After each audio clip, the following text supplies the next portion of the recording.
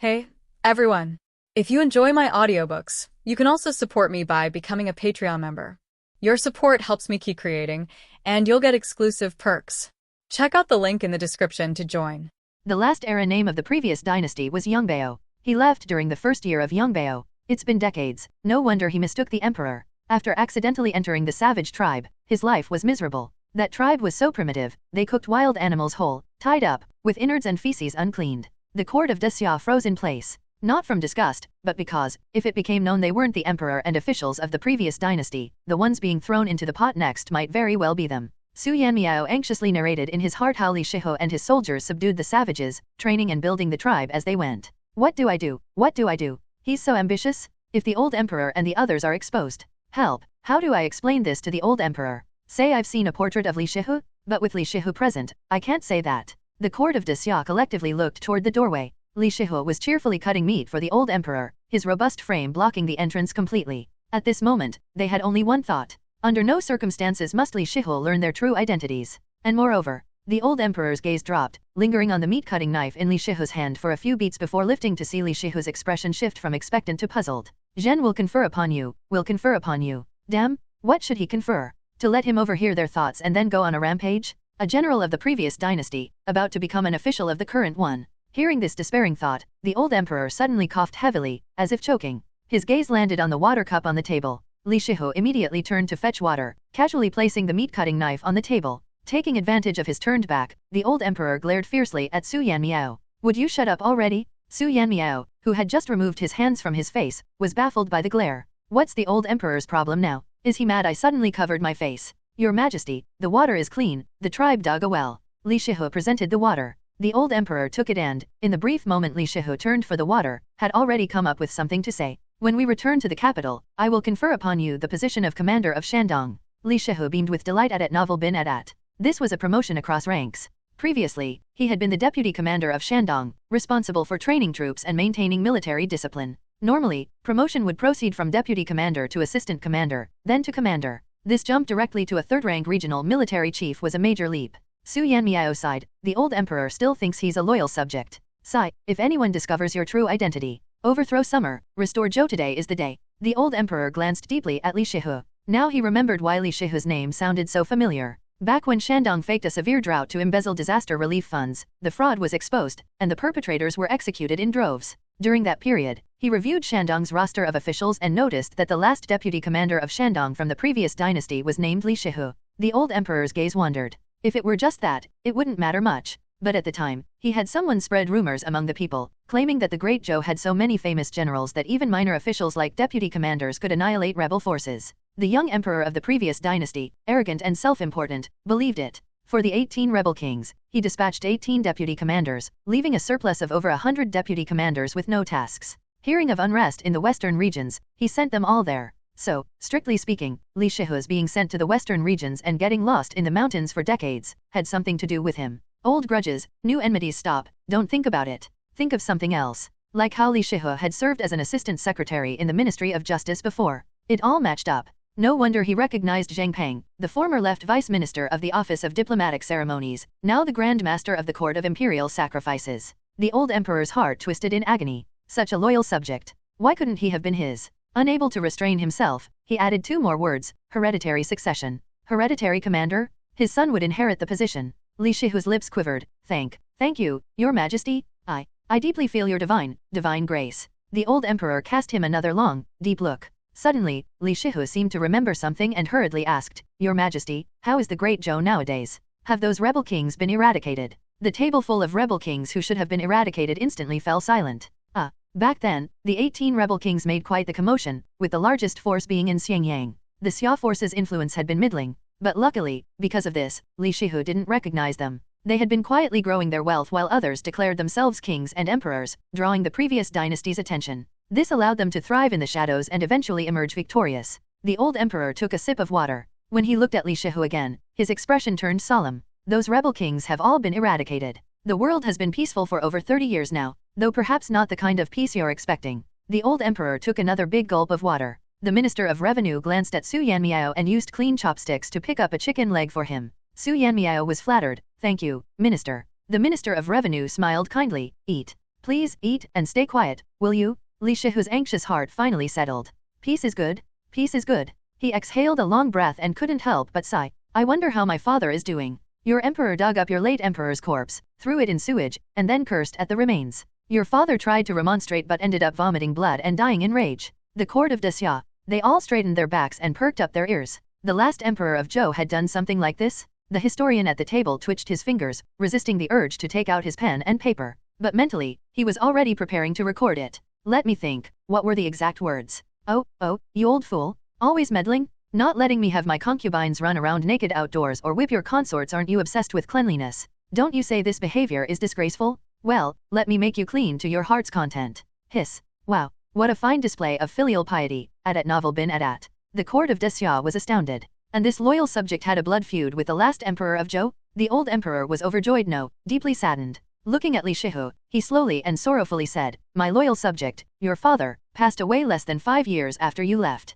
Why say less than 5 years? Because the last emperor only reigned for 4. Li Shihu fell silent, taking a swig of his homemade wine before forcing a smile. My father was already 81 when I left. I hadn't expected him to still be alive. To pass away in his 80s, peacefully, is a blessing in itself. The only regret is that I couldn't fulfill my filial duties. Unable to resist, he asked again, Your Majesty, and my other family members. Since they knew about his father, maybe they also knew about his mother, his wife, or his son. Even if His Majesty didn't know, there were so many officials present who might. Li Shihu's hopeful gaze swept over everyone in the room, one by one. Those caught under his gaze lowered their heads in turn. Your son? Isn't he right here? He's the Quasigian scholar seated next to me. Then again, after being away for over 30 years, it's understandable you wouldn't recognize him. Among those present, there was only one Quasigian scholar, Li Ying. Startled, he raised his head and looked at Li Shihu with growing uncertainty. Carefully observing the man, he couldn't recognize him. When his father had left, Li Ying had been only 5 years old. His mother had mentioned his father's name, but after so many decades, who could remember? Father. Li Ying stood abruptly, pulling out the longevity lock pendant he always carried, engraved with his single character name. Father? I am your son, Yinger. Li Shihu whipped his head around like a sunflower following the sun. Yinger. He didn't even look at the pendant. Instead, overwhelmed, he gestured with his hands to indicate height. Back then, you were only this tall, and now you've grown. He raised his hand above Li Ying's head. This tall. Li Ying felt a wave of warmth and was about to respond when, Dear brother, I'm your son Yinger's stepfather. Su Yanmiao mentally exclaimed in a falsetto voice. Li Ying's stepfather, who was also present. Enough already? Li Shihu, still ecstatic, suddenly thought of something that made him even more thrilled. My son, you've made something of yourself? You're even serving by His Majesty's side now. Sigh, in this day and age, what official's child doesn't rely on their father's connections? Oh, Commander Li, you're too naive. It's not your son's accomplishments but his stepfather's. His stepfather was part of the first wave of founding officials, a close confidant of the emperor. He's now the Shaoqing of the Taiyakang Temple. As for your son, before he became a Quasigian scholar, he held a position as a Hanlin Academy editor, another role he got because the old emperor honored his stepfather's face. Usually, that post requires being a second place or third place imperial exam laureate. The Shaoqing of the Taiyakang Temple forced a stiff smile, trying to laugh but failing miserably. At that moment, he felt endlessly grateful that Li Shihu couldn't hear inner thoughts, otherwise, things would be unbearably awkward. Though Li Shihu would find out eventually, at least by then, they wouldn't have to worry about being tossed into a stew pot. Li Ying coughed, trying to redirect the conversation. Father, that's not important. Oh, right, something more important. How's your mother? Mother is doing well. She's doing very well. She remarried. Li Ying. Completely oblivious, Li Shihu, who had always been deeply attached to his mother, hesitated, fearing bad news. He cautiously asked, And your grandmother? Grandmother is well too. Your wife took your mother and remarried. Your wife, bless her, is truly a good person. Back in the Yanmiao 4th year, during the chaos when it seemed the country wouldn't survive, she saw how infatuated the Shaoqing of the Taiyakang Temple was with her and. The old emperor noticed the Shaoqing was now mimicking Su Yanmiao by pressing his hands against his face. Surprised, the emperor raised an eyebrow. Who would have thought? The Shaoqing of the Taiyakang Temple was unexpectedly quite shy, so mortified by his romantic history being exposed that he couldn't handle it. The emperor sipped his tea thoughtfully. She told him, if I remarry, I must bring my mother-in-law along. So, he persuaded his widowed father to marry her former mother-in-law. The emperor sprayed his tea everywhere. Su Yanmiao, oblivious, kept narrating, Your ex-wife is truly commendable. To this day, she and your mother get along like real mother and daughter. Li Shihu's mother was his father's second wife, 40 years his junior. The Shaoqing of the Taiyakang Temple pressed his hands harder against his face, determined not to lift his head. Li Ying coughed again, saying stiffly, My mother is doing well. She, remarried. Li Shihu paused, then smiled warmly. That's good. It would have been too hard for her to raise children and care for my parents all on her own. Li Shihu asked again, and your grandmother? Grandmother is also doing well, Li Ying smiled awkwardly. When mother remarried, she brought grandmother along. Li Shihu was first surprised but then became teary-eyed. Your mother is such a good person. Your stepfather must be a good man too, willing to care for his wife's former mother-in-law. Li Ying lowered his head, nervously scraping the floor with his shoe. No one informed the poor Shihu that he had suddenly gained a half-brother of a completely different lineage. Everyone was so afraid of being forced to speak that they buried their heads and eagerly drank the soup. The pot was emptied in no time. Just as Li Shihu was about to say something, the old emperor stood up from his chair. Shihu, take a walk with me. I'd like to see your tribe. Li Shihu immediately abandoned whatever he had been about to say and replied energetically, yes, your majesty. Su Yanmiao, you come too. Oh, yes, your majesty, Su Yanmiao responded, quickly setting down his soup bowl, wiping his mouth, and standing up. Several other ministers, having had their fill, shamelessly followed along. As they stepped outside, the old emperor pointed to a cliff not far away, streaked with pale marks. What is that? He walked closer as he asked, soon noticing that the white streaks were actually characters carved into the rock with sharp stones. Li Shihu's expression turned complicated. We were afraid we might never return, afraid we'd forget our writing, so we carved our characters into this stone wall. The old emperor was stunned. His lips moved, but he found himself at a loss for words. The nearest inscription read, today, I climbed the tallest tree, but I couldn't see Chang'an. Li Shihu pointed at it. This was written by someone in the team called Liuzi. I scolded him harshly back then. What if he had fallen? He'd have lost his life. Another line read, Mom, I learned how to chop vegetables. Li Shihu pointed again. This was written by Yuan Gui, a lowly soldier who didn't even know how to start a fire before. Then there was, the iron sword has rusted. Li Shihu smiled faintly, though his expression was layered with complexity. This was Yingdi, my deputy general. The iron sword was issued by the court, but with the wind, rain, and the difficulty of maintenance in the forest, it eventually rusted. Finally, General, I want to eat rice. Li Shihu pursed his lips and turned his head slightly. That was Guo Jun, a young man from the south. He died a few years ago. Before his death, he held my hand and said he wanted to eat rice. But where in the northeastern mountains could we grow rice? In the end, he never got to eat it. Adat novel bin adat. These carved words were the spiritual lifeline of those who had left their homeland. The soldiers had limited education, some couldn't write at all, and others wrote clumsily. Li Shihu and a few literate comrades had taught them one by one, slowly planting the seeds of Chinese characters in the mountains. The old emperor stood before the stone wall, feeling a faint intoxication despite having had no wine. Are there any graves? The Minister of Revenue asked.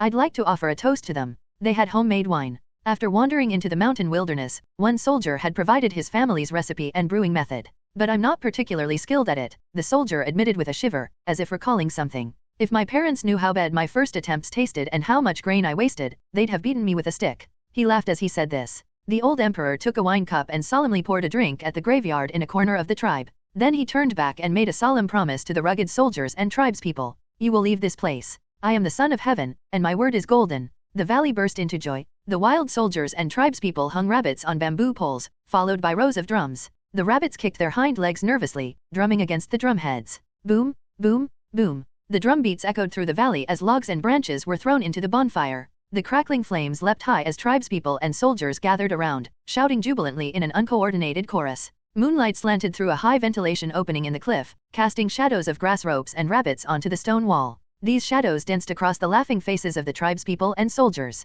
No one asked the emperor or the ministers for proof of their promise. They simply embraced hope and celebrated. A large iron pot was set high above the flames, and the broth inside bubbled, sending the aroma of meat wafting through the air. When the dancing ended, the soup was ready. Each person received a bowl, and it was quickly distributed. The old emperor praised, this meat is very tender. It was much better than the stringy chicken they'd eaten before. Li Shihu grinned. If it pleases your majesty, it's this creature's honor? They're very hard to catch, sly and slippery. The old emperor nodded as he took another bite, patting Li Shihu on the shoulder. I can't tell you about the Baizi, but wait. This mountain range can be crossed. The homeland can be returned to. Thinking of the Baizi, the old emperor glanced at Su Yanmiao, who was quietly sipping his soup. His long eyelashes fluttered as he drank, looking particularly well-behaved. The emperor, still suffering a touch of PTSD, felt oddly comforted to see Su Yanmiao focused on his meal. It seemed he could enjoy his dinner in peace tonight. Wow, this commander's journey through the western wilderness is fascinating. The old emperor nodded slightly. Yes, following the journey is a good way to pass the time.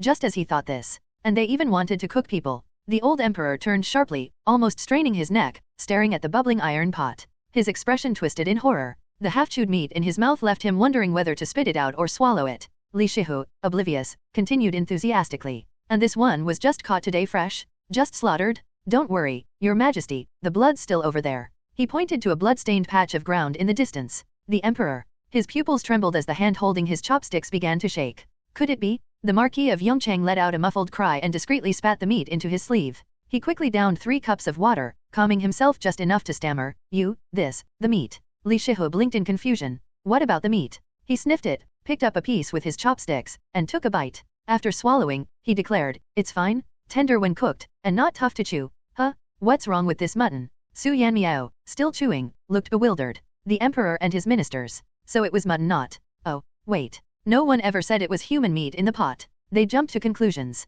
The old emperor closed his eyes. Calm down. Calm down. Take a deep breath. Another deep breath. Good. He was calm now. Opening his eyes, he signaled to the Marquis of Yongchang. Quickly ending the topic of lamb and letting Su Yanmiao continue focusing on the westward journey was the priority, especially because, what was the deal with cooking people to eat? Yongchang Marquis caught on quickly, forcing a laugh. The piece of meat I ate just now was so salty. Did someone forget to mix the salt properly? It nearly killed me.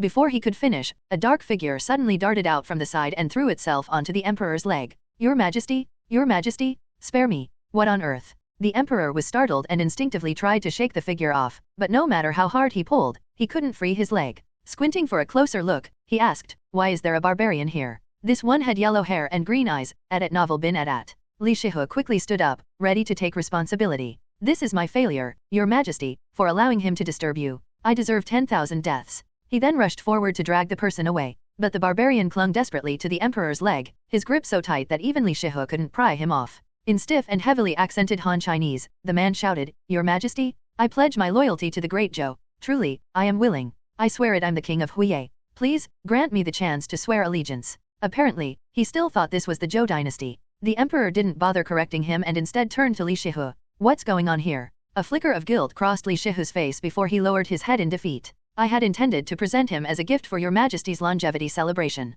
This man disrespected our envoys, scorned the great Zhou, and acted arrogantly. Not only did he refuse to submit to us, but he also tried to detain us in Huye. So, I led troops into their capital and captured him. The barbarian, however, screamed in panic, clinging to the emperor's leg even tighter. Liar? Demon? You're a demon. Historically, the term demon had roots in Buddhist and Daoist texts, describing malevolent spirits. Central Plains traders had spread this term along the Silk Road, so even this foreigner understood its meaning. Li Shihu blinked in confusion. All I did was lock him up today. There's no need for such an overreaction. He prided himself on not mistreating prisoners. Even back when they were lost in the wilderness, if the soldiers had one mouthful of food, they'd share some with the Huye king. Over the decades in the barbarian tribe, he hadn't even kept the man tied up, just made sure he couldn't escape. It was only because of today's imperial visit and a bit of selfish planning that he'd locked him up. Li Shihu had no idea why the Huye king was so terrified, nor did anyone else. Su Yanmiao glanced at both Li Shihu and the Huye king before quietly returning to his meal of lamb and wheat porridge, eating steadily.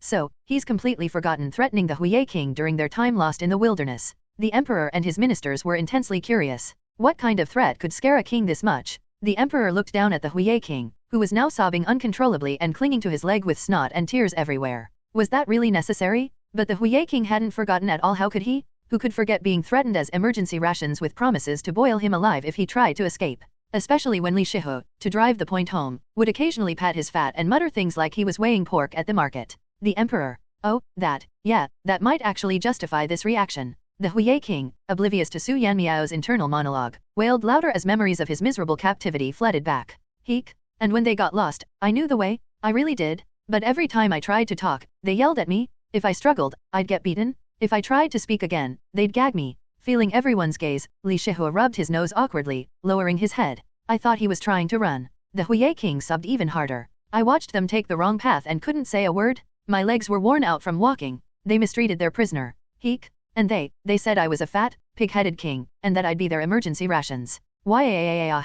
The Huye king's cries were deafening. Who knew how many years of constant fear he'd endured? He'd even learned farming to avoid being eaten. He fought anyone who tried to stop him from pulling the plow, shedding all his fat in the process. Now, he hugged the emperor's leg and rubbed his face against it, nearly making the emperor jump out of his skin. I don't want to be emergency rations. Your Majesty, please accept Huye as your loyal servant. The emperor. Well, this was awkward. Your younger brother's son just ascended to the throne last year, and I've already accepted his allegiance. Actually, accepting him might not be impossible. The old emperor reacted swiftly, and his mind quickly turned to the idea of splitting up Huihe. Although the current Huihe king, the son of his younger brother, had shown no signs of rebellion or independence, having come to the capital with his ministers to pledge loyalty immediately upon ascending the throne 2 years ago. The old emperor trusted his own means of weakening Huiho far more than relying on loyalty, which depends on the whims of the heart. For instance, he could allow this wild Huiho king to return to his homeland, but without granting him the right to reclaim the throne. If he still wanted to be a king, he could establish a new Huiho tribe elsewhere. Oh, and the current Huiho king wouldn't be allowed to kill him either.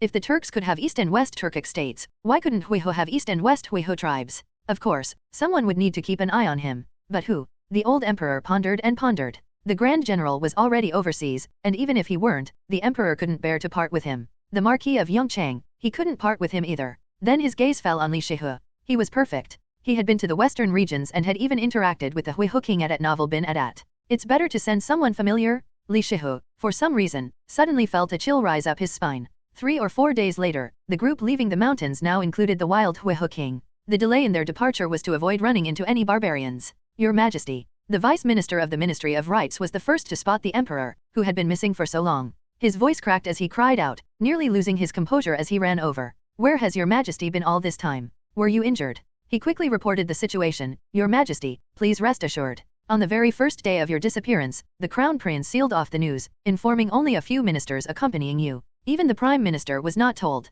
Currently, state affairs are being handled by the Crown Prince and the ministers, and the public merely believes that Your Majesty lingered a while longer at Shanhaiguan. Pausing for breath, he continued, after Your Majesty's prolonged absence, the Crown Prince ordered the Jinyue to search everywhere and even mobilized troops from nearby prefectures a few days ago. The old emperor finally breathed a sigh of relief. Over the past few days in the mountains, he had been deeply worried about the situation outside. But now it seemed. The old emperor nodded slightly. The Crown Prince handled things well. The Vice Minister of the Ministry of Rites cupped his hands respectfully, but his gaze soon shifted to Li Shihu, who was winking at him. His face instantly showed shock. How are you? The old emperor was even more startled, nearly interrupting him on the spot. Recognized? Li Shihu couldn't hold back his grin. Long time no see, top graduate? Ah, you've been reinstated and returned to court? That's great. What position are you holding now? Hearing this, the Vice Minister of the Ministry of Rites immediately realized Li Shihu and his men didn't know about the change in dynasties. Looking at the number of wild soldiers from the previous dynasty and then considering the distance of the local troops, the Vice Minister's smile grew forced. Why yes. Thanks to His Majesty's grace, I've become the Vice Minister of the Ministry of Rites. Li Shihu was overjoyed. You've made it to Vice Minister of Rites. 3rd rank?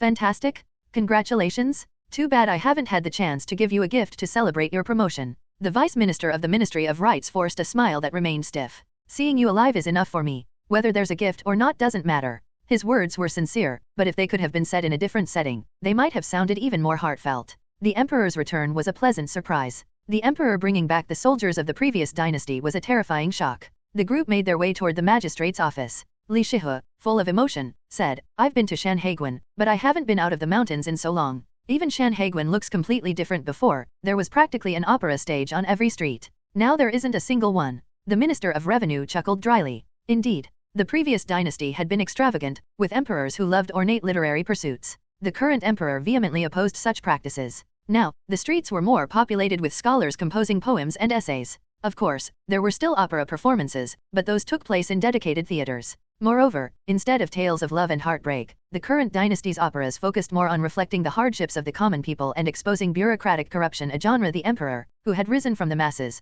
particularly enjoyed. A wild soldier exclaimed, You can drink in public gatherings now. The Vice Minister of the Ministry of Rites coughed twice, covering his mouth. That's a recent change. Back when there were 18 rebel factions, public drinking was prohibited to maintain order. Now that the world is at peace, the ban has been lifted. Some hesitated and asked, but why are even the ways of eating and drinking tea so different? I remember that the street-side pancakes used to be about palm-sized, small enough to finish in 2 or 3 bites. A sturdy man could eat over a dozen in one sitting. But now these pancakes are so big just 2 are enough to fill a sturdy man up. Well, now that it's a time of peace, the price of rice and flour has dropped, so the pancakes are made bigger. Actually, it was because the previous dynasty valued refined and delicate customs, whereas the current dynasty embraced a more rugged and straightforward style. Oh, and cooking meat in large chunks is that also because meat is cheaper now. Adat Novel bin Adat. Exactly. In the previous dynasty, people preferred to slice meat thinly, while chopping it boldly into large pieces, as if slicing through with a blade was something usually only done by soldiers in specific settings.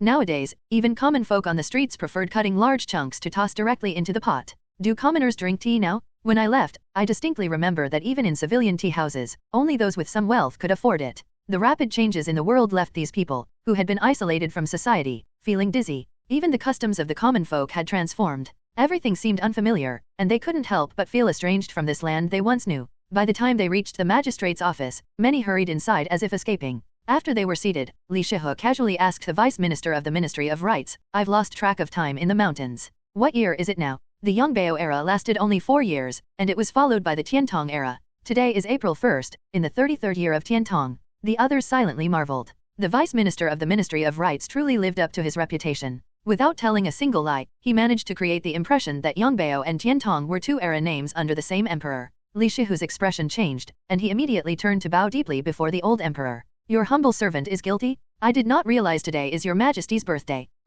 It wasn't his birthday. Oh, the old emperor realized he was referring to the former dynasty's last emperor. Li Shihu continued to proclaim loudly, "May your majesty live for 10,000 years, 10,000 years, 10,000 times 10,000 years." He sighed regretfully, "It's a pity that the birthday gift I prepared can no longer be offered. After all, now that it was already known the emperor had accepted the Huihu king's allegiance, it would be inappropriate to present that as a birthday gift." The old emperor maintained his composure and helped him to his feet, smiling warmly. To have such a great general is itself a blessing for 10,000 years. They directly spoke in a way that moved him, making Li Shihu increasingly grateful and determined to serve the emperor to the death. After standing up, Li Shihu, his face beaming with excitement, turned to the others and asked, "Surely, my esteemed colleagues have already prepared birthday gifts for His Majesty. May I ask what they are?"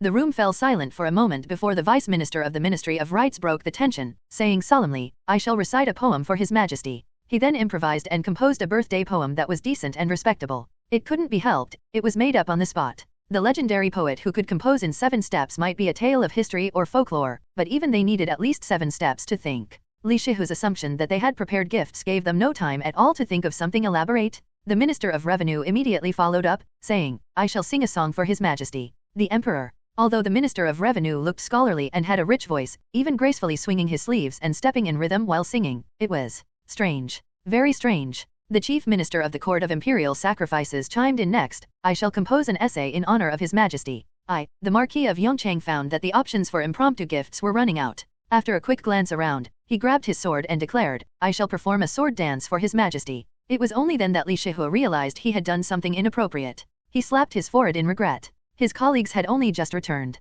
Even if they had prepared birthday gifts, they would certainly be stored in their respective residences. Now, because of his question, they had to resort to offering poems, songs, and dances on the spot. The proper gifts would have to wait until the official birthday banquet.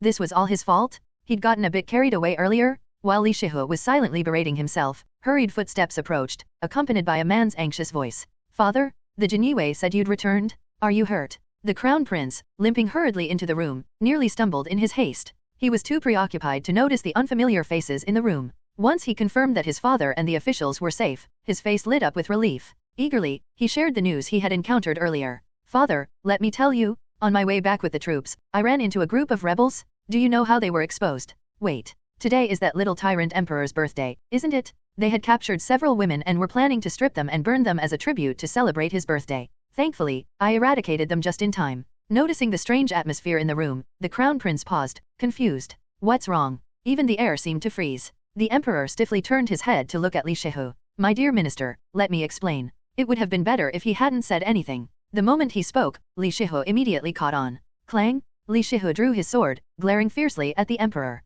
"So you're a rebel?" The wild soldiers who had accompanied Li Shihu from the tribe were stunned by the sudden development. After some hesitation, they moved to stand behind him. The Chief Minister of the Court of Imperial Sacrifices' eyes gleamed, and he feigned shock. "Li Lang, are you going to let the murder of your father go unavenged?" Li Shihu froze. "What?" The Chief Minister then recounted, in full detail and without exaggeration, the absurd actions of the former emperor that had ultimately caused Li Shihu's father's death. Li Shihu's eyes widened. "Everything you're saying, is it true?" The Chief Minister replied, "Why would I lie to you? Li Lang, all of this can be verified." The Vice Minister of the Ministry of Rites quickly added, "Do you know how the last emperor died? He used commoners for archery practice during his outings. One night, while staying at a monastery, he was beheaded in his sleep by the Prime Minister and his own personal guard." The Vice Minister deliberately omitted one crucial detail. After the former emperor's demise, the Prime Minister neither seized the throne for himself nor supported any member of the royal family to ascend it. Instead, he steadfastly guarded the capital without an emperor and ultimately perished with the kingdom. He feared that if his former colleague learned the full story, he might see it as a noble example and choose to end his life in the same way.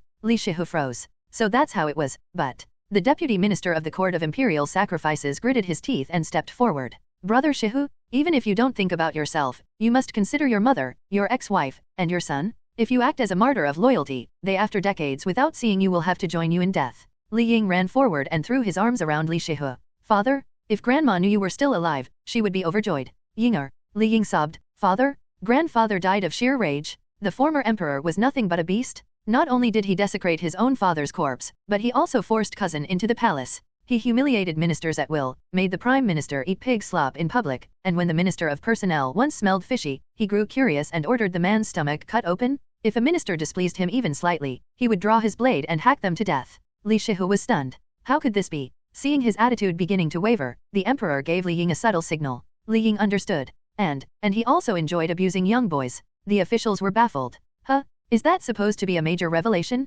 Li Ying, having already said it, he forced himself to continue tearfully. One time, I was summoned to the palace myself. Afterward, grandfather died of anger. It was true that the former emperor abused young boys. It was also true that Li Ying had once been summoned to the palace but only to receive a reward, with nothing untoward happening. And grandfather's death from rage? Also true. But the events weren't even on the same day. There was no need to mention that to Li Shihu. Under the astonished and admiring gazes of the crowd, and the emperor's heartfelt declaration of, Li Minister, you are truly a paragon of loyalty. Li Ying closed his eyes in despair. Damn that Su Yanmiao. If he hadn't gotten used to hearing such shameless gossip, how could he have blurted out something like this at such a critical moment? As for Li Shihu, his eyes widened. For 3 days, Li Shihu sat in silence in a pavilion, watching the bustling crowds below. The wind and sand at Shanghai Pass were relentless. When a gale swept through, yellow dust engulfed the area. Borderlands were known for their harsh conditions, yet the people at Shanghai Pass wore smiles, a sign that the new emperor was governing well. He remembered how, before he left, even the heartlands of the Central Plains were filled with sorrow and hardship.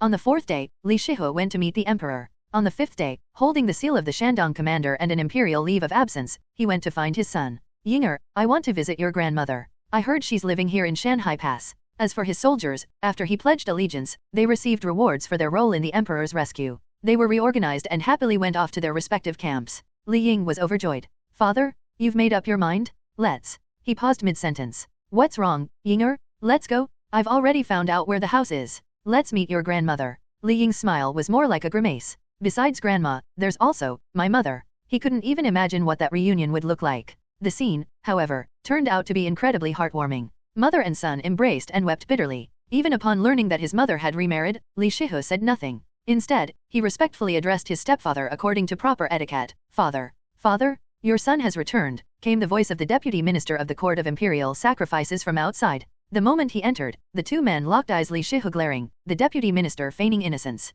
Li Shihu was delighted. So, not only are we colleagues, but also brothers? I'm 2 years older than you, so I'll shamelessly call myself your elder brother. Adat Novel bin Adat. Elder brother, the deputy minister of the court of imperial sacrifices replied, though his expression was a bit awkward and uneasy. Li Shihu didn't notice. He let out a hearty eye, and began rummaging in his pouch to gift his newfound brother a necklace made from polished beast teeth. By sheer coincidence, a voice came from outside. I heard shouting earlier, has my husband returned? Hearing the familiar voice, the deputy minister froze in panic. Wait. Hearing the familiar voice, Li Shihu exclaimed with joy, my wife. But the woman had already walked in. When their eyes met, both froze in place. After a moment of stunned silence, Li Shihu turned to look at the deputy minister. The deputy minister coughed. Elder brother, this is something I can explain. Li Shihu turned to glance at his mother and stepfather. His stepfather smiled kindly. Shihu, are you staying for dinner tonight? Li Shihu looked at his son, Li Ying, who quietly covered his face, avoiding eye contact. Li Shihu finally spoke. So, this is what you meant by everyone remarried.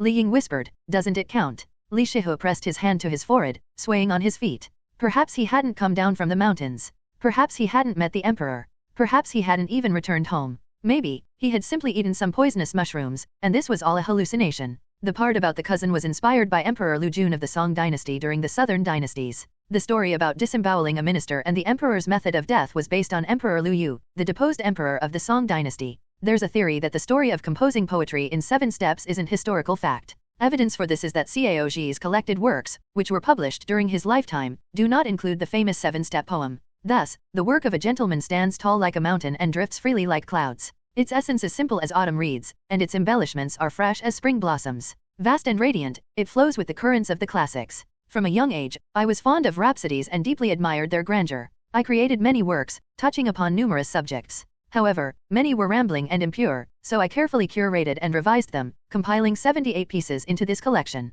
Collected works of Caog. After Caog's death, Emperor Cao Rui of Wei ordered the collection of Caog's writings, including rhapsodies, eulogies, poems, inscriptions, and essays. Yet, there was still no trace of the seven-step poem. The first appearance of the story about composing poetry in 7 steps was in Shishuo Xinyu, a new account of the tales of the world, which was already during the southern dynasties, a period after the Wei dynasty, separated by the Jin dynasty. The Buddha speaks the Great Consecration Divine Spell Sutra, the Supreme Clarity Lingbao Great Law. These 2 references are from the previous chapter. I forgot to include them yesterday. The old emperor was preparing to leave Shanghai past the next day. At that moment, a document was sent over from the Prime Minister's office for his instructions. Waka country requests to return home this time via the Shandong Dengzhou tribute route instead of Ningbo, and to travel alongside the Goryeo envoys. This didn't seem to be a problem. After some thought, the old emperor waved his brush approved. Further down, there was a handwritten letter from Waka country's envoy, written in Chinese characters. The old emperor lazily raised his eyebrows and read it slowly. The letter contained around 3,000 characters, praising China's vast and abundant land and resources, the exceptional governance of the Xia dynasty, and how the people lived in peace and prosperity.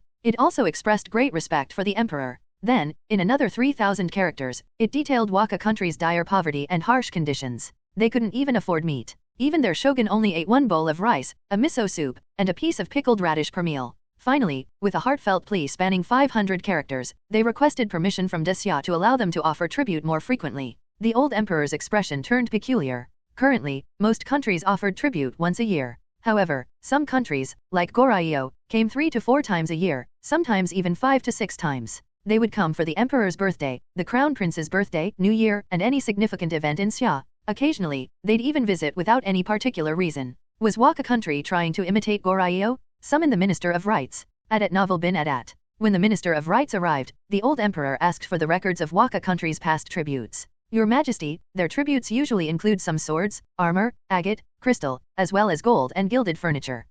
Also cowhide and a few horses. The Minister of Rights, well attuned to the emperor's thoughts, added after a moment, typically, they offer 100 swords, 1 set of armor, 20 regular-sized agates, a few crystal beads, 1 or 2 pieces of furniture at most, and about 3 or 4 horses. It wasn't just little, it could be called downright meager. But this was also due to Xia's deliberate policy. As the Heavenly Dynasty, they didn't covet the petty offerings of the 4 barbarians, and a token amount of local specialties sufficed each year. The old emperor tapped his fingers on his knee several times, murmuring to himself, it seems they truly are poor. The Minister of Rights continued his report. In return, the court usually bestows them with 10 to 20 bolts of silk and satin. For the king and the envoy, we grant a full set of robes, boots, and socks each. Additionally, the king receives 100 to 200 taels of silver, and the envoy collectively receives 10,000 copper coins. The old emperor nodded slightly. That's not much. Allowing 1 or 2 additional trips shouldn't strain the treasury. He then wrote on the document, approved. The emperor's and crown prince's birthday banquets, along with New Year's Day 3 times a year will suffice.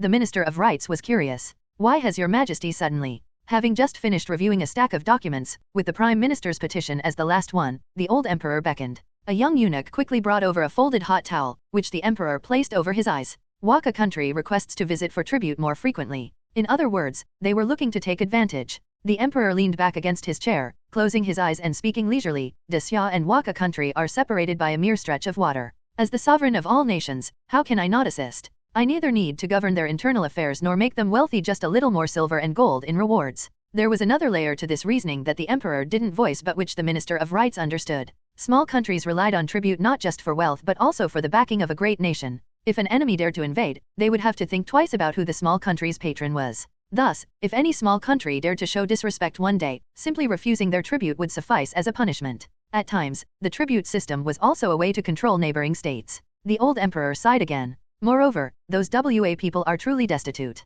I've heard they can't even afford meat. The Minister of Rights was somewhat surprised. Are they that poor? No wonder they're so short. Indeed, the old emperor said, I've heard that their king forbids fishing, so they mostly eat soy-based foods. Even their generals only have meals consisting of rice, miso soup, and pickled radish. Hearing this, the Minister of Rights was overwhelmed with sympathy. If that's the case, I'll instruct the Ministry of Rights to give Waka country envoys more care in the future. For the Waka country envoys, visiting Xia might be the only time in the entire year when they could eat meat. How pitiful. The old emperor nodded slightly in agreement. Since Xia was the suzerain state, it made sense to support its vassals when possible. The old emperor decided to inspect Liaodong Commandery. Thus, his entourage passed through Shanhai Pass, heading northeast while conducting inspections along the way. About a month and a half later, as they approached Fuzhou garrison, they happened to encounter the returning Waka country envoy. Recalling their earlier claims of hardship, the old emperor summoned the envoys to inquire about their circumstances. Both the chief and deputy envoys were Zen monks, not ordinary ones but those involved in secular governance as advisors to the shogunate. As such, when they saw the emperor, they performed not Buddhist rituals but secular ones, addressing him as, "We pay respects to the Son of Heaven of Desya." The old emperor kindly asked, "How has your stay in the Central Plains been?" The chief envoy replied, "Very well. Thank you for your concern, Your Majesty." The emperor then inquired about their food and accommodations. Both envoys affirmed that everything was excellent, and other members of the delegation excitedly added that the abundance of meat here was astonishing. Pork and chicken were particularly delicious, and they had never tasted horse meat before. One after another, they expressed, "We thank the generous Son of Heaven of Desya." This made the old emperor quite proud. What? The emperor was so generous that he used the imperial treasury to reward the Waka country envoy. Su Yanmiao was stunned. A delegation of 200 people, each receiving 2 geese, 8 fish, 1 red silk mattress, 8 bolts of silk, and 100 copper coins. The Ministry of War official added, also, 60 caddies of calamine and 300 caddies of brass. The WA said they lacked brass and the materials to refine it, so His Majesty gifted them some. Su Yanmiao was even more shocked. Isn't His Majesty, isn't he usually very frugal? Why? Not only did he say it aloud, but he also repeated it in his mind. The old emperor promptly summoned him. Ensuring the Waka country envoys couldn't hear, he spoke earnestly, "Su Yanmiao, there are times to save money and times when you cannot. As the suzerain state, we must act with dignity. When our neighbors are so poor they can't afford meat, it's only right to help them a little. You don't understand those slices of pork and chicken you ate during your recent hot pot meal? They only get to eat such things during their tribute visits. Otherwise, it's tofu soup and pickled radish for them all year round. It's not just them being frugal, the entire Waka country is impoverished, even their shogun struggles to eat meat." Su Yanmiao hesitated. "Is that so?" The old emperor patted his shoulder. "Of course." The emperor then called over the Waka country envoys. "I heard there's something like a meat prohibition order in your country." One envoy grimaced and explained, "Indeed. The Emperor of Heaven believes in Buddhism, so he forbids us from eating meat." The nearby, soft-hearted Minister of Rights discreetly dabbed his eyes with a handkerchief and murmured a poetic line, lying in the government dormitory. Hearing the rustling bamboo, could it be the cries of the people suffering? Oh. Su Yanmiao suddenly understood. The old emperor has been conned out of money. The emperor's somber expression froze on his face. The Minister of Rights, trying to stifle his emotions, accidentally jabbed his finger into his eye and let out a painful hiss. The other officials were dumbfounded. Were the envoys from this small country deceiving them? Aha, I knew it. I've seen this decree before. It clearly states that from early April to late September, people are forbidden from eating beef, horse, dog, monkey, or chicken. As for wild boar, deer, or bear, if you can hunt it, you can eat it. The Waka country envoys, oblivious to these thoughts, didn't realize they were nearly stripped bare. One envoy, tearfully recounting their so-called meat prohibition order, said, "Even without this decree, Waka country is so poor that meat is rare. Even the shogun can only eat tofu, polished rice, and pickled radish." Yes, they just didn't mention that this shogun is particularly frugal. As for other daimyo and generals, they feast on salted swan, wild goose stews, and more lavish dishes. The Waka country envoy wiped away tears and looked gratefully at the old emperor. "Son of Heaven of Desya, we are deeply grateful for your generosity. We Waka people have never tasted goose before, and thanks to your majesty's immense blessings." The emperor, slightly smiling face. His gaze toward the Waka country envoy turned icy. "How dare you scam me out of money?" The old emperor asked again, "Are your samurai, generals, and daimyo truly unable to eat meat?" The Waka country envoy replied, "Respected Son of Heaven of Desya, you may not know this, but before the meat prohibition order, most of us ate cherry blossom stew, cherry blossom hot pot, or dishes flavored with maple leaves, peonies, and cypress. Meat was truly rare." A minister who had visited Waka country leaned in and quietly confirmed to the emperor, "Your Majesty, that is indeed the case. When we were there, we rarely saw any butcher shops." The emperor's expression softened slightly. "If that's the case, then saying they are impoverished isn't entirely wrong." Pfft. The old emperor isn't seriously believing this, is he? Ha ha ha ha. The old emperor. The minister who had visited Waka country broke into a cold sweat. "Su Yanmiao, don't say nonsense. I've never deceived His Majesty. The cherry blossoms and sakura hot pot? That's right. To circumvent the meat ban, the Waka country called horse meat sakura. Sakura sashimi and sakura hot pot are just horse meat dishes." The minister who had been to Waka country breathed a sigh of relief. "Thank goodness, the one deceiving His Majesty is the Waka country, not me. Oh, and then there's red leaves, which is venison? Haha, and peony is wild boar meat. Cypress is chicken meat." The emperor's gaze toward the Waka country envoy grew colder and colder. "So, that's why there are so few butcher shops. They just renamed them. Of course, they wouldn't call them meat shops anymore." The emperor's icy glare landed on his envoy, who almost wanted to kneel immediately and explain if not for Su Yanmiao being there. The envoy had indeed been to Waka country, but he was led straight to the emperor by the Waka country reception team. Along the way, there was little room for deviation. Just like how Waka country envoys were escorted by the Ministry of Rights officials in Disya, confined to the official residence with limited freedom of movement, and only allowed out every 5 days. In such circumstances, and without prior arrangements, it was genuinely hard to uncover the inner workings of Waka country, let alone ascertain whether they could eat meat. The emperor let out a cold chuckle. As for this matter of tributes, that's right. And the tributes. The emperor's face momentarily went blank. For a fleeting moment, he really wanted to knock Su Yanmiao unconscious.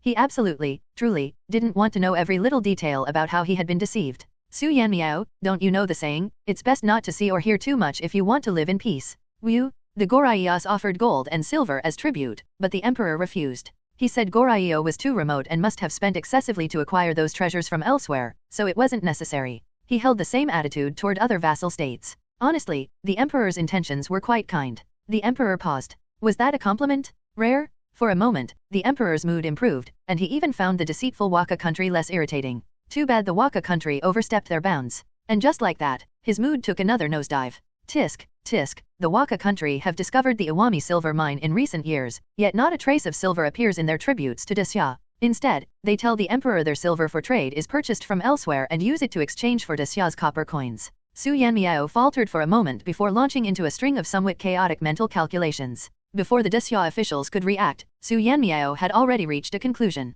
Holy smokes! If the Iwami silver mine produces over 5 million taels a year, how much? The Disya officials' eyes were already bloodshot. 5 million taels of silver a year? I'll curse your ancestors. Yongchang Marquis couldn't hold back and swore aloud. Such a massive silver mine, practically within their grasp, and they knew nothing about it? In less than 30 years, Disya will face a copper shortage and might even have to start importing Waka country copper. Talk about local specialties. Better a humble gift with heartfelt sentiment than a lavish one devoid of sincerity?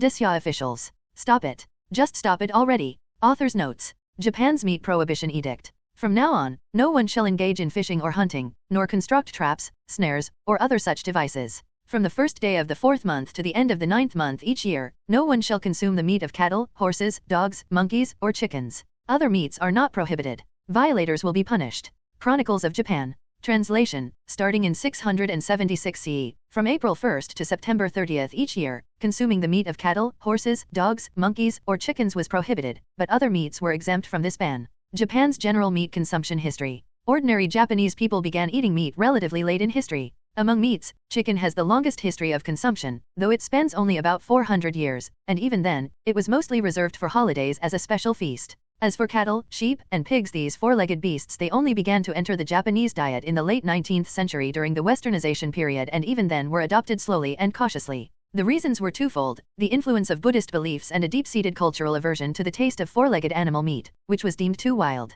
For long stretches of history, the staple Japanese diet followed the one soup, one dish model, consisting of rice, soup, and a single side dish, often just pickled radish or salted cucumber. The soup was usually a plain miso broth without a trace of oil. Details of Japan too. Regarding Korean tributes. In the years Inyu, His Majesty remarked to his ministers, Korea is a remote land, and the gold and silver they bring as tributes are not items they could produce locally. These treasures must have been purchased from elsewhere at great expense. From now on, let the King of Korea know that local goods will suffice as tributes to express sincerity. The Annals of Emperor Xianzong, Mingshilo at Novel Bin at. Japanese tribute items. Horses, helmets, armor, swords, waist knives, spears. Lacquered and gold-decorated folding screens, gold-specked cabinets, gold-specked writing desks, gold-specked boxes, gilded powder containers, gilded pen cases, gilded bronze kettles, gold-specked wooden wash basins, gold-leafed fans. Agate, crystal prayer beads, sulfur, sapanwood, and cowhide. Deming Hui Dian. 4 horses, 2 large swords with gold-embellished scabbards and hilts, 10,000 caddies of sulfur, 20 pieces of agate, various sizes, 3 sets of gold-leafed folding screens, 100 large swords with black lacquer scabbards and hilts, 100 spears, 100 long swords, 1 suit of armor, 1 inkstone with its box, and 100 fans recorded as presented. History of Chinese diplomacy. Ming Dynasty's return gifts. During the Yongle period, the Ming court bestowed on the Japanese king items such as crowns, robes, silk fabrics, gold, silver, ancient artifacts, and paintings. In the 10th year of the Sund reign, the return gifts included 20 bolts of silk, 8 bolts each of gauze and fine satin, 2 units of brocade, 200 taels of silver for the king, 100 taels of silver for the queen. In the 20th year of the Chinju reign, 20 bolts of silk, 20 bolts each of gauze and fine satin, 4 units of brocade, 200 taels of silver for the king, 10 bolts of silk, 8 bolts each of gauze and fine satin, 2 units of brocade, 100 taels of silver for the queen. For the envoy and deputy envoy, 1 gold-threaded kazaya robe, gilded silver hooks and fasteners, 1 gauze cassock, 1 gauze robe, 2 bolts of silk, 1 bolt each of gauze and satin, 6 bolts of silk, 10,000 copper coins, and 1 pair of boots and socks each. For items sent beyond the official tribute, goods carried by the envoys for private trade or purchased en route by officials were paid for at fair value. Goods deemed unsuitable were allowed to be traded privately. De Minghui Dian. Non-tribute levies during the Hongguo era. For tribute goods brought by vassal states and local chieftains during New Year's Day, winter solstice, and sacred festivals, all items were displayed in the palace courtyard. For additional goods meant for trade with China, officials would levy 6% as a tax, paying the assessed value, while exempting the rest from taxation. Annals of Emperor Taizhi, Mingshilo. Tribute protocols under Emperor Yongle. At the beginning of the Yongle reign, seals and decrees were granted. From then on, during each year's sacred festivals, New Year's Day, and the Crown Prince's birthday adjusted to the winter solstice during the 10th year of Jiajing, envoys were dispatched to present tributes. Gratitude and consolation visits were conducted irregularly. For major events in the court, envoys were sent to proclaim decrees in vassal states. If a king requested official recognition, envoys were sent to conduct the ceremony.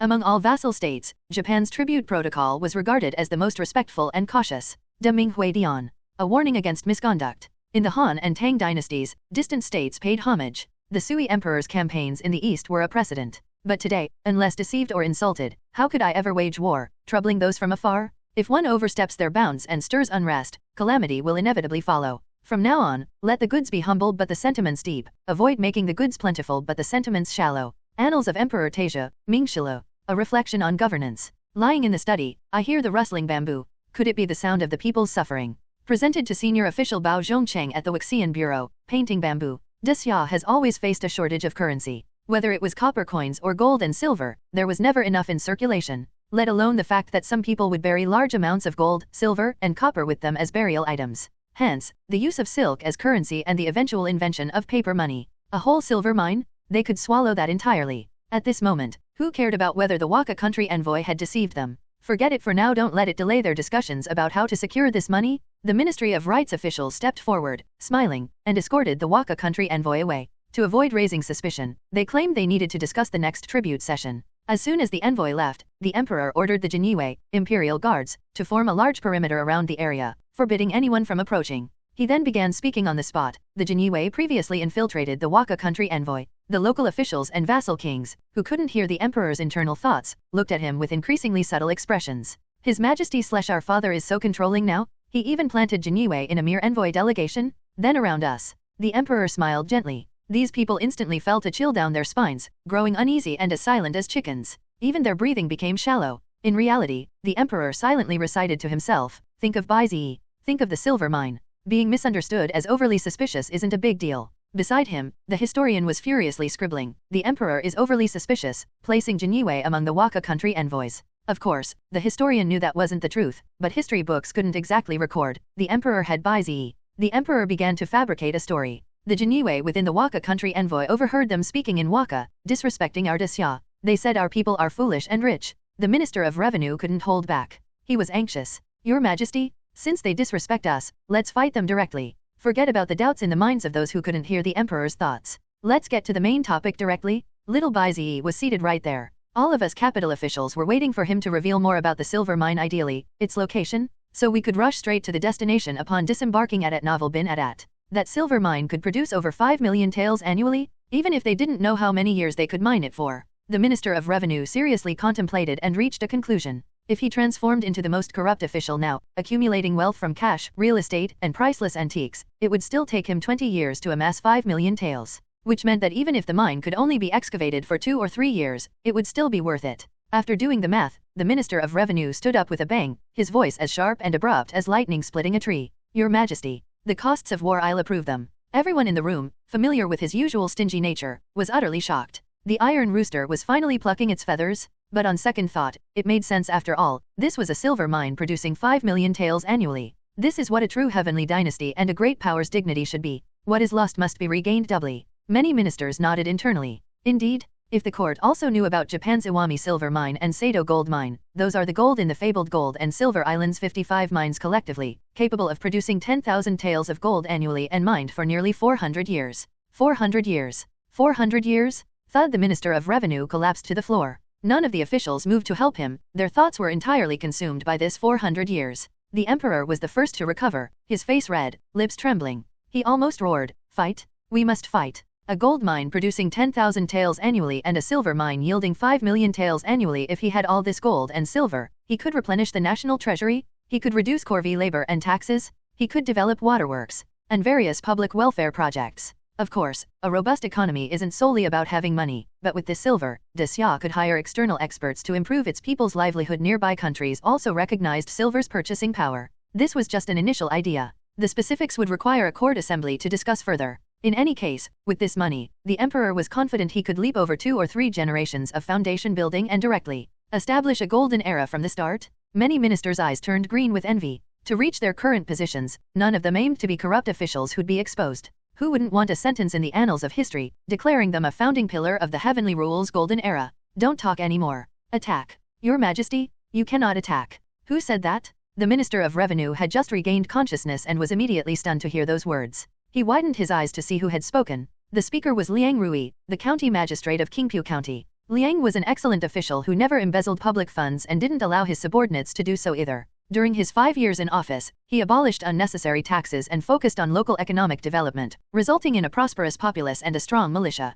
The Minister of Revenue had heard of him and knew the emperor had also taken notice of Liang, planning to promote him to the central government after his 7-year term as county magistrate ended. The emperor, who valued talent, managed to suppress his initial frustration and asked, why? However, he made up his mind that if Liang's reasoning boiled down to clichés like war being a burden on the people or attacking over a minor slight being overly aggressive, then Liang was not suitable for the central court and should remain in local governance to benefit the people. Liang Rui stood up calmly, saluted, and then explained, Your Majesty, there is an ominous phenomenon in that land, aided by an evil wind. During the Zhou dynasty, Emperor Jiaozong led 3 expeditions against the Waka. Every time, just as they were about to conquer the nation, a strange wind arose, leading to catastrophic defeats for the Zhou army. If your Majesty were to attack that nation, I fear we would lose both prestige and troops. Evil wind. The emperor turned to the Grand Historian. The Grand Historian was a well-read scholar who had spent 40 years in the royal archives before becoming a court historian. He was well-versed in many topics and began recounting the events after a moment of thought. This is indeed true.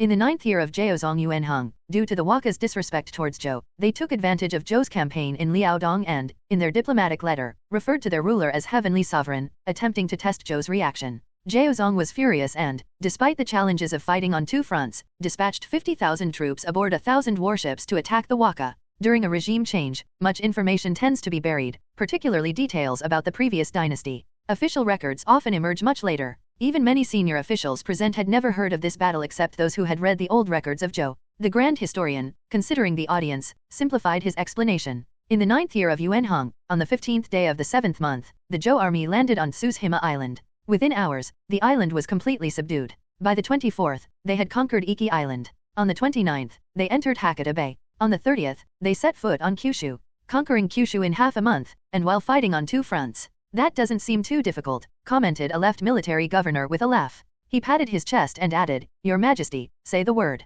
Give me 50,000 troops, and I'll crush the Waka. The Vice Minister of Rights shook his head. If it were so easy, why would the Zhou need to attack 3 times? The key must lie in that evil wind. The Grand Historian nodded in agreement and continued, Originally, only scattered resistance remained in northern Kyushu. Within 4 or 5 days, the Zhou army could have reached Dazaifu. However, on the 30th, a sudden storm arose and raged for 5 consecutive days. Of the 1,000 warships, only 200 survived. Of the 50,000 troops, a mere 3,000 escaped back to the mainland in small boats, while 7,000 to 8,000 were captured. The rest perished in the storm. This happened 3 times. Though the ships carried celestial observers to predict the weather, the evil wind was elusive. It was Liang Rui who spoke next. Wearing plain, ash-colored robes, he frowned and said, Your Majesty, I understand the importance of maintaining Xia's dignity. If we appear weak, neighboring tribes may indeed underestimate us. However, the Waka's strange wind is troubling. If Xia were to launch not 3 but even 2 campaigns against them, it would be enough to ruin our reputation. He proposed a solution. In my humble opinion, we could instead send envoys to rebuke the Waka king in person and reject their tribute to demonstrate our imperial authority. The emperor neither agreed nor disagreed. After all, his main objective was the Waka's gold and silver mines. But the mention of an evil wind, just At this critical moment, the inner voice of little Bai Zi sounded. His face was full of confusion. Didn't anyone in the Zhou dynasty think of attacking the Waka at a different season? Typhoons are common from June to October. Why not attack in the spring? Why insist on this time of year just because it's the season for fattened horses and traditional campaigns? Also, they could consider using Jeju Island as a base. It's the closest point to the Waka. Jeju Island? The emperor exchanged glances with a few military generals. Yongchang Marquis recalled Jeju Island's location and nodded subtly to the emperor. He whispered, "It's an isolated island between our mainland and the Waka, closer to Goryeo. We raise horses there and sometimes exile criminals to that area." In other words, Su Yanmiao's strategy was feasible? The court of Desya was stunned. Little Bai Zi actually understood military strategy? No one was more shocked than the Ministry of War's officer. His close friend wasn't just a naive simpleton? Could he secretly be a military strategist who had simply never shown his hand?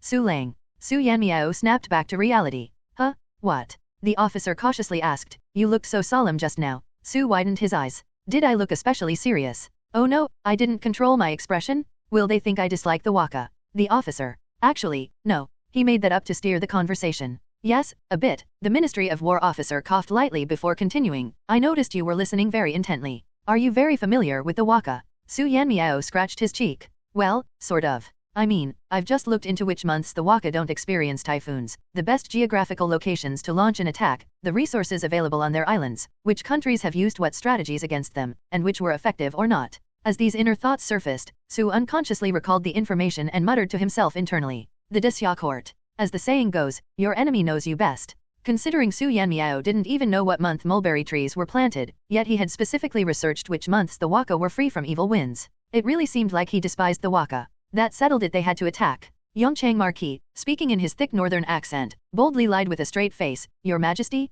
I've lived near the coast before. I've witnessed these evil winds and know exactly when they occur and cease. Moreover, I have a young friend with a deep personal vendetta against the Waka. I humbly request Your Majesty to send me to avenge him. The left military governor spat at him forcefully. You call that avenging someone? You're clearly after their gold and silver mines? Shameless? Since modern and contemporary periods can't be included, this story will not feature related plot lines. The author is merely writing about a fictional, small nation that disrespects Desya. Any resemblance to actual events is purely coincidental. Serious tone. For the corrupt official, I drew inspiration from Hessian. Of course, not the exaggerated 800 million taels of silver from folklore, because according to the history of Chinese currency, during Qianlong's era, the total silver reserves in the entire Qing dynasty amounted to only about 300 million taels. Moreover, based on the elite family's wealth, a study of Qing dynasty elite household asset structures, a Qing elite's total assets including cash, real estate, and appraised valuables likely did not exceed 5 million taels. Sources primarily include the archives of the Grand Council, communications from the Imperial Household Department, and official treasury reports from the Imperial Household Department.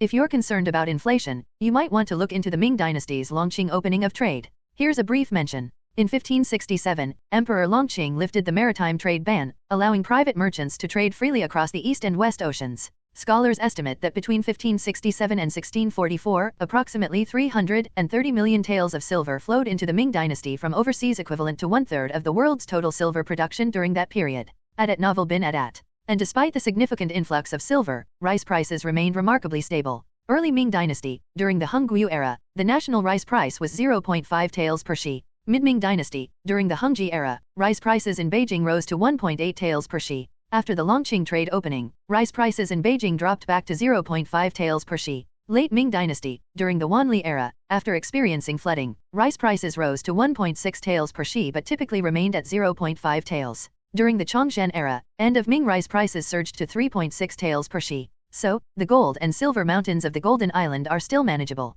The story of Emperor Jiaozong of Zhou attacking the Waka takes inspiration from the Sui dynasties. The Son of Heaven of the land where the sun rises sends a letter to the Son of Heaven of the land where the sun sets, and the Mongol invasions of Japan. As for the Mongol invasions of Japan, what I could never understand is, why would they use flat-bottomed riverboats to sail on the open sea? Baffled. When a typhoon hits, if your boats don't capsize, whose would? It's like this, Your Majesty, the deputy commander of the left army said. I also have a friend. The Marquis of Yongchang interrupted with a sneer. Ha, despicable. The deputy commander retorted with conviction. Despicable?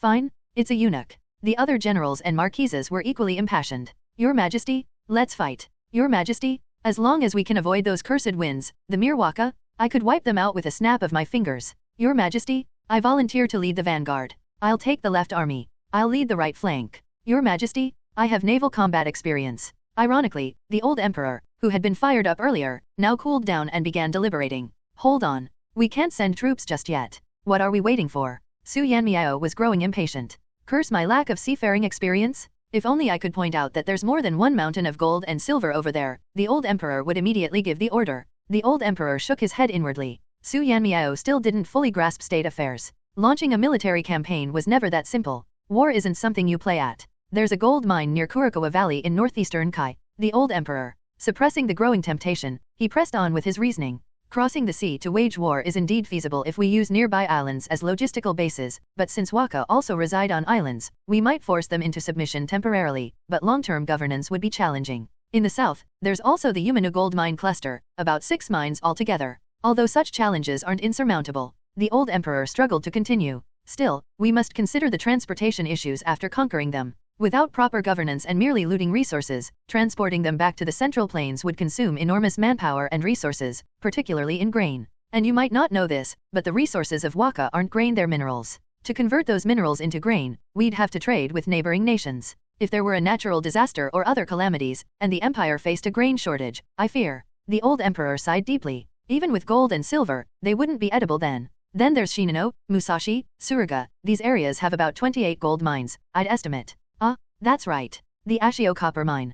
At its peak, it produced 2 million caddies of copper annually. 2 million caddies of copper. 2 million? Enough to alleviate the critical shortage of copper. At Novel bin at. The old emperor's hand trembled, and he abruptly declared. But actually, gold and silver aren't entirely inedible. Under the bewildered gazes of local officials and feudal lords, the old emperor astonishingly changed his tune. I've just thought of a solution. We could first force the Waka into submission with a treaty, requiring them to pay an annual tribute to the central plains. As for transportation, the grain consumed would be borne by the Waka themselves. Wealth stirs ambition. As long as there's money involved, nothing is impossible. Before today, the old emperor had never imagined himself capable of reacting so quickly, devising strategies at such a speed. The Marquis of Yongchang also surprised himself with his swift response. Your Majesty, I have a plan to trap the Waka. Quickly, speak. The Waka's maritime location is their greatest advantage. Anyone wishing to attack them must first train a navy and build ships. Crossing the sea to wage war is already a strategic taboo, being highly costly. Additionally, their land is barren, mountainous, and prone to earthquakes. Even if conquered, it would be a hollow prize. Thus, most wouldn't bother making a move against them. Of course, this assumes one doesn't know about the gold and silver mines over there. Several officials nodded in agreement. Waging war burns through wealth. Though the silver mine producing 5 million taels of silver annually may sound impressive, if one were to lead an army of 100,000 to the western regions, modern-day Xinjiang, that amount wouldn't even cover travel expenses. Before the Zhou and Xia dynasties, there were many other dynasties. One of them, a powerful state, sent troops to conquer the western regions. It took 3 years to achieve victory, and the campaign was akin to filling a bottomless pit, costing a total of 26.7 million taels of silver. After conquering the region, they stationed troops there, incurring annual expenses of 8.5 million taels, nearly the same as the wartime expenditure. If they were to conquer the Waka Islands, the military expenses might be even greater. After all, the western regions didn't have such rugged mountains or frequent earthquakes.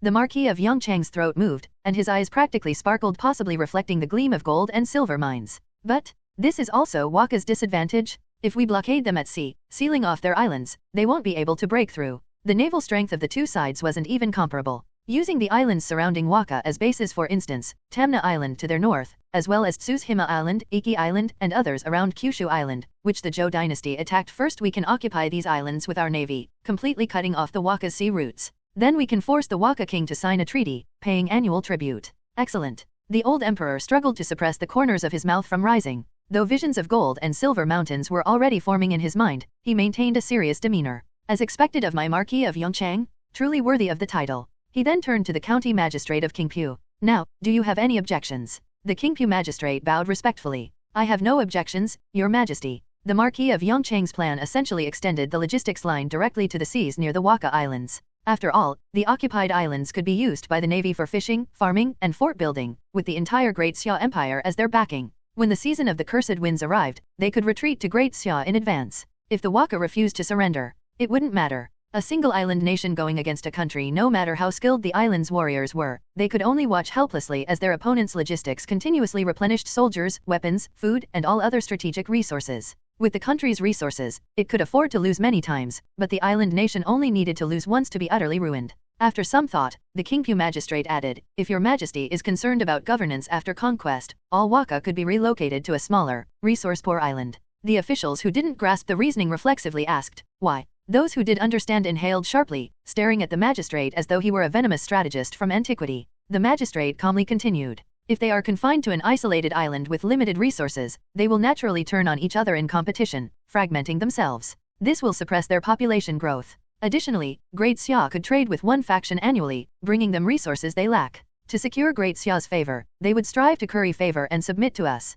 As for the now vacant Waka Islands, they could serve as another place for Great Xia to exile criminals. Since it would be an exile site, there wouldn't be much need to worry about disaster relief in the event of typhoons or earthquakes. Poisonous, truly poisonous. But the old emperor found himself admiring the magistrate more and more. He immediately promoted him. Once you return to Qingpu, prepare to hand over your duties and resign. The magistrate's face showed a trace of delight. Thank you, your majesty, for your grace. Seeing the magistrate's restrained reaction, the old emperor felt slightly out of sorts. Officials in the capital, influenced by Su Yanmiao's thoughts, had grown notably expressive in their emotions. Feeling mischievous, the old emperor raised the stakes. Although you haven't yet resigned, to me, you're no longer the magistrate of Qingpu. I hereby appoint you to the Ministry of Justice as an assistant director. Once the official document arrives, you may assume the post. Thank your majas. If we're going to attack the Waka, what reason should we use? The envoy's disrespect toward the great Xia emperor should suffice, right? A voice suddenly interjected, disregarding whether the magistrate had finished speaking.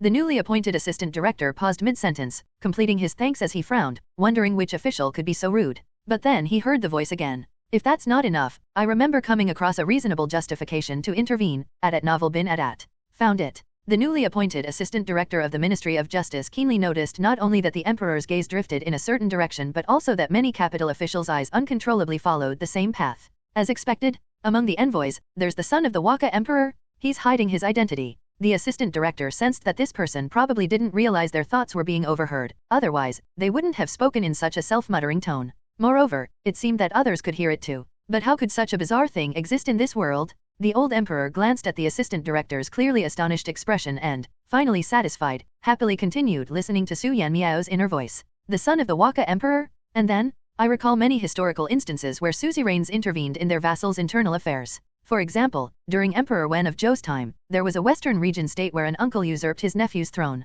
Emperor Wen issued an edict demanding the uncle cease hostilities and uphold familial bonds. The old emperor clicked his tongue twice, looked around, and called the newly appointed assistant director forward. Beloved minister, what's your courtesy name? Your subject's courtesy name is Guangke. Guangke, I seem to recall. Emperor Wen of Zhou himself seized his nephew's throne to ascend, didn't he? The assistant director, yes. That was indeed the case, but why did the emperor appear so amused, as if finding the situation unexpectedly funny and interesting? You're an emperor, why are you acting like a village gossip?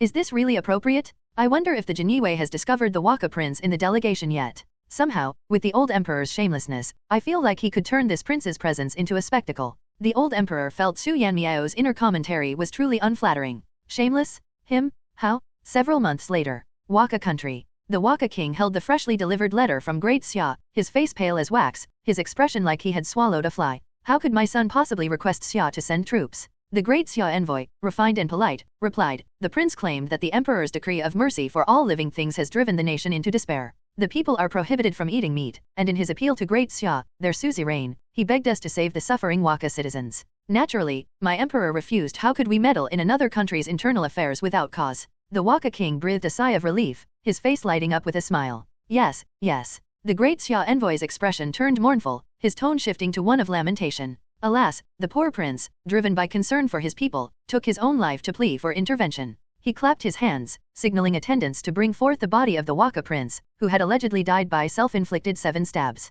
The prince's profound care for his nation moved my emperor deeply. Thus, he has resolved to launch a punitive campaign to alleviate the people's suffering. I have been dispatched to inform His Majesty the Emperor. Let it not be said you were not forewarned. Author's note. Despicable? So be it. I'm not after that. I'm a eunuch. Based on the joke, if you desire her body, you're despicable. If you don't, you're a eunuch. Notes. The strategy in the text regarding war and territorial control draws inspiration from the first island chain concept. The expenditures for conquering and maintaining the western regions are modeled after Zhou Zongtang's campaigns to reclaim Xinjiang and the subsequent costs of stationing troops there. Dark humor references. Emperor Yongle, Zhu Di, who rose to power through the Jingnan campaign, once heard of infighting within the Timurid Empire. The fourth son of Timur, Shah Rukh, waged a Jingnan campaign of his own, overthrowing his nephew Khalil Sultan. Upon learning this, Zhu De sent an imperial edict encouraging them to resolve their conflict amicably, emphasizing family unity. Relatives by blood should show deep affection and care for one another. Cease warfare, protect your kin, and share in the blessings of peace.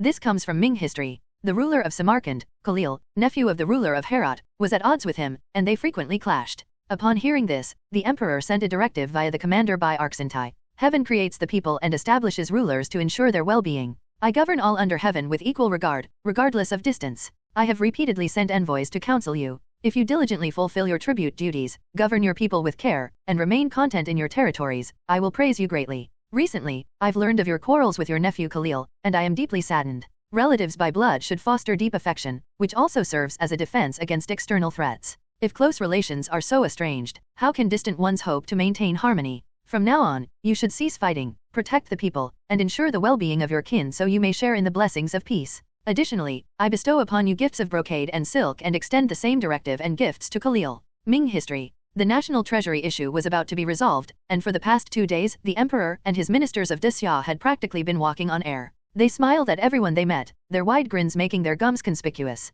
Especially the Minister of Revenue. Minister, here is the document. How did you know the treasury is about to have money? I didn't. How did you know I'm about to shed the title of miser? I guess why I'm so happy. Su Yanmiao, tasked with delivering documents, placed the papers on the Minister of Personnel's desk and gave a sympathetic glance to the Princess Wanshao, also an official in the Ministry of Revenue, who was being pestered by the Minister of Revenue. And then, conquer WA, Humming a tune in his head, Su Yanmiao saluted the Minister of Personnel and exited the temporary government office. It was May now, and typhoon season was approaching, so Disya couldn't deploy troops yet. But in a few months, when the treasure shipyards, the Ministry of Works, the Ministry of War, and the Ministry of Revenue completed all preparations, Marquis Yongchang would lead the troops to war. As he turned a corner, he ran into the newly appointed judicial officer from the Ministry of Justice, the one recently promoted from the position of magistrate of Qingpu County. The other party said, "You." Since the judicial officer's rank was higher, Su Yanmiao saluted him respectfully. "Greetings, sir." The other person didn't speak, but Su Yanmiao glanced at him, a question mark almost visibly popping up over his head. Why did this person look so conflicted? Not far away, someone suddenly called out, "Master Su." Su Yanmiao turned his head and was surprised. He quickly stepped forward. "Your Grace, this is." The senior eunuch smiled. "His Majesty is looking for you. Follow me quickly." Inside the residence where the old emperor was staying, Su Yanmiao was ushered into the emperor's study after receiving a signal from the senior eunuch. He knocked on the door. At Novel bin Adat. "Come in." Su Yanmiao pushed the door open. "Your Maj. Enough with the formalities. Come here and write something for me." Confused, Su Yanmiao sat at the small desk and used a brush to write the character, "Gratitude." The old emperor glanced at it and teased, "Not bad. I thought you couldn't write with a brush since you always have scribes draft your documents." Su Yanmiao paused and then explained, "I've been practicing." Ever since he found himself transmigrated into ancient times, he had deliberately practiced calligraphy. Though he couldn't match the original owner's skill, he could at least write legibly. The old emperor chuckled, tapping a pile of memorials on the desk with the end of his brush. "Here, help me go through these. There are too many, over 1,000. I can't handle them all alone." Su Yanmiao was stunned. "Your Majesty, you mean, you want me to?" The old emperor clarified, "Don't overthink it. Just handle the ones you can." For instance, he picked up a memorial. This one asks, "Your Majesty, have you eaten? How's your appetite lately?" Just reply, "Yes, I've eaten, and my appetite is good." For similar trivial ones, reply however you like, just don't scold anyone. As for the important matters, leave those for me, just place them on my left. Su Yanmiao was dumbfounded. As he moved the mountainous pile of memorials closer to himself, his expression was a mix of shock and disbelief. There are such pointless memorials? Isn't the emperor supposed to be handling serious state affairs? He picked up the first memorial and read it. "May your Majesty live long and well." That was it. Su Yanmiao. Silently, he picked up the brush and neatly wrote, "I am well." He grabbed the second memorial. "Your Majesty, the lychees in my region are ripe. Do you enjoy lychees? Should I send some to the palace annually via the courier service?" Su Yanmiao hesitated for a moment. The old emperor doesn't like wasteful spending. Reject it. He wrote, "No, I don't like them. There's no need." The old emperor paused mid-writing, raised an eyebrow, and couldn't help but chuckle. This kid. Su Yanmiao picked up the third memorial. "Your Majesty, my enemy has fallen ill. I'm overjoyed and wanted to share this good news with you." "Oh hey, I like this one." Su Yanmiao's eyes lit up as he delved into the gossip.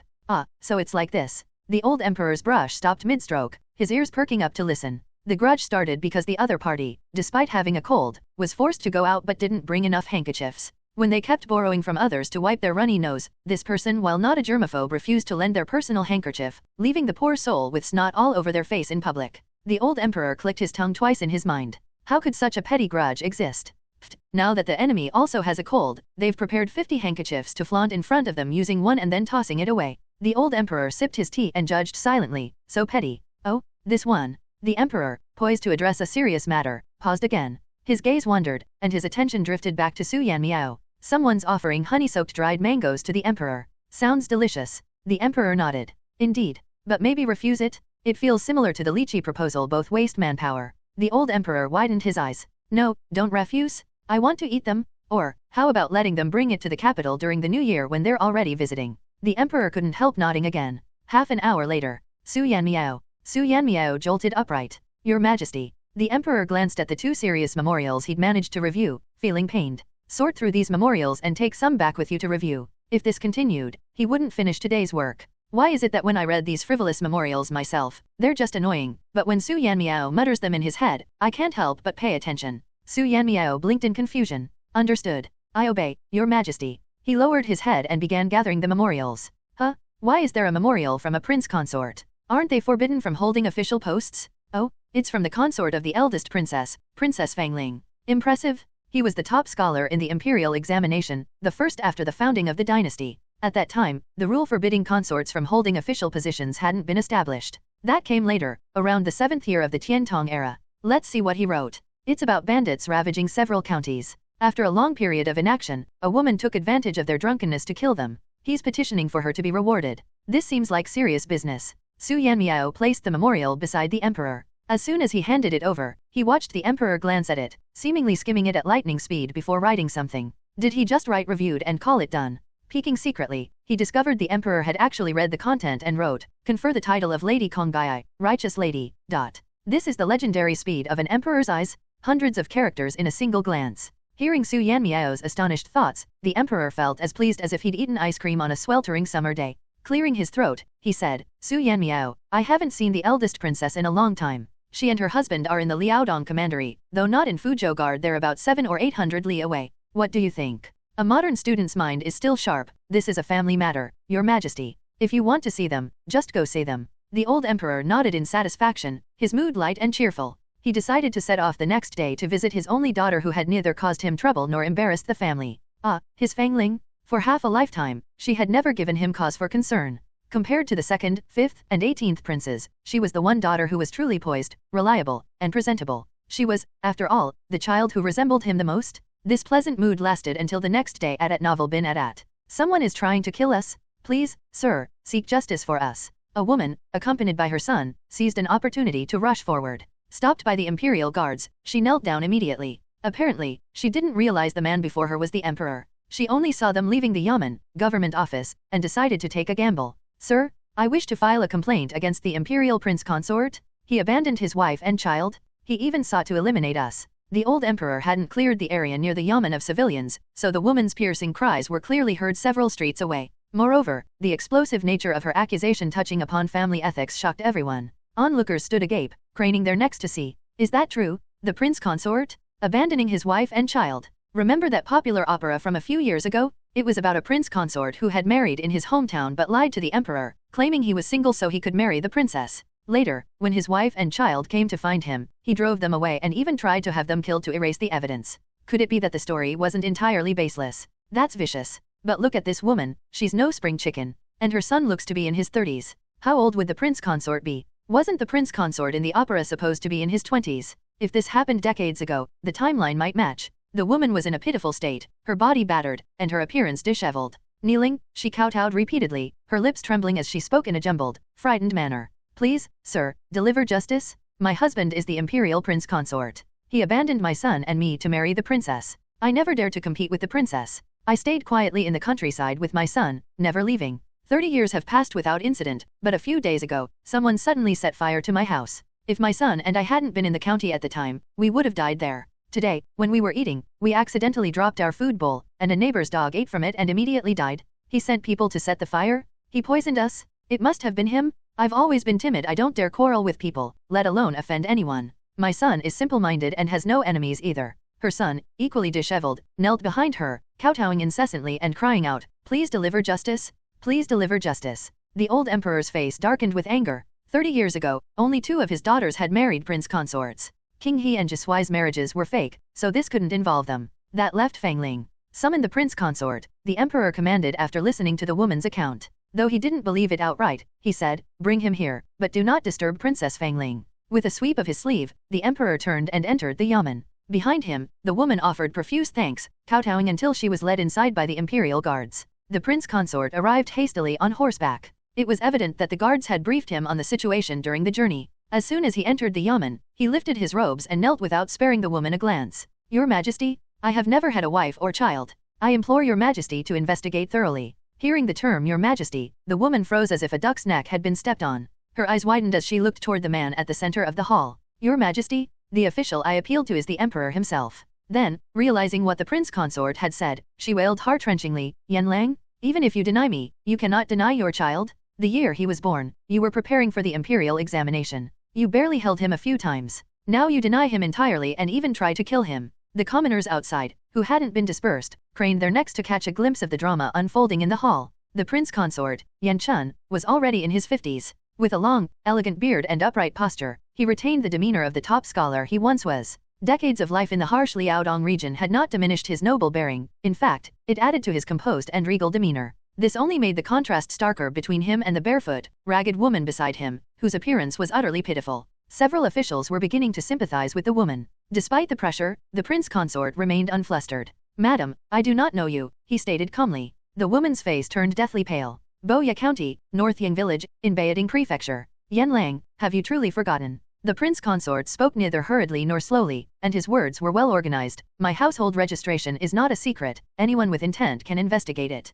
If that alone is enough to claim I'm her husband, wouldn't that mean I could be married to anyone?" "How crafty?" Scattered coughs broke out among those present, attempting to stifle their laughter. The woman froze momentarily, then sobbed, "The child can undergo a blood test to confirm parentage." The prince consort calmly replied, "His Majesty has already decreed to the world that blood tests for parentage are unscientific and unreliable. Even unrelated individuals can have their blood mixed together." The woman's eyes were blank with confusion. An official, dissatisfied, voiced his discontent. "How would a rural woman know such matters? The prince consort seems to be bullying her." Yan Chun, the prince consort, chuckled, "Minister Lu, what integrity? Why not lead by example and do a blood test with your son first?" Minister Lu, he was caught off guard and, after being speechless for a while, said no more. It had been too long since they had seen the prince consort. They had nearly forgotten that both the princess and he were famed for their competitiveness and sharp tongues. "Annoying?" The woman stared blankly for a long moment, then suddenly grew agitated. "Your Majesty, I have evidence." Her confidence made the prince consort's heart skip a beat for no apparent reason. Then they heard the woman shout, "Yanlang has a birthmark on his back that looks like a 3-petal plum blossom? It's more delicate than embroidery. If I don't know him, if I've never shared a bed with him, how could I know this?" The prince consort. Everyone could clearly see that the prince consort, who had been unflappable and at ease since he entered the room, now had a change in expression at Novel bin at. On the emperor's signal, the imperial guards prepared to escort the prince consort to the back to check. The prince consort walked a few steps in silence before suddenly stopping. He turned, knelt, and bowed to the emperor. "There's no need to check," the prince consort said decisively. "Your Majesty, it's true I did it." From afar, Su Yanmiao saw a crowd gathered around the courthouse. Amid the whispers, he caught snippets. "He confessed. Can you believe it's actually him? Wow," the on the court was so furious. Some official's daughter, any family's daughter, would be enraged if it were her. That prince consort is heartless. Although some words were unclear, the gist was audible. Su Yanmiao was immediately intrigued. Grabbing the hand of the Ministry of War official beside her, he nearly dragged him along. "It involves some big official? No idea what's going on. Let's go, we need to see this." The Ministry of War official's eyes lit up. No clue what big official this is either. By the time they squeezed in and then out of the dense crowd at the courthouse door, both of them were left dumbfounded. Getting involved in royal affairs probably wasn't a good idea, was it? Su Yanmiao and the Ministry of War official exchanged glances. "Maybe we should leave." Suddenly, a familiar voice rang out from the crowd, make way, please, move aside. I'm an officer, let me through. Thanks." Then, "I wonder what's going on." Although the voice was subdued, a trace of excitement could still be heard. Su Yanmiao recognized it instantly. Could it be, maybe, Su Yanmiao? The crown prince's voice betrayed a hint of surprise before he was pushed forward by the crowd and stumbled right to the front. Before his vision cleared, a phrase reached his ears. "Your family's business." The crown prince snapped his head up and saw his brother-in-law, the prince consort, kneeling in the hall. His clothes and hair seemed damp with sweat. The crown prince's eyes widened in shock. Whose house is falling apart? Oh, turns out it's my house falling apart. From inside the courthouse came his father's voice, get in here. And when the crown prince focused, he saw his father grinning darkly, bearing an unsettlingly gleaming set of white teeth. Here to watch the commotion, are you? Pretending to be an officer to make way, eh? Get in here? Su Yanmiao? And you too? Half hidden, Su Yanmiao slowly re-emerged, his head lowered, and walked into the courthouse. Beside him was the equally crestfallen crown prince. And you? The emperor glanced at the Ministry of War official and thought for a moment. What's your name? Lian Hang? You too, get in. The Ministry of War official. He swore that if not for Su Yanmiao, the emperor would never have even known who he was. Normally, being remembered by his majesty was a good thing, but right now, the Ministry of War official shot a resentful look at Su Yanmiao's back as they walked ahead of him. With each step, it felt as though he was treading on explosive fireballs, ready to detonate at any moment. He would rather the emperor forget his name altogether. In the courtroom, the crown prince forced a sheepish smile. Father, what's going on with my brother-in-law? What crime has he committed? The emperor's anger flared. What crime? Your brother-in-law lied to both your sister and me? When I questioned him during the Kyanglin banquet before granting the marriage, he swore he was unmarried. Now, 30 years later, his original wife has come forward? Not only did he abandon his wife and child, but he even sent people to hunt them down? The mother and child had to come report it to the authorities themselves. I will chop off his head. No one is allowed to plead for him. The crown prince's face froze in shock at this sudden revelation, which quickly morphed into deep-seated anger. Normally, a prince consort couldn't hold office, but when his brother-in-law became one, this law hadn't been established yet. It was decreed in the 7th year of the Tiantong era, while Yan Chun had topped the imperial exam in the 4th year of the same era. The crown prince shared a deep bond with his elder sister, his only sibling of similar age. He knew well how proud and strong-willed she was. As a child, the crown prince once bought food and, seeing him as a likable boy, the vendor gave him an extra steamed bun. The next day, his sister went to buy food and insisted on working as a helper for the street performers for half a day to earn money. She bought 2 extra buns and brought them home. Recalling these moments with his ever-competitive sister from their childhood, the crown prince momentarily wore a pained expression before dragging his thoughts back to the present. This young fellow dared to figuratively slap his proud sister in the face. The crown prince strode over with a grimace and raised his hand, delivering a slap toward the prince consort. Abandoning wife and child. Su Yanmiao was so shocked that she metaphorically dropped her melon seeds. But she's a female prince consort. Even if abandoning her wife is plausible, how could she abandon a child? The crown prince's slap narrowly grazed the prince consort's nose. Having swung too hard, the crown prince hissed in pain and clutched his own waist. Ow, it seems I pulled something. Yan Chun, unable to hear their thoughts, assumed the crown prince was being considerate of the princess's dignity. Lowering his gaze, he remained silent for a moment before calmly speaking. Yes, I did it. I did abandon my wife and child. She identified me by the birthmark on my back, and indeed, it is there. There's no need to verify it. The princess is the most exceptional woman I have ever met in my life, peerlessly beautiful, immensely talented, like a celestial being from the heavens. To win her hand, I was willing to risk my life. The crown prince, what? Hearing the murmur of discussions among the crowd, many began speculating about how remarkable the princess must be. The crown prince glanced at his brother-in-law with a complex expression. Even on the brink of death, he wouldn't miss an opportunity to heap praise on the princess. Great. Now the crown prince understood how his exceptionally proud sister had managed to maintain such a harmonious relationship with her husband over the decades. The emperor also quickly pieced things together. No wonder Yan Chun confessed to abandoning his wife and child. If forced to undress, his true identity as a woman would be exposed. The emperor. His eldest daughter was not the type to endure a 30-year platonic marriage, so, a wild and absurd thought from Su Yanmiao's usual morning distractions flashed in the emperor's mind. Could she have secretly kept a guard around to pose as her, sneaking into the princess's chambers after lights out? The emperor was both shocked and enraged. The emperor was furious. The emperor was utterly livid. Su Yanmiao, how odd. If you're doomed to die anyway, why admit to such a crime? Ah, I see. She must have decided beforehand that if she couldn't avoid punishment, she'd choose the method that least tarnishes the princess's reputation. Being deceived into marriage is far better than admitting you married a woman. The old emperor. Why did it sound like his daughter was in on this? Could it be? The old emperor painfully followed the train of thought to its conclusion. Could his daughter have known all along that the prince consort was a woman and willingly helped her conceal it? Slowly, very slowly, he raised a hand to his forehead. His eldest daughter had married a female prince consort. His second daughter enjoyed role-playing games and entered into a contractual marriage. His fifth daughter, before coming to her senses, let her prince consort abuse and mistreat her, and somehow, their twisted relationship became deeply romantic. His youngest daughter was so spoiled that she dared to challenge even her emperor father just to become an official. Did he still have any gentle, obedient, understanding, virtuous daughters left? How had his children all turned out so peculiar? Father. The old emperor blurted out, nonsense. As if they could have inherited it from him? Then he realized he was being watched with strange and questioning eyes. Snapping back to his senses, the old emperor saw that another figure had entered the hall. Kneeling in front of the prince consort, the person saluted. Though she appeared no older than 40, her sharp features exuded cold beauty and an imposing presence. Father, the prince consort has never deceived the throne. This accusation is slander. The prince consort exclaimed in shock. Princess. Ah, it was his eldest daughter. The old emperor ground his teeth in frustration. Judging by her disheveled hair and uneven breathing, it was clear she had ridden here in a rush.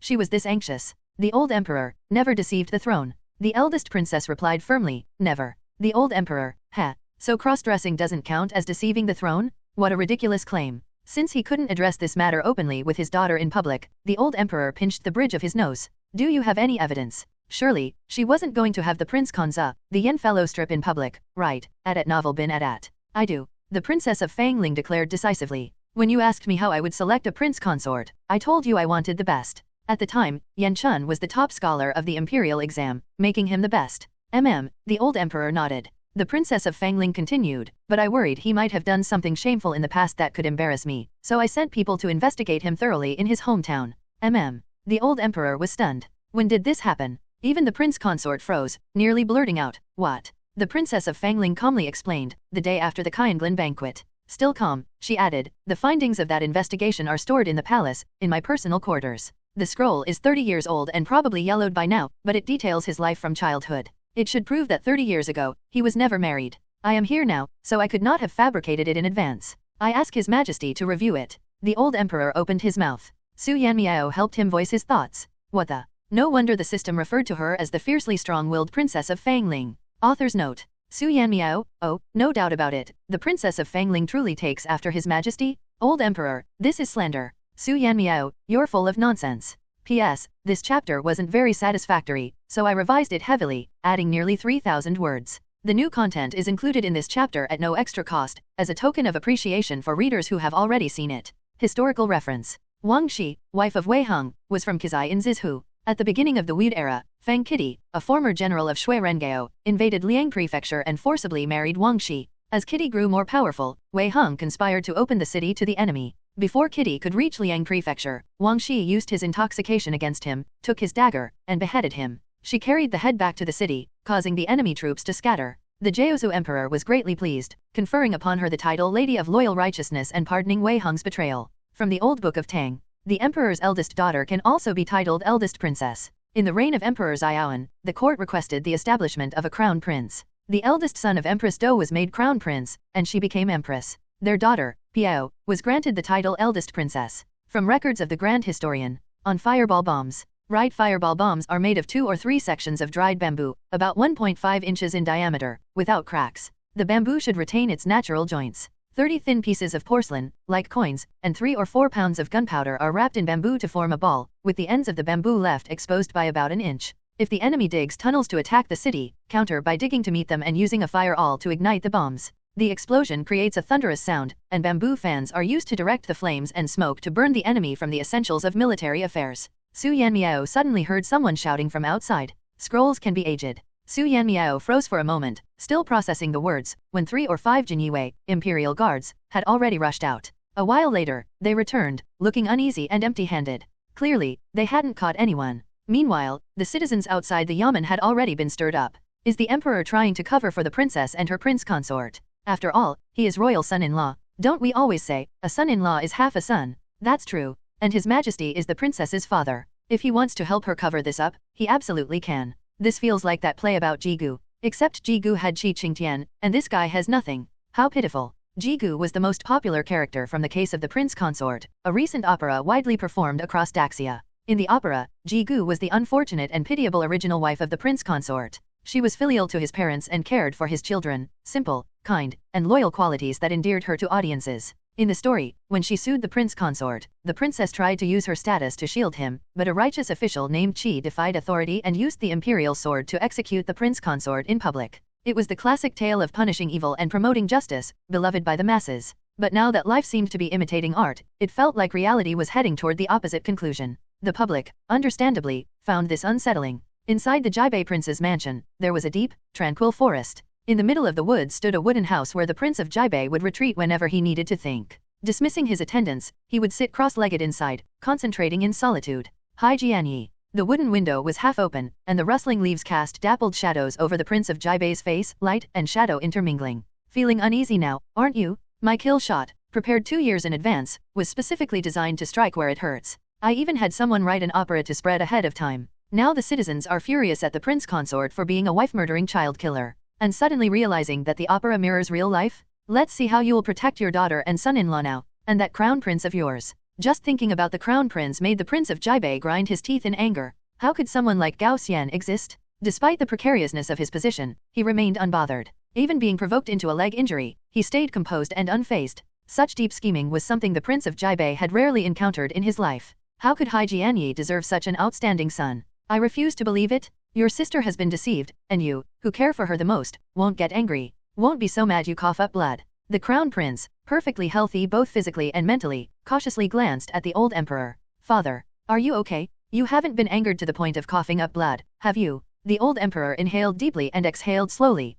Having spent the past 2 days helping the old emperor review memorials, Su Yanmiao reflexively thought, I am fine. The old emperor. His words got stuck in his throat at novel bin at. Then, irritated, the old emperor said, I am not fine. The old emperor is so pitiful. Su Yanmiao had no idea why the emperor was so insistent that he wasn't fine. Right now, Su Yanmiao felt nothing but sympathy for the old emperor. It's understandable he's uneasy, suddenly finding out his son-in-law has a first wife. Though I'm not sure whether it's worse to mistakenly believe the son-in-law has a first wife or to discover that the daughter is actually the first wife but the son-in-law is secretly a woman. The old emperor ground his teeth. Neither? None of this is okay? Why couldn't he have a normal son-in-law? Why couldn't his daughters have normal marriages? Frowning, he glanced at the courtroom below and suddenly froze. Perhaps it was because of his earlier statement, I am not fine, but his eldest daughter, sharp and competitive, rarely showing her softer side, was now looking at him with a rare trace of guilt. The old emperor coughed lightly and began, Fangling, but faltered halfway. What was he supposed to say? When did you find out your prince consort was a woman?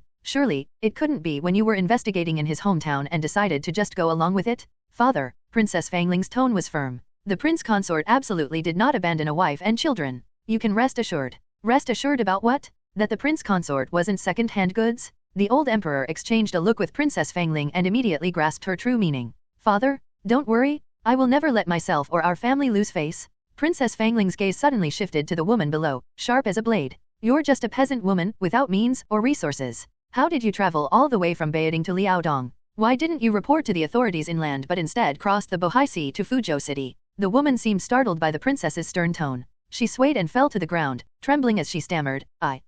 She repeated herself but couldn't manage to say anything coherent. Su Yanmiao almost wanted to applaud the princess. Exactly. From Beijing to Fuzhou is nearly 2,000 miles. If she wanted to report to the authorities, why not just head to the capital instead of coming all the way here? It really doesn't make sense. Besides, the prince consort is the governor of Liaodong. Wouldn't you investigate where your enemy is before reporting them? What if you encountered collusion between officials? Your thoughts are excellent, but they're mine now. The old emperor gave a meaningful look to one of his ministers, who immediately stood up and echoed the princess's questioning. Do you know that the prince consort is the governor of Liaodong? Were you not afraid of him wielding absolute power there? The woman hesitated, glancing nervously at the emperor and the princess. Then she lowered her head, staring at her toes, and stammered again, Yes, the official is right. It's all my fault for not thinking it through. And as for the princess, since His Majesty says there's evidence, then there must be evidence. I must have wrongly accused the prince consort. The crowd, having likened her to the tragic Jigu from the opera, became even more emotional. Although they dared not voice grievances against the emperor, they shouted passionately that justice would prevail and urged her not to give up. The woman turned back to face the crowd, her expression full of gratitude. Then she quickly turned away, lowering her head, tears streaming silently. Su Yanmiao was in awe. What a performance. Su Yanmiao grew anxious. Miss T, go on. Show her what a real tea master looks like. The Vice Minister of Rights? Excuse me? With a sharp crack of his knuckles, the stern and imposing Miss T remained expressionless. The assistant minister of the imperial clan couldn't resist nudging the Vice Minister of Rights with his elbow, winking mischievously. Go on, Miss T. The Vice Minister of Rights narrowed his eyes, chuckling coldly. Oh, Assistant Minister, you must be joking. Handling disputes involving one's lover's ex-wife, surely, you're the expert. The Assistant Minister of the Imperial clan, who had recently sworn brotherhood with a wild general, fell silent. Can't you keep quiet for once? The Vice Minister of Rights continued. Besides, Assistant Minister, jokes aside, who would be foolish enough to fall for this obvious? The word trap was on the tip of his tongue when a tall, imposing figure stepped forward. Your Highness, Princess Fangling. It was Vice Minister Liu, frowning slightly as he stepped in front of the woman, shielding her from Princess Fangling's sharp gaze. She is but a humble peasant woman, incapable of withstanding the princess's majesty. I humbly ask your highness to show more patience and not be overly harsh. The vice minister of rights was stunned. The assistant minister of the imperial clan was stunned. The emperor, the other officials, and even the crown prince were all stunned. And someone actually fell for that. Su Yanmiao was utterly shocked. He was awestruck. In his heart, he exclaimed loudly, "Wow, protecting the delicate and pitiful, huh?" The emperor and his ministers had long been curious about one thing. How was Su Yanmiao capable of spewing blatant nonsense with such a straight face? As for Vice Minister Lu, he was startled and quickly tried to distance himself. She's just an ordinary peasant woman. I'm merely showing compassion for the weak. Princess Fangling glanced at him, puzzled. What does that have to do with me? Vice Minister Lu forced an awkward smile. I was afraid your highness might misunderstand. Actually, he was afraid his colleagues might misunderstand. Turning slightly, he cast another glance at the woman. She wasn't some stunning beauty, nor did she possess any charm. She was just an ordinary farm woman, the type often seen bent over planting seedlings in the fields. Vice Minister Lu reiterated firmly, I truly am just showing compassion for the weak. Please don't associate me with this aging farm woman. Another glance sideways, and he noticed Su Yanmiao's eyes sparkling even brighter. His eyelid twitched. This really feels like the guilty party giving himself away, doesn't it? Vice Minister Lu took a deep breath. Calm down. Don't let that kid Su Yanmiao get to you. He repeated to himself 3 times, that kid doesn't understand anything, he's just here to watch the drama? Only then did he manage to suppress the frustration building in his chest. Behind him, the woman's timid voice suddenly spoke up, thank you, kind official. I.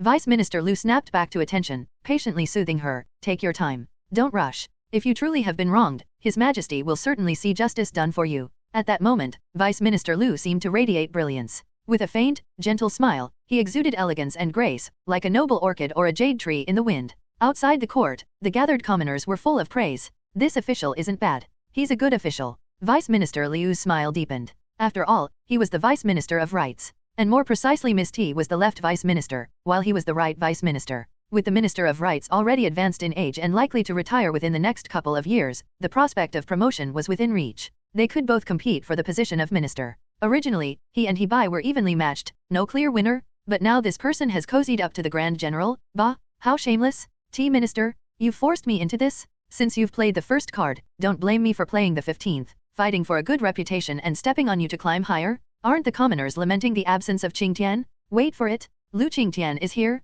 Ah, so that's why he's not giving the old emperor any face. Turns out he has a history. At novel bin at. What? The old emperor's frustration quickly faded into curiosity. Lu Minister has a past? How did I forget about that? If it was some official giving direct advice, he wouldn't have forgotten them? And there's more than one case of it. The Crown Prince glanced at Lu Minister, noticing that his expression was equally confused. At that moment, the curiosity among the onlookers piqued. What was this past? Even the person with the past had forgotten about it. Many officials in the room were eagerly waiting, ready for Su Yanmiao to reveal the juicy details. Su Yanmiao, with his efficient slicing of the metaphorical melon, clicked his tongue in admiration. He helped the prince consort during the Princess Wanshao incident. When Princess Xiangyang divorced, he submitted an official letter in defiance of reason.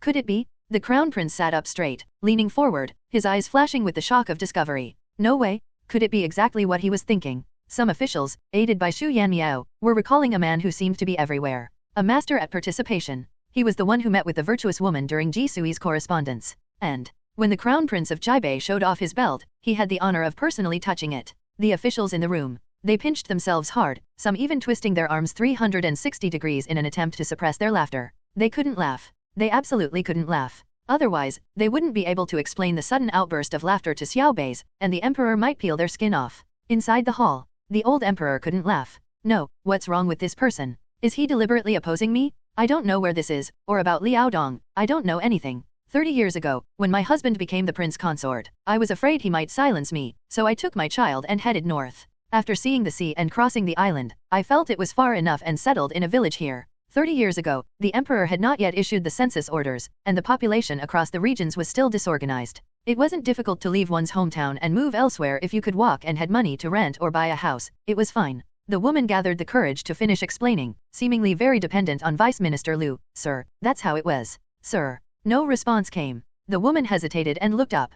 Don't call me that. I might not be a big official for long. Vice Minister Lu wanted to cry but had no tears. I don't have any background at home, I can only fight for my future. Isn't it just trying to latch onto the reputation of Qingtian, use it to become a minister, and yet you're going to nitpick like this? Regarding women disguising themselves as men in history, First, there was the Eastern Ying woman Lu Cheng who disguised herself as her husband, had a rough understanding of Go, explained literary texts, traveled with officials, and reached the position of a clerk in Yangzhou. When the truth came out, the Ming Emperor ordered her to return to the East. She later donned women's clothes and sighed, with such a trick, I'll become an old woman. Isn't this a waste? Nanshi, Teng Huang Konga's tomb. Konga was a talented woman from Yanzhou. When young, she disguised herself as a man, and with her poetry, she met the Sichuan governor Zhou Xiang. Zhou admired her talent and wanted to marry her daughter, but Konga refused and revealed she was a woman. Sichuan Tongzi, the chaste woman Han from Bayaning. In the late Yuan dynasty, as the Ming army took Shu, Han feared being captured and disguised herself as a man, blending in with the common people.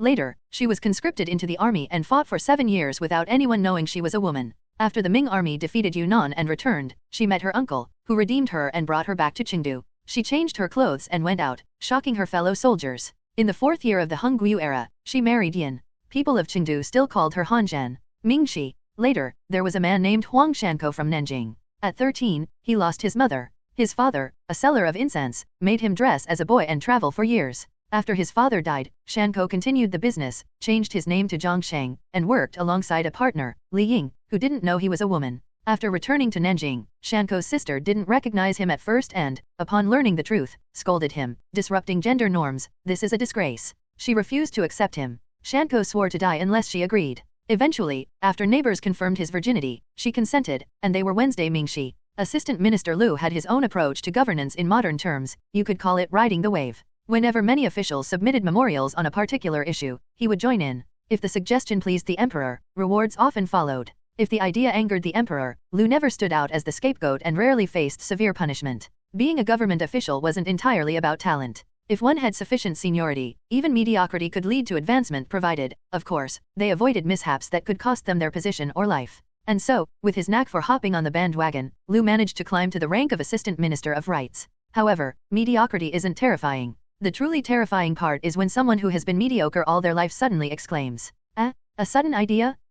A spark of inspiration. I've thought of something I can do. His grand idea? Why not become Lu the Incorruptible? An upright and noble official. The old emperor clenched a fist, lightly tapping the table, his tone amused. Why don't we have you adjudicate this case? Assistant Minister Liu's expression shifted drastically. He could grit his teeth and try, but, seeing the emperor's expression, his survival instincts kicked in, and he immediately backed down. Your Majesty, this humble servant is dull-witted and unfit to pass judgment. The commoners outside the courthouse erupted into murmurs. In their simple view, how could an upright official not know how to handle a case? The emperor pressed on, knowingly. Then why did you step forward just now? Lowering his gaze submissively, Lu hastened to disown the honor thrust upon him earlier. This humble servant may not be able to pass judgment, but I can still flap my gums. The murmurs grew louder, and the onlookers' gazes turned scornful. Only then did the emperor seem satisfied. No one could get away with taking what was his. If they did, they'd have to cough it back up. Still, he needed to salvage the prince consort while keeping her female identity hidden. In a situation with irrefutable evidence, who could manage that?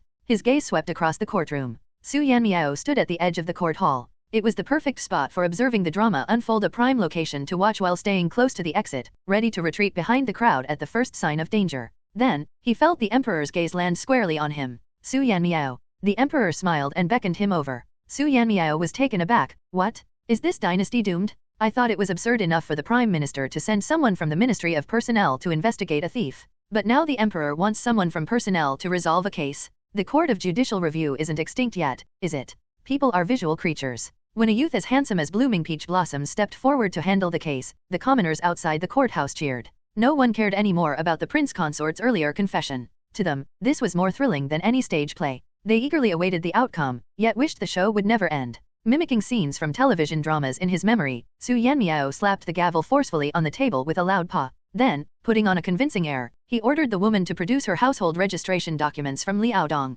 The emperor was just about to nod and quietly praise Su Yanmiao's quick thinking to the other ministers when he heard Su Yanmiao's inner thoughts at novel bin at. This lady has indeed lived in Liaodong for over 20 years without leaving. The household documents are just a formality. I need to use this time to figure out how to pin this case on the prince consort being framed. The court fell silent. The Minister of Justice gasped sharply, deeply regretful. Why can't we transfer Su Yanmiao out of the Ministry of Personnel? What a convenient way of adjudicating. Go straight to the conclusion, ignoring the process, as long as it all connects in the end. The Minister of Revenue sighed even more deeply. Exactly. The two exchanged glances and sighed in unison. They knew it was impossible. Whether in revenue or justice, Su Yanmiao's presence would trigger massive upheaval, leaving everyone trembling in fear. Su Yanmiao was a rather laid-back individual who frequently declared in his heart that he wanted to lie flat and be a salted fish. However, he did have one redeeming quality: he always fulfilled his duties. While serving in the Ministry of Personnel as a clerk, he never shirked his primary responsibilities of handling and distributing official documents. If he were placed in the Ministry of Revenue or the Ministry of Justice, he would undoubtedly use the powers of his artifact to examine accounts and investigate cases.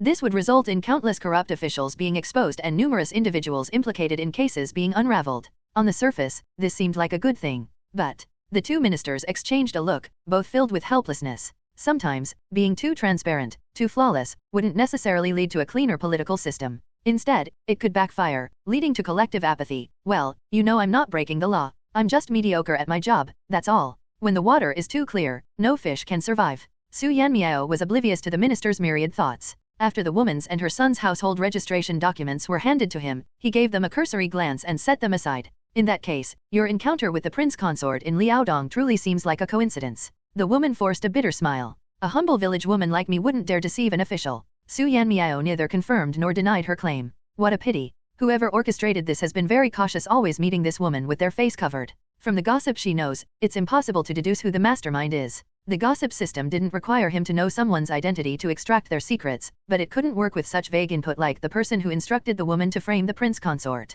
Maybe I should try investigating the prince consort and the princess. Let's see. The prince consort was raised as a boy from a young age and would dress in men's clothing even when traveling with her mother. Wow, her mother was really impressive. The old emperor sat with his arms crossed, unimpressed. How impressive could she be? More impressive than the female top scorer in the imperial exams? Or more remarkable than Lady Kongai, who Yanchun recently petitioned to enshrine? At most, it's just a case of raising a daughter as a son. The prince consort's father, while drunk, joked to her mother that since she couldn't give birth to a son, he'd sell her off and marry someone more fertile. The old emperor frowned slightly. How could someone treat his? That very night, her mother suffocated him with a quilt. The old emperor, what? Oh ho, now that's what you call a fatal joke. The next day, she reported to the authorities that he'd died of sudden illness. By the third day, he was buried. The old emperor, what? On the fourth day, she went to the government to update the household registry, claiming that the prince consort, who was only 10 at the time, was a son. The old emperor, what? The crown prince's face was similarly blank with shock. For a moment, he didn't know whether he should first express admiration for his brother-in-law's mother's decisive actions or... No wonder no investigation ever uncovered the prince consort's secret of disguising herself as a man. Back when the prince consort was 10, it was still the previous dynasty, a chaotic and war-torn era where falsifying household records was as easy as breathing. By the time the new dynasty was established, the prince consort had already come of age. Dressing as a man came naturally to her, and unless she willingly revealed her identity, who could ever expose her? Woohoo! I know how to expose her. Su Yanmiao's inner voice suddenly brimmed with excitement. The monarch and officials of Daxia were utterly bewildered. What happened? How did he suddenly find evidence? The young man's eyes sparkled. Madam, his politeness made the surrounding officials nearly want to cover their faces. They felt Su Lang looked far too easy to manipulate. When you married the prince consort, did you follow the tradition of the 3 marriage documents? The woman, holding back tears, covered her face. We didn't. It was a time of chaos and war. How could we have had the means? Later, when we were more settled, after being husband and wife for many years, he never brought it up, and I didn't think much of it either. The prince consort knelt beside her, head lowered, silent. The princess of Fangling's gaze was cold and scrutinizing as she observed the woman, as though analyzing and calculating something. Su Yanmiao asked again, did you ever meet the prince consort's parents? The woman seemed helpless. Please don't mock me, my lord. By the time I married into the Yan family, his parents had already passed away. She was clearly well prepared, likely having memorized every detail about the prince consort's family background. Su Yanmiao smiled and interrupted her. In all the years you were married, did he ever take you to visit his parents' graves? The woman fluently provided the address of the prince consort's parents' burial site. We went every year. Su Yanmiao followed up, can you read? The woman hesitated, appearing embarrassed. No. Su Yanmiao feigned surprise. The prince consort never offered to teach you. Adat novel bin adat. The woman, equally surprised, replied, even if Yan Lang is a scholar, why would he teach me to read and write? I would. The woman's words came to an abrupt halt, her expression subtly shifting to one of confusion. She turned to see Yanchun, who had been kneeling quietly and awaiting the court's judgment, now lifting her head to look at her. Yanchun sighed softly, if you were truly my wife, I would have taken the initiative to teach you. The princess of Fangling chuckled coldly, her voice sharp and devoid of warmth. The tombstone of the prince consort's mother bears an inscription carved by her close friend, the esteemed Master Tongzin. But people like you and those behind you wouldn't have paid it any mind, even if you saw it. The emperor immediately asked those present, what would Master Tong have engraved? An elderly censor pondered for 2 breaths and replied, Master Tong, often referred to as a maverick scholar, was known for his unconventional views. He once boldly claimed, there is no difference in intellect between men and women. If women could escape the confines of the boudoir, men of this era would be too ashamed to speak. Thus, it's likely he would have inscribed the essence of this belief on his friend's tombstone. There is a range in knowledge, but no distinction between male and female. All correct. In his heart, Su Yanmiao let out an approving whistle. Yanchun grew up listening to her mother debate philosophy with Master Tong.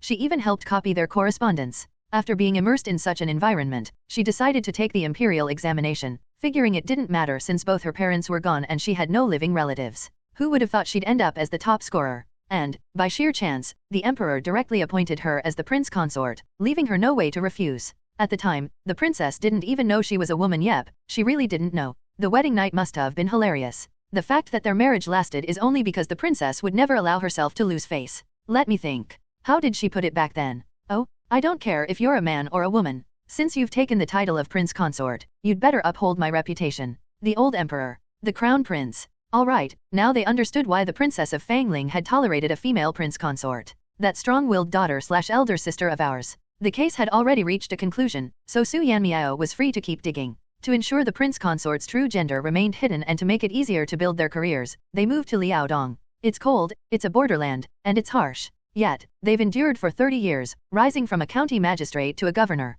Truly impressive. Wow, the governor's achievements are half hers and half the princess's? The princess often went out disguised as a man, pretending to be the governor herself. Haha, it's hilarious. People at the administrative headquarters pretended to be blind, acting like they didn't notice there were 2 governors. No one reported it to the central government. The central officials. Well, now we know. So, what should we do? Should we pretend to be blind and deaf too, acting as though we don't know anything? All their gazes turned to the old emperor, torn between speaking and remaining silent. Do we strip the female prince consort of her office or let things continue as they are? Please, your majesty, give us a clear decision. The old emperor initially considered directly removing Yanchun from office, leaving her as a prince consort without power, ideally, not even as a prince consort anymore. But knowing his daughter, she likely wouldn't allow it. However, at this moment, upon hearing Su Yanmiao's remark about shared governance achievements, the emperor was suddenly struck by a thought. Liaodong is half his daughter's domain, meaning it's also half his. This means a trusted family member effectively controls Liaodong, reducing concerns about rebellion.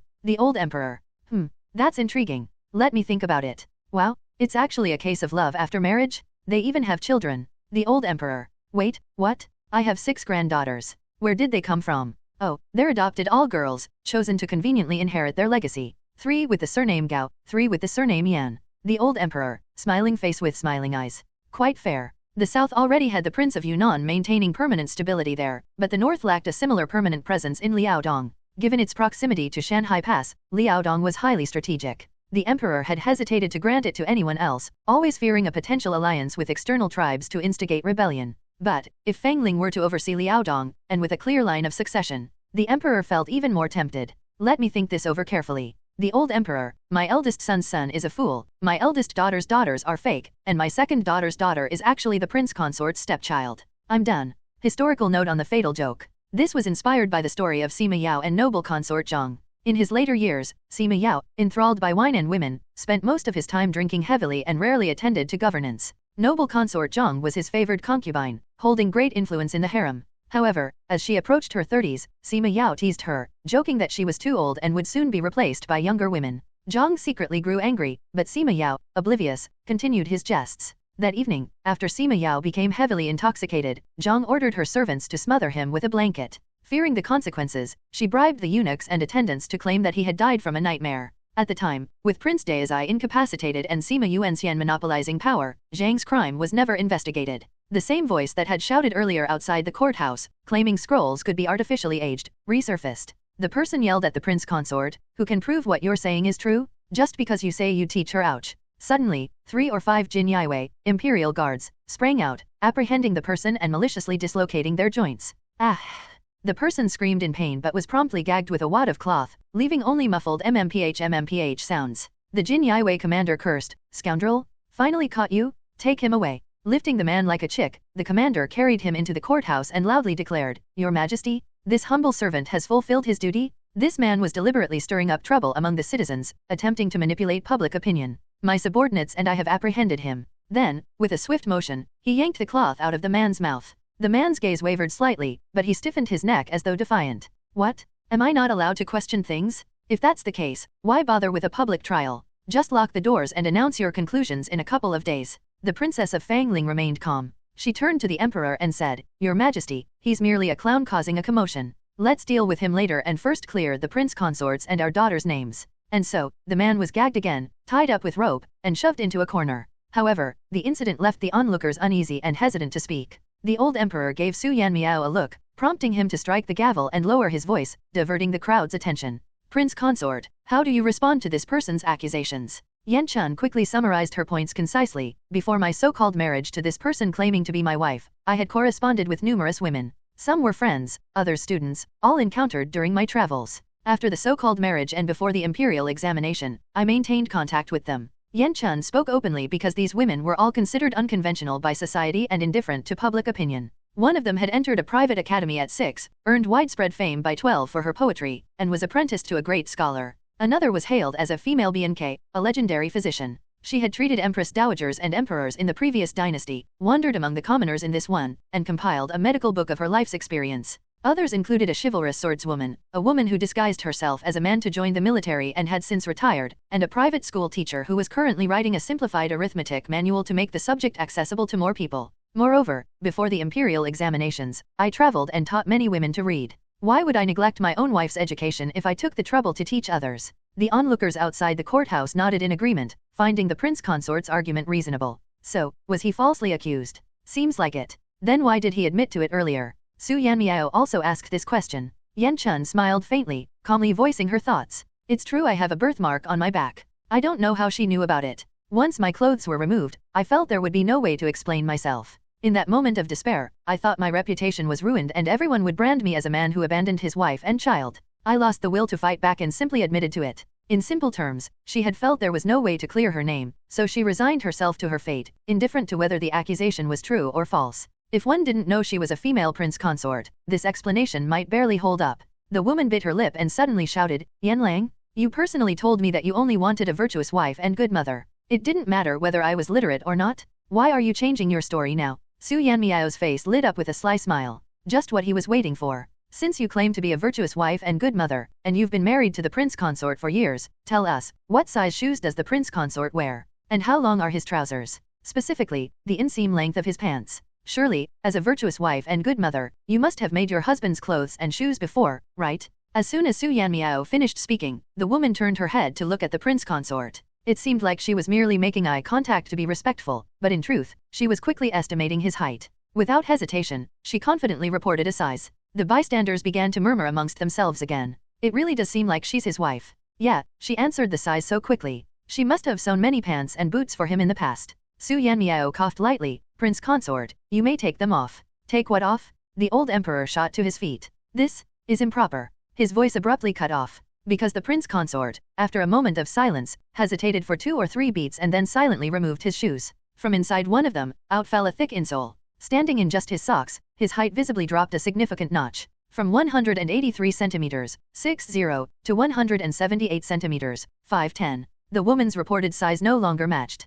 Bang! Su Yanmiao struck the gavel, holding back his laughter as he announced the verdict with a serious expression. As his wife, you wouldn't know his real height? Surely the prince consort isn't wearing these insoles to bed, right? According to your claims, you even have children together. The woman knelt on the ground, her legs trembling slightly. Meanwhile, Su Yanmiao passed judgment while internally puzzled. But wait, is 178 centimeters even considered short? Why was he so dissatisfied that he needed insoles? Oh, the princess required it. Huh? Why? The curiosity of the court officials and the emperor of Xia was piqued. Could it be that the princess found the prince consort too short? The prince consort probably never imagined that, after getting married, his wife would tell him, how are you only 7 feet 7 inches tall? You're shorter than my second sister's husband. And then, bit by bit, she added height to his shoes. Slowly but surely, until he was finally an inch taller than Ji Sui, she stopped thickening the insoles. The princess was rather clever, knowing to add the height gradually so outsiders wouldn't notice anything strange. The court officials and emperor of Xia were utterly dumbfounded. Even height was a competition? They looked at the prince consort with eyes full of deep sympathy. What else had this poor man been forced to compare himself to over the past 30 years? The trial concluded, and the woman and her son were dragged away. Outside the courthouse, cheers erupted, with the crowd shouting praises for a just and upright judge at Novel bin Adat. Su Yanmiao, however, was distracted, his eyes fixed on the prince consort's subtly moving mustache as he expressed his gratitude. What a long mustache. I heard the prince consort was once known as the elegant bearded gentleman. How did he manage that mustache? Wait a second. It's a fake mustache. Fixed to his chin with beeswax and styled with lard. Lard has a smell, so he must replace it often. Where does he, oh my? Ha ha ha, he must be shaving it off, prisoners. One by one, several officials sneaked glances at the prince consort's elegant mustache. If a fake mustache could look this convincing, maybe they should. The Minister of Personnel stroked his own genuine long beard, suddenly recalling something that made the corner of his mouth twitch. I heard that during the prince consort's time as an official, he was known for his benevolence. Except for heinous criminals, first-time offenders were only subjected to disciplinary punishment as a warning. Repeat offenders, however, were punished severely. Disciplinary punishment involved leaving a convict's head hair intact but forcibly shaving off their sideburns and beard. It was typically used for minor offenses. The old emperor remembered this too and wiped his face with a heavy hand at Novel bin at. At the time, he had been pleased, thinking the prince consort was an exemplary official. He even wanted to promote her, only for his daughter to stop him, claiming the prince consort's lifelong dream was to remain a local official and serve the people. The emperor had been even more delighted and had rewarded the prince consort generously. Looking back now, it seemed the desire to serve the people was real, but the lifelong dream, not so much. They weren't avoiding central government roles out of preference, they didn't dare. Come to think of it, the assistant minister of the Court of Judicial Review might have some things in common with the prince consort. The assistant minister's face turned pale, as if he had lost too much blood. Meanwhile, officials from Fuzhou leaned forward with excitement and glee. Good job, little base. Finally, revenge for the time that rascal called Fuzhou people cunning? He deserves punishment? The other officials perked up as well. Having just resolved the prince consort's case, their tense nerves could finally relax. It was the perfect time to enjoy some amusing gossip. Middle-aged and balding. Whoosh, whoosh, whoosh. Dozens of pairs of eyes landed on the assistant minister of the Court of Judicial Review's head. His smile froze. The officials from Fuzhou specifically, the secretary from the Ministry of Justice muttered, "He's not bald, though. He's wearing a wig." Oh, realization dawned upon the crowd of officials. A wig? The assistant minister could feel more and more gazes fixating on his wig. He grew indignant. "We're all colleagues here, could you at least try to be subtle? Glancing for 3 or 5 seconds is fine, but why are some of you staring for 7 or 8 seconds? Do you want me to take off my wig and hand it to you for closer inspection?" He probably uses varnish as hair gel for styling. Maybe he and the prince consort could discuss which works better, lard or varnish. But one's for a fake mustache, and the other's for a fake wig. Would the methods even be interchangeable? The assistant minister was on the verge of tears. If you don't know, then stop speculating. Can't you just stay quiet and be like an unthinking, silent, wooden beauty both in words and thoughts? A prince consort case concluded, and the people watched with lingering interest. Some opera masters were inspired and immediately created the new prince consort case, which was sung on the stage. So tragic, terrifying. You accuse me of abandoning my husband. You suspect me because of the mark on my back. Fortunately, I repeatedly spoke of Chang'e, and all the poetry and books were discussed. Who am I? My surname is Yan, ancestral home Baoding. Unfortunate as I am, both parents deceased, became the prince consort, and only have the princess as my kin. This crime is hard to clarify. This crime is hard to clarify. Thanks to the court, I learned that women's perspectives may not be shallow. I learned that men's perspectives may not be profound. Who says women cannot outshine men, only regrettable they are constrained by boundaries. Ah, how I pity blind beauties. How I teach female students. Why does my wife remain confused? Illiterate? Huh? She's illiterate? Unlike my wife? Not my wife? The case is concluded. Actually, the focus was on height, but the opera, as an artistic creation, naturally included dramatic and popular moments for the audience. This certainly didn't include the prince consort secretly wearing height-boosting insoles. In the compartment below the stage. This opera is written very well. At the desk, the Princess of Fangling picked up the brush and wrote, "I learned that women's perspectives may not be shallow.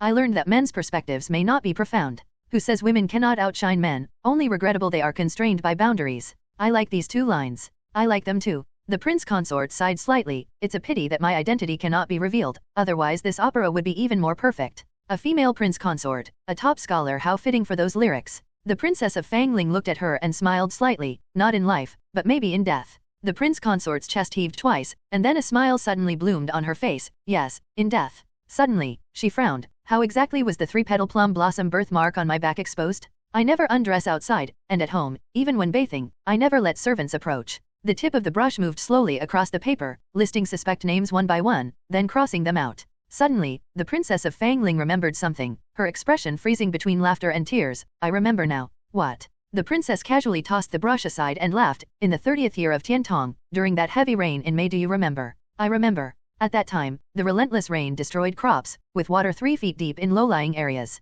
I went for disaster relief. The prince consort's expression shifted from dazed, confused, recalling, to realization. At that time, my back was scratched by something sharp, tearing my clothes all the way to the undergarment. Could it have been seen by someone with ulterior motives? The princess nodded. We were cautious at all other times. Recalling that moment, the prince consort still felt lingering fear. At that time, my undergarment fell off, and I was extremely panicked. Fortunately, the princess comforted me for a long time before I could overcome my fear. Thinking back now, the person who saw my birthmark must not have realized I was a woman. Otherwise, there was no need to fabricate something about a wife. They could have directly exposed me as a woman. At first, they had addressed each other coldly as princess and prince consort. Later, they became respectful. Then their simple titles, carrying a hint of propriety, became playful affection. The princess hesitated, then spoke what she had wanted to say 3 years ago. Stop worrying unnecessarily. The prince consort was stunned. What? The princess glanced at her chest and teased, this flat plane without an undergarment, no one would notice. Prince consort. The princess joked. During the 4th and 5th years of Tiantong, the first imperial examinations after the country's founding had many loopholes, allowing you to slip through. By the second round of exams, body searches were required, and later they even had candidates bathe together. Back then, we were glad you joined the first round. But now, looking at it, perhaps there was no need to feel so relieved. The baths allowed for undergarments, after all. Yan Chun glanced at the princess's rising chest, then at her own flat one, which no one would suspect. How infuriating. At the age of 12, her talent was widely recognized. Her poetry was admired, and her classmates felt overshadowed. She was taken as a disciple by a great scholar. Lu Qingyun, courtesy name Guxiang, childhood name Guanyin, from Shiyang, Jiangsu. Born in the 22nd year of Daoguang, 1842, died in the 4th year of the Republic of China, 1915. She was remarkably intelligent from a young age. At 4, she could distinguish tones. At 6, she began studying under a tutor, excelling in the classics and histories. Particularly skilled in poetry, she also mastered painting and calligraphy. By 12, she was renowned as a prodigy, with her peers in awe of her talent. Later, after marriage, she accompanied her husband to Huawen Academy, where she studied under the distinguished scholar Wang Su. He greatly admired her literary talent, praising her as exceptional. Lu Qingyun devoted her life to literary creation, producing works across poetry, opera, and other forms. Her notable published works include Poetry Anthology of the Little Penglai Fairy Pavilion, Fragrance Pavilion Lyrics, and more. Women physicians in history, from Yi Zhou of the Han Dynasty, skilled in matchmaking, to renowned physicians such as Bao Gu of the Jin Dynasty, acupuncture expert, Zhang Xiaoniang of the Song Dynasty, surgery specialist, Tan Yungxian of the Ming Dynasty, miscellaneous notes of a female physician, and Zhang Yi of the Qing Dynasty, who practiced medicine and wrote medical treatises. The Assistant Minister of the Court of Judicial Review and the Director of the Ministry of Justice are fighting? That might be hard to grasp, so let's put it in simpler terms. Whoa, a giant scandal? The supposedly sinister and cunning Assistant Minister of the Court of Judicial Review, a Fuzhou native, is brawling with the Director of the Ministry of Justice, who also hails from Fuzhou. Su Yanmiao peeked out from behind the doorway. This is right outside the yamen. Couldn't they at least wait until the old emperor is out of sight? The other officials exchanged helpless glances at the excited little Bai Zi, their expressions saying it all. If you didn't look so thrilled about this, your words might actually be convincing. He kicked him between the legs. What? Where? The ministers quickly turned their heads. Several of them gasped sharply. He really did? The imperial guards rushed in to separate the two. The old emperor's face darkened. Look at you. Just look. Do you even resemble court officials anymore? Brawling at the yamen gates, how are you any different from street thugs? The assistant minister burst into tears. No, really, he actually started crying. The old emperor was stunned. Why are you crying? The assistant minister sobbed even harder. Your Majesty, he stole my wig. All this over a few insults about Fuzhou. Was it really necessary? The officials of Xia squinted at the scene, only to see the director of the Ministry of Justice standing there awkwardly, holding a wig in his hand. The assistant minister's bald, shiny head was impossible to miss under the sun, reflecting light directly into their eyes.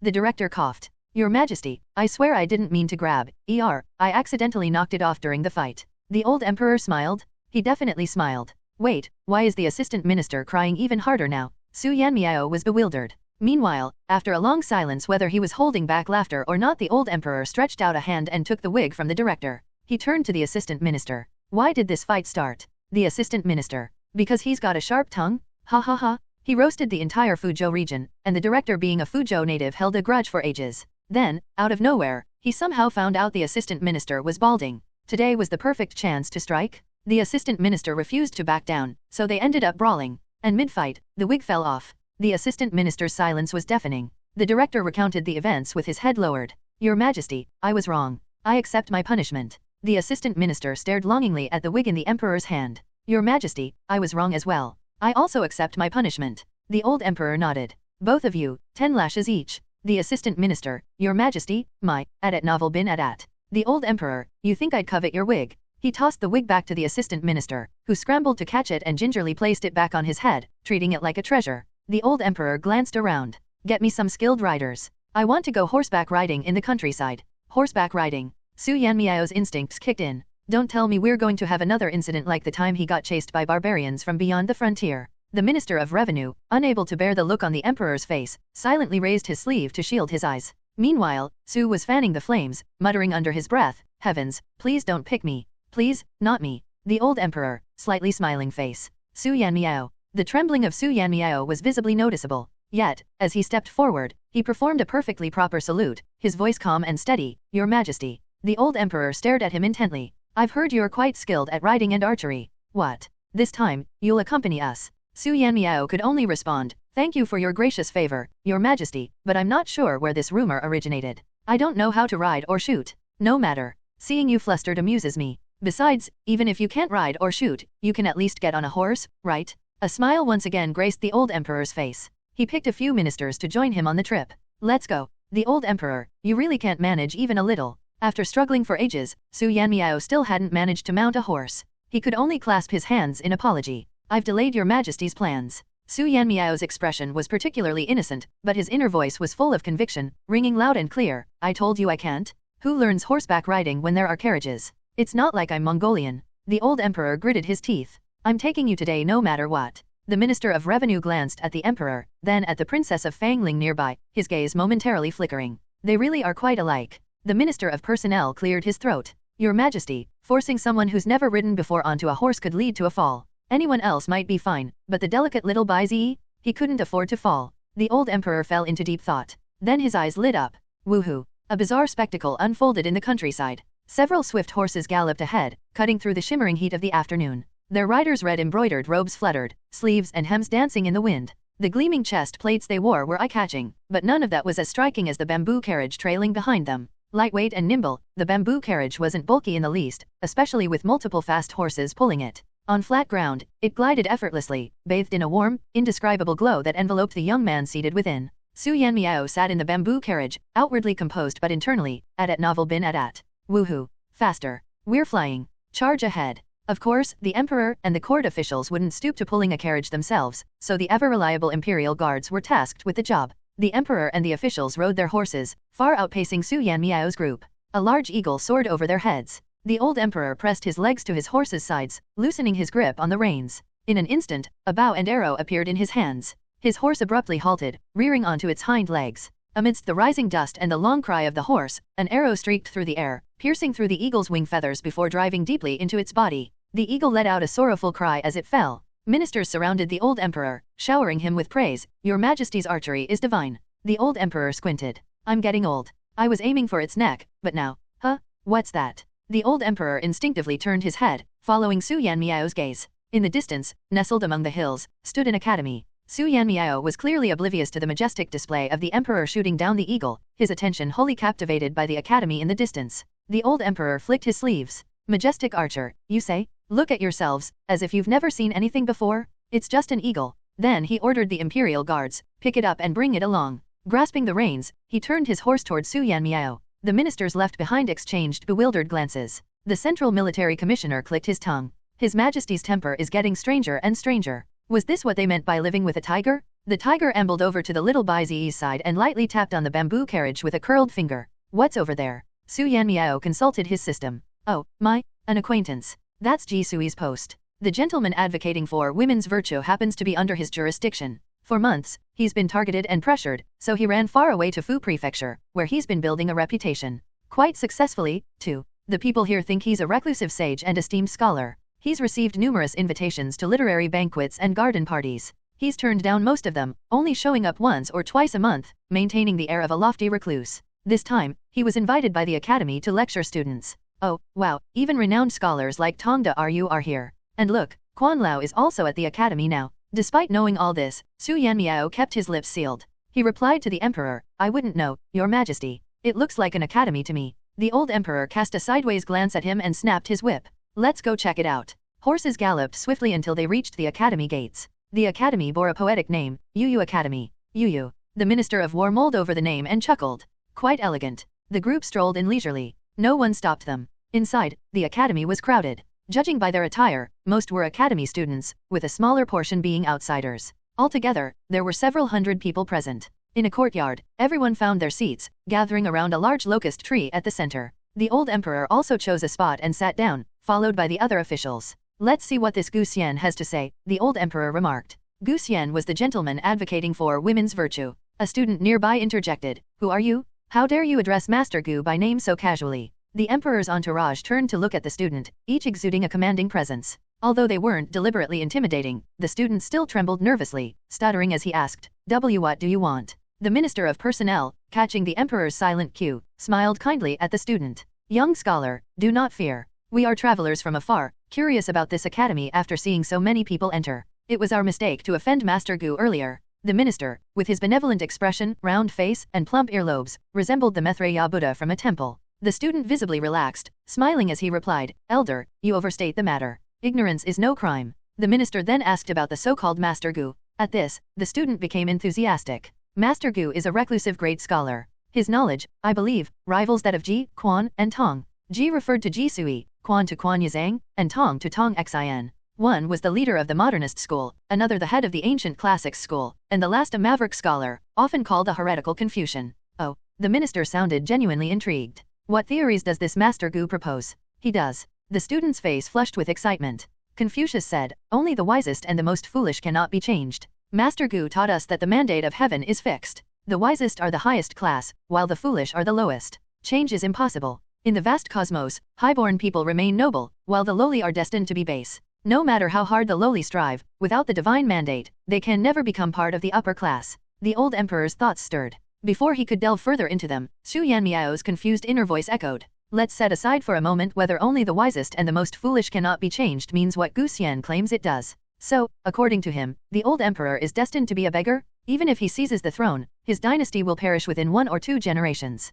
Several ministers. Wait, is that the interpretation? Shouldn't it mean His Majesty carries the mandate of heaven and is destined for greatness?" The old emperor, momentarily led astray by Su Yanmiao's interpretation, flew into a rage. "Good, Gu Xian? So that's what you mean? Just you wait." Author's note. The brawl among imperial officials is inspired by real palace infighting. Yuxing, a eunuch, in the Ministry of Works quarreled with Minister Li Yuzi and Right Vice Minister Li Yong. The prefect of Shuntian, Zhang Tao, reported misconduct concerning Yuzi and Yang. After court dismissal, they argued with Tao at the left archgate. When Tao refused their requests, Yang angrily berated him. A heated dispute ensued, causing a commotion and drawing the attention of censors and inspectors, who memorialized the matter. The emperor pardoned them all. Ming Shilu, Yingzong Shilu. Only the wisest and the most foolish cannot be changed. The Analects of Confucius. Confucius' original meaning differs from what's claimed in the text. Gu Xian deliberately twisted it. The moment Gu Xian stepped into the academy, an inexplicable chill ran down his spine. Was it nerves? Gu Xian assumed so. After all, this wasn't a small occasion. Over the past few months, he had carefully cultivated his reputation and even managed to invite Master Tongxin, a renowned scholar, to his lecture. Even more astonishingly, Master Quan Yazang had come as well. This lecture would be a turning point. If it went well, he could claim the 2 great scholars held him in high regard. If it didn't, he could simply assert they didn't appreciate his theories. Either way, he would win. Everything hinged on this moment. Gu Xian straightened his robes, wore a confident smile, and strode in. His eyes scanned the venue. The emperor? Gu Xian instantly spotted the familiar face in the crowd and froze momentarily before a surge of ecstasy washed over him. This lecture, in addition to impressing the 2 scholars, now had the potential to win imperial favor. If all 3 figures acknowledged him, what was a mere Jisui in comparison? Immediately, Gu Xian revised his plan. Initially, he had intended to begin directly with his lecture. Now, he decided to open with an elegant display to win favor from these influential figures. As luck would have it, he recently acquired the sheet music for a long-lost zither piece. Although I'm not fully proficient in it, a rough performance should suffice. Neither of the scholars has heard the original melody, and the emperor, being a peasant-born bumpkin, likely couldn't tell the difference as long as it makes a sound. Before I begin today's lecture, allow me to play a piece for everyone. The paragon of virtue seated himself under the blooming locust tree with a zither in his lap. Nodding courteously to the gathered audience, he exuded refinement and grace. His fingers brushed the strings, releasing a crystalline melody. The sunlight cascading over him, the soft curve of his lips, and the gentle sweep of his lashes painted a flawless image. The audience was entranced by the music. Even the emperor, despite his disdain for the so-called virtuous scholar, begrudgingly admitted that the man possessed genuine talent. Quan Yizhang sat cross-legged at the front, eyes closed, tapping the rhythm lightly on his thigh. Beside him, Tongzin also nodded faintly, his mind immersed in the melody. The serene atmosphere was punctuated only by the sound of the zither, the soft rustle of trees, and the steady breathing of the onlookers. Meanwhile, Su Yanmiao, growing bored, opened his system interface to pass the time during the performance. Since the paragon of virtue was clearly putting on a show, Su casually decided to look into his gossip section. The first thing that caught his attention was, he played it wrong. The system's blunt notification jolted Quan Yizhang from his dazed enjoyment. He made another mistake. And here too? Is he filling in with random notes? Each error the system flagged made the music feel increasingly disjointed and clumsy to Quan. Being a skilled zither player himself, he hadn't initially noticed the mistakes due to his unfamiliarity with the piece. Additionally, Gu Xian's playing was polished enough to obscure the errors. But now, with Su Yanmiao's prompts, he could distinctly hear the dissonance and subtle awkwardness in the transitions. Quan Yizhang. Wonderful. So he's being fooled, huh? Gu Xian continued playing, his hands never faltering on the strings. Raising his eyes slightly, his lips curved into a measured smile. Let's see how these people are completely captivated by me. Gu Xian noticed Quan Yizhang frowning at him. His heart skipped a beat. Plink. A sharp, abrupt note broke through the tranquil melody, completely disconnecting from the serene flow of the previous tune. It wasn't a transition, it was a jarring mistake. Gu Xian then saw Scholar Tongzin's expression sour as well. Panicking, he quickly tried to regain his composure. Improvising on the spot, he shifted into an impassioned melody as if the abrupt note had been intentional, a representation of a mountain stream breaking free from a narrow valley to cascade into a roaring waterfall.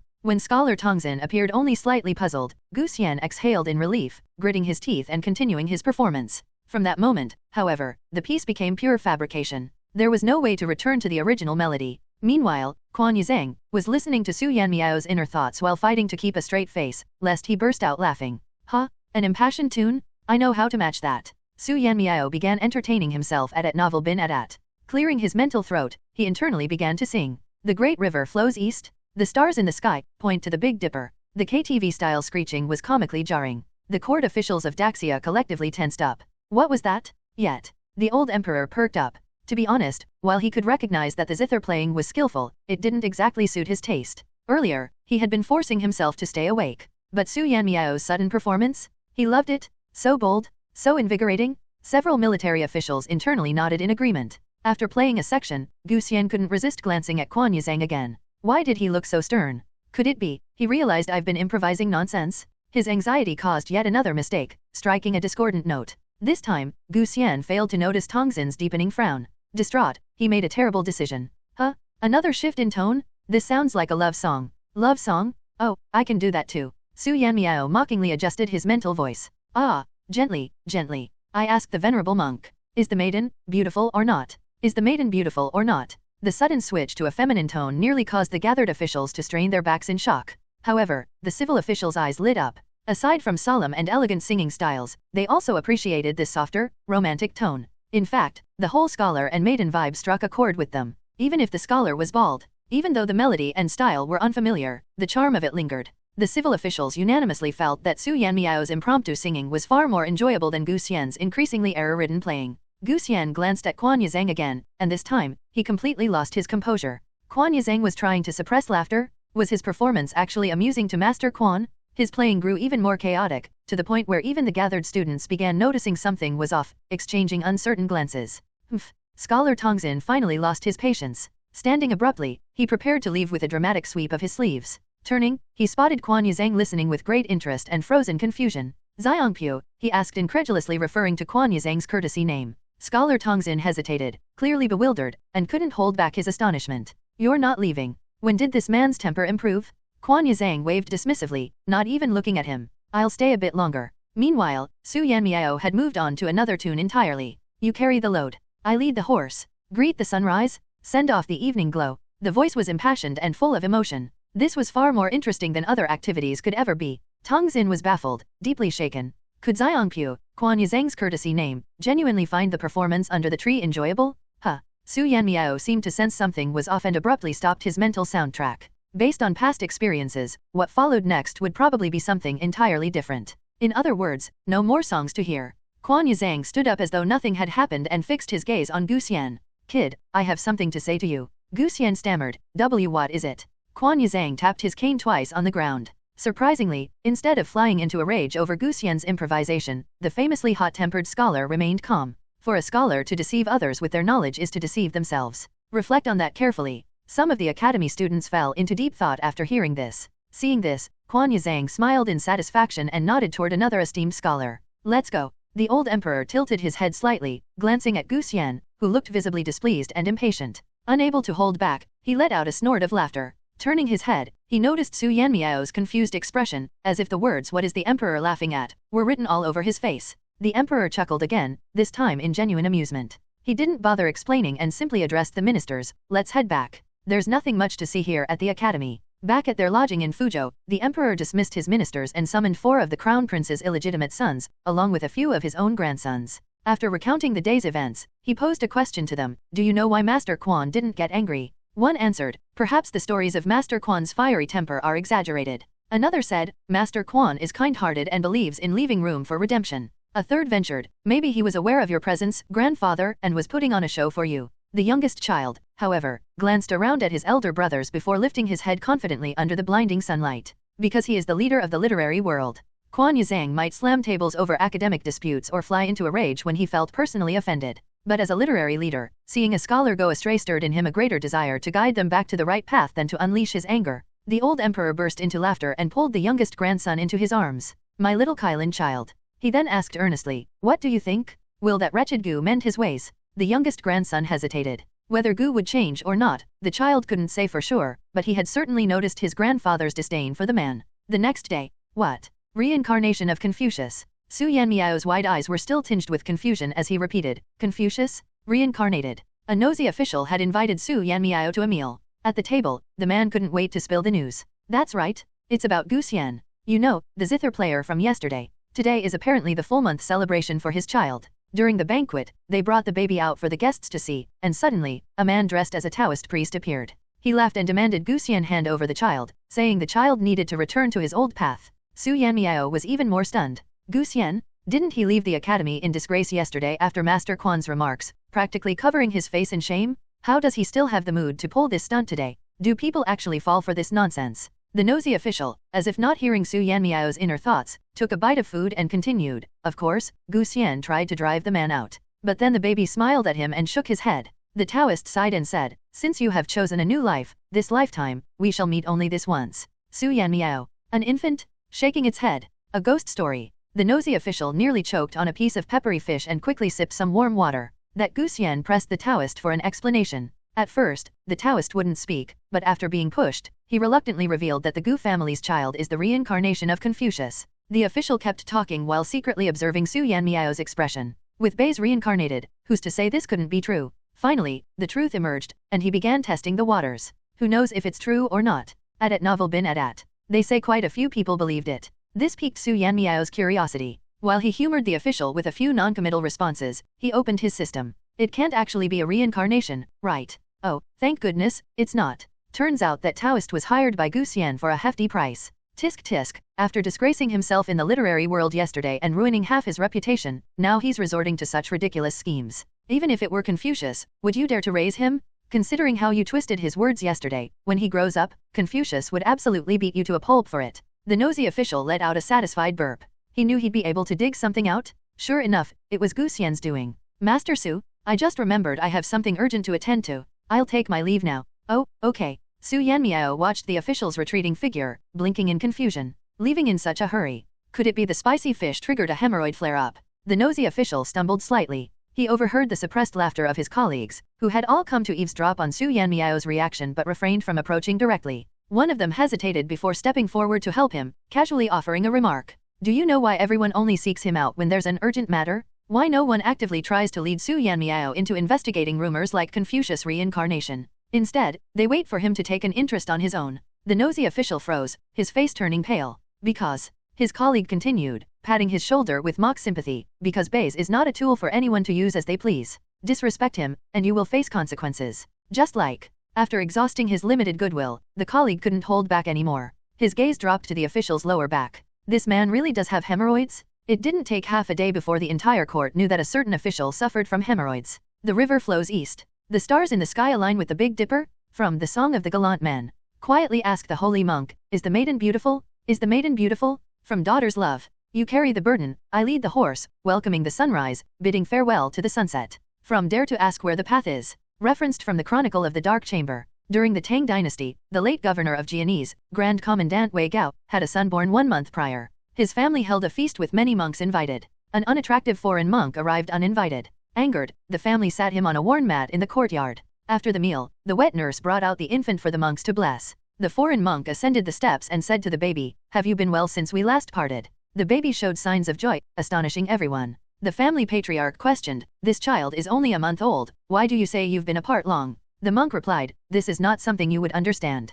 Pressed further, he explained, "This child is the reincarnation of Zhuhao. During the late Eastern Han, he served as Chancellor of Shu. The people of Shu greatly benefited from him. Now reborn, he is destined to become the commander of Shu and bring blessings once more. I once befriended him at Jianmen Pass and came here upon hearing of his birth." The family marveled at his words and nicknamed the child Wu Hao. Later, Wei Gao rose to become Grand Commandant and Commander of Jianese, governing Shu for 18 years, fulfilling the monk's prophecy. Translation: My son, Wei Gao, is Zhuliang reborn. Public humiliation. This was a complete and utter case of public humiliation. Though the nosy official didn't know the term public humiliation, his current feelings were very much aligned with it. While walking down the road, he encountered a colleague who greeted him with a smile. "Brother, is your hemorrhoid feeling better?" While fishing by the river, another colleague showed concern. "Brother, with hemorrhoids, you shouldn't sit for long." Even the emperor heard about the matter and specifically dispatched a royal physician to see if it could be treated. At this moment, the nosy official was on the verge of shedding tears of sorrow. The pain? It was unbearable. He swore he'd never involve himself in such things again. Next time he thought about joining the excitement, he'd, "Hey, did you hear? That family claiming their son is the reincarnation of Confucius just got visited by the Kong clan." Which Kong clan? Could it be? Of course, the Kong clan from Khufu. They heard about it so quickly. Not exactly. It just so happened that a group of over 10 members of the Kong clan were traveling to Liaodong. When they heard the news, they immediately drew their swords and headed over. Let's go. If we're late, they might have torn the house down already." The nosy official's bold resolve faltered. His eyes darted back and forth. Should he go or not? Maybe he could join the chaos one last time? He swore this would be the final time. The Gu residence. The Gu residence was bustling with activity. Throughout history, the Kong Temple and Kong Forest had always been treated with great reverence, giving rise to the 1,000-year-old Kong family of Khufu. The Kong family was undeniably the descendants of sages. Upon hearing that someone was using the name of their ancestor for fraudulent claims, they almost choked on their meals. After a coughing fit, they grabbed their swords and stormed out. "So, you're Gu Xian." The Kong family members sneered coldly. "We heard you've been telling people your son is the reincarnation of our ancestor? Should we kneel before you, call you ancestor, and offer you 3 sticks of incense?" Gu Xian turned pale. He had assumed the Kong family, being far away in Khufu, would be out of reach. By the time the news reached them and they sent someone to investigate, he would have already gained enough fame to make his escape. This man didn't just claim Confucius was his son, he also blatantly twisted the meaning of Confucius' teachings. Su Yanmiao's thoughts seemed eager for chaos, but his actions were cautious and composed. The nosy official could hear Su's inner voice but couldn't figure out where he was hiding to watch the drama unfold. The nosy official's expression became conflicted. He hesitated for a few moments before succumbing to his desire to witness the commotion. He squeezed into the crowd, pinched his nose, and shouted. Gu Xian once publicly declared at an academy that the phrase "only the wise and the foolish cannot be changed" means the noble are destined to be noble, and the lowly are destined to be lowly. Gu Xian's heart suddenly skipped a beat, like a fish out of water making its final desperate jump. The next moment, he felt the cold, sharp gazes of the Kong family members. It was no longer the anger of a dispute but a chilling, lethal intent born from having their core interests infringed upon. It was as if an icy, iron hand gripped his throat, leaving Gu Xian struggling to breathe. Mocking Confucius was merely an affront to an ancestor from centuries past, but altering the meaning of his teachings struck directly at the heart of the Kong family's modern-day authority and benefits. Most scholars of the current era relied on the Kong family's annotations for their studies. The Kong family's authority in Confucian teachings was undisputed. Their exclusive rights to interpret Confucian texts were akin to their lifeblood, a source of wealth and prestige. Anyone who dared to challenge it would be swiftly dealt with.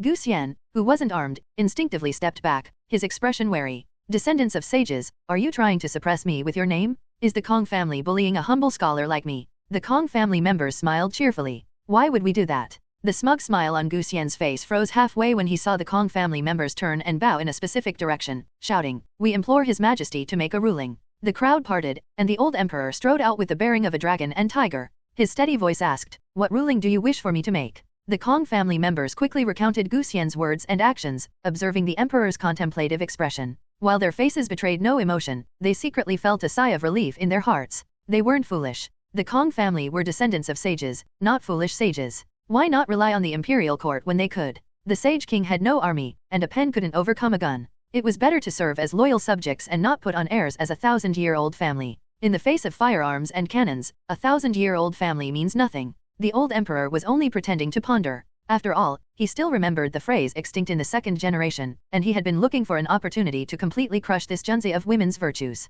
This was truly the perfect timing. After 2 or 3 breaths, he furrowed his brow and spoke with feigned seriousness. Gu Xian, first you insulted the sage Confucius, and now you insult his teachings. Such behavior is truly beneath a scholar. But how should he be punished to vent his frustration? Strip him of his clothes. Make him farm for a living. Su Yanmiao's voice was brimming with excitement. Since he thinks the lower class are vile, then let him not wear the silk spun by the lower class, nor eat the rice grown by the lower class. The old emperor's eyes lit up at once. He immediately commanded, "Guards, take this man away and lock him up." Gu Xian, who had been filled with hope, felt even more anticipation in his eyes. However, the Kong family members furrowed their brows in confusion. Just lock him up? Wasn't that a bit too light? At novel bin at. Before the imperial guards could take Gu Xian away, the old emperor smiled and added, "However, since Mr. Gu is so confident in his words, why not live by them?" What? Before Gu Xian could even process the meaning, he felt a chill rush from his chest to the top of his head, and a wave of dizziness overtook him. Then, the old emperor's face darkened, and he barked, "Strip him of his clothes. Since he looks down on the lower class, let him not wear the clothes made by the lower class." In the crowd, Su Yanmiao was stunned, repeatedly replaying the emperor's words in his mind. Then, in shock, he patted his own head. "Wow, I actually guessed the emperor's thoughts correctly once? I'm amazing." Gu Xian's mind was in turmoil, but he couldn't think clearly. Completely stunned, he could only struggle and shout, "Your Majesty? This is an insult to culture. It's truly an insult to culture." The old emperor smiled coldly. "I, a beggar who rose to the throne, don't understand what culture means." Gu Xian suddenly realized, trembling with fear. It seemed he wanted to explain himself, perhaps saying his words were not meant to target the emperor's background, but rather to express that the emperor was divinely chosen, the son of heaven, under the favor of the heavens. His words were all meant to support the emperor's rule.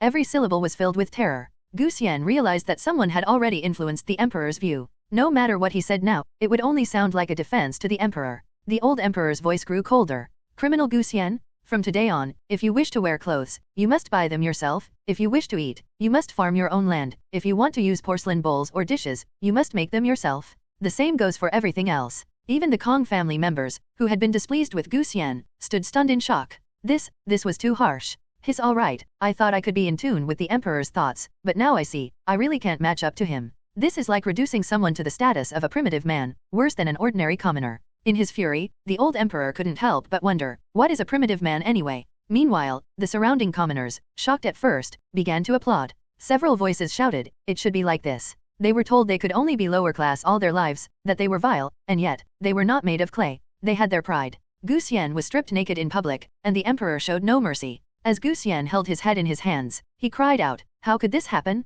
Why did it turn out like this?" He was dragged away by the imperial guards, completely dejected. The Kong family exchanged a glance and bowed in unison, saying, "Thank you, Your Majesty." However, they kept as much distance as propriety allowed, pulling back as far as possible within the bounds of etiquette. The old emperor took a full 10 breaths to realize that these people were on guard against him. The old emperor. Forget it. Having some respect was better than none, right? Isn't that so, Su Yanmiao? A flash of lightning split the sky, followed by the rumbling of thunder, and a torrential downpour began. In the blink of an eye, it was November. At this time, the Marquis of Yongchang stood aboard a large ship, leading the navy toward the island of Japan. The idea of attacking Japan puzzled many of the sailors. It was such a barren place, and it was said that it was sometimes plagued by foul winds, with earthquakes occurring from time to time. It was far and poor, and posed no real threat to the Dixia Empire. What was the point of conquering it? Had the Dixia fallen so low that it had to seize even the little money a beggar might have? The Marquis of Yongchang didn't mention anything about gold or silver mines on the island. First, there were too many people, and second, if they knew about it, they might act rashly, and that could result in a great loss of the empire's power.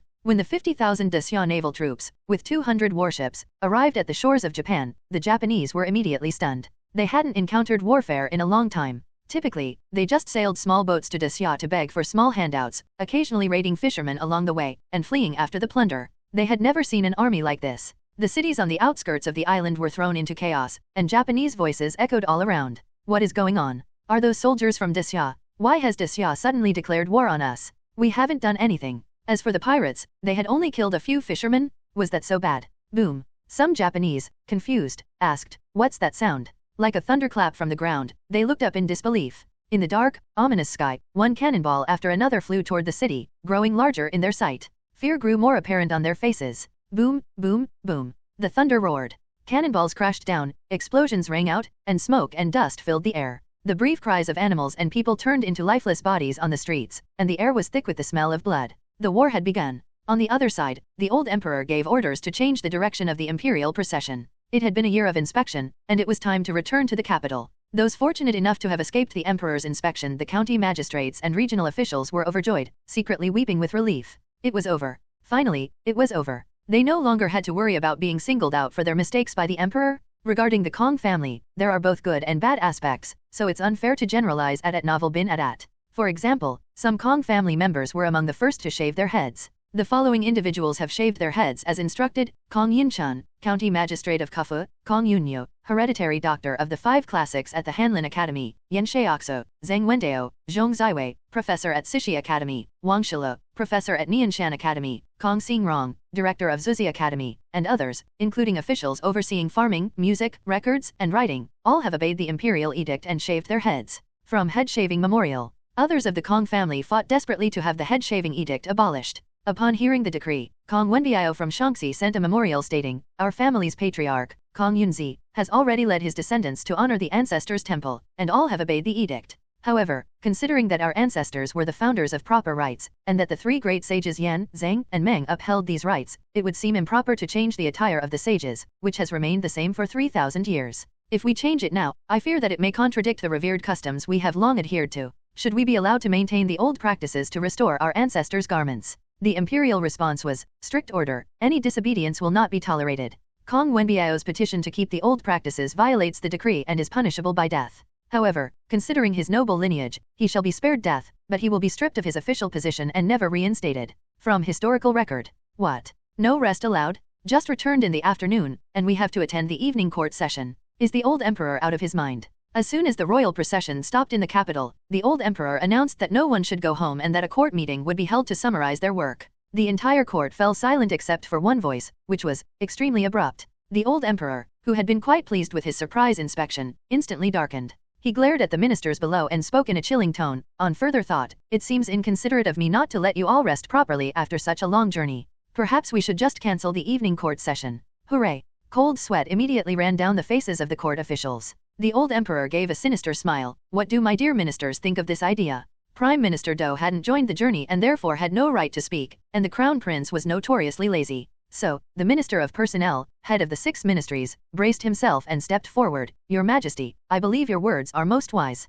Recently, though peace has reigned for over 30 years, certain disturbances have arisen. The Emperor's inspection has been vital for suppressing these threats, and this is precisely the time to strike while the iron is hot. How could we, for personal comfort, neglect the welfare of the people? Look at that. What an eloquent statement." Su Yanmiao was utterly astonished. "So that's why others can become ministers, and I can only be a lowly official. Competitive? So competitive. Not even a proper break after team building? Meetings right through the night, huh?" The Minister of Personnel subtly lowered his head, raising his official tablet as his lips twitched slightly. Who wouldn't want to rest comfortably at home? But, the Emperor's word is law. The old Emperor feigned concern. "This doesn't seem right. You all must be very tired. If you know it's not right, why bring it up? Ouch." The official of the Ministry of War stomped on Su Yanmiao's foot. Su Yanmiao stared at his good friend in shock. The official of the Ministry of War whispered, "Don't lose focus, I think the censor is watching us." Su Yanmiao suddenly understood, quickly collecting himself and pretending to listen intently. Just as he turned his head away, the official of the Ministry of War breathed a sigh of relief. At the same time, he noticed several people discreetly giving him a thumbs up. Seizing the moment while Su Yanmiao wasn't looking, the official of the Ministry of War clasped his hands in a bow to return the gesture. "Fellow colleagues, no need to thank me. It's my duty." Several ministers stepped forward, representing the court with speeches centered around one key point. "We're not tired. Your Majesty, we're really not tired. We are absolutely willing to work overtime. We're sincerely devoted to the prosperity of the Xia and to serving your Majesty." Su Yanmiao fumed internally, traitors to the cause. The old emperor pretended not to hear and smiled broadly. "Since my dear ministers are so enthusiastic, let's begin." "Begin what? You don't even realize that your country is being humiliated by others right now." By now, after hearing so many inner thoughts, they understood what humiliation meant. The ministers of Xia weren't just angry, they were absolutely stunned. Was there really a country bold enough to provoke Xia? Did they think they had a chance because of the war with the Wa kingdom? Who was it? So stupid? The general's spirits were instantly lifted, eagerly looking at the old emperor. Especially the marquises, this was their chance to earn the merit that could elevate them to dukes. After the founding of the dynasty, they thought there were no more opportunities to earn military achievements. Marquis Yongchang had been entrusted with the campaign against the Wa kingdom, and the Grand General had been ordered to lead an expedition at sea. They had been envious, but there was no chance to compete. But now, Your Majesty, let's fight, let's fight. This was practically a pie falling from the sky. The old emperor's face darkened. Fight? Do you even know the situation before rushing to fight? It would be better to start with a summary of the 9 provinces tour. That's what he thought, and that's what he said. Having toured the 9 provinces, what thoughts do my ministers have on the situation across the land? Here, each of you is granted a brush by Zhangji, a stack of zobo paper, several sticks of songyan ink, and a Taostone inkstone. Write your thoughts here on the spot. It was an impromptu test. Those who wrote well would be rewarded and might even be promoted. Writing something average wouldn't result in punishment, but writing something absurd? That would be disastrous. The Ministry of War official's hands trembled as he received the writing supplies. Su Yanmiao leaned over sneakily. What? Afraid of the test? The official of the Ministry of War, despite his low voice, sounded almost joyful. You came late, so you don't know.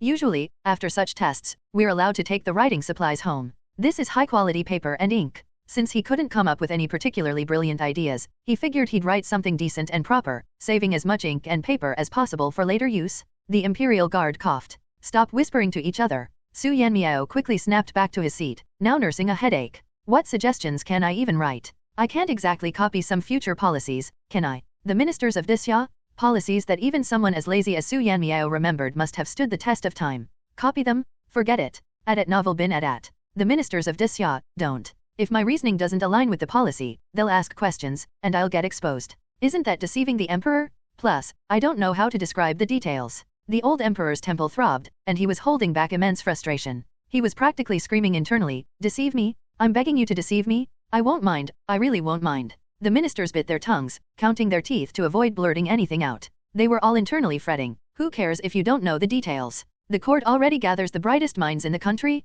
Say something, and we'll figure out the details for you? Forget it. Let's just focus on the test. Su Yanmiao's thoughts shifted again to the recent humiliation. The envoy from Menmen is bold. After arriving in the capital, he's been idly dragging the Ministry of Rights officials out to the suburbs for horse riding and archery, leaving them sore and aching every day. They're all avoiding him. Tisk tisk, today he couldn't find anyone, so he's going crazy, saying Disya's riding and archery skills are nothing special and boasting that he's invincible in these disciplines. So arrogant. Too bad the old emperor probably doesn't know about this, or he could slap him back and I could enjoy the spectacle. Su Yanmiao's thoughts were full of regret. The generals shared the sentiment. What a pity. No excuse to destroy a country. The burly generals were hunched over their small desks, holding brushes in one hand and scratching their heads with the other. How were they supposed to write this summary? The Menmen people are good at riding and archery. I heard they learned to mount a horse before they even learned to walk. The old emperor silently judged. Nonsense. Let's borrow the infantry and cavalry nightmare from a certain ancient text and say I read it somewhere.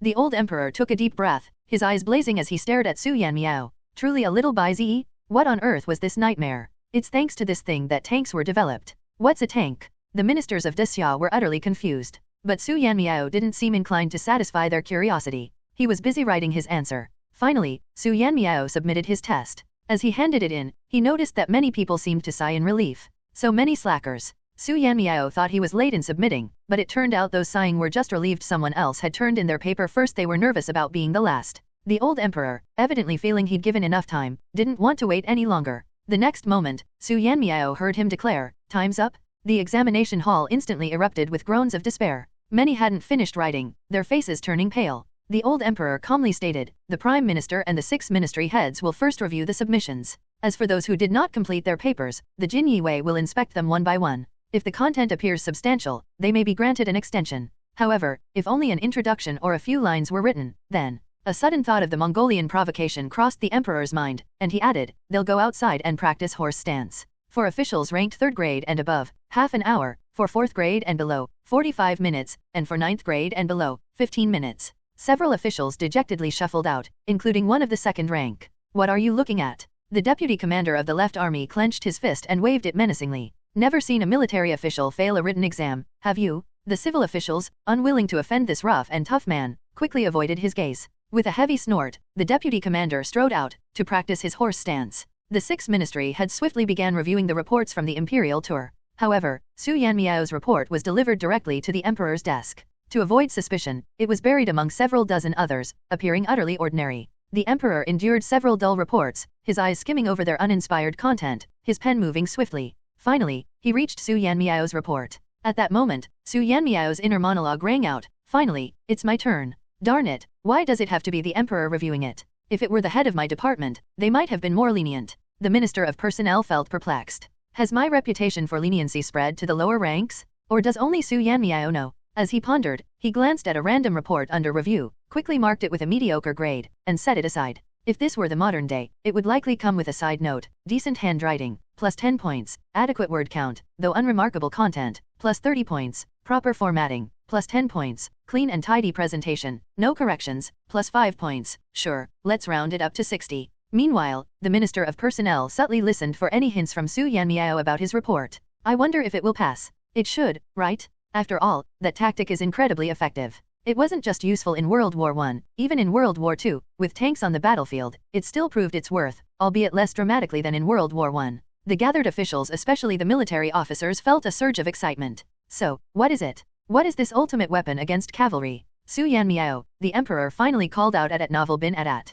Upon being informed by the Jin Yi Wei, Su Yanmiao quickly stood and jogged to the front. Your Majesty, your humble servant is here. The emperor shook the paper in his hand. Your report lacks sufficient detail. Explain to us what exactly these ringed barbed wire and concertina wire are. Author's note. Thumbs-up gestures existed, but they were from relatively recent dynasties. Deng Zhigong, upon hearing this, raised his cup, drained it in one gulp, gave a thumbs-up, and said, excellent. Excerpt from the Tale of Heroes and Heroines, written during the Daoguang era of the Qing dynasty. The concept of competitive challenges referenced. During the emperor's reign, an envoy from the northern tribes boasted of his drinking prowess. An official was selected to accompany him but was feared to be no match. The emperor allowed ministers to volunteer, and Zhuangyuan Zhengqi stepped forward. When asked about his drinking capacity, he replied, it doesn't matter how much, I will outlast this envoy. The three drank silently all day. The envoy became drunk, the military officer fell over, but Zhengqi remained unshaken and returned with success. The emperor laughed, saying, beyond literary skills, isn't this drinking capacity also worthy of a Ming Zhuangyuan?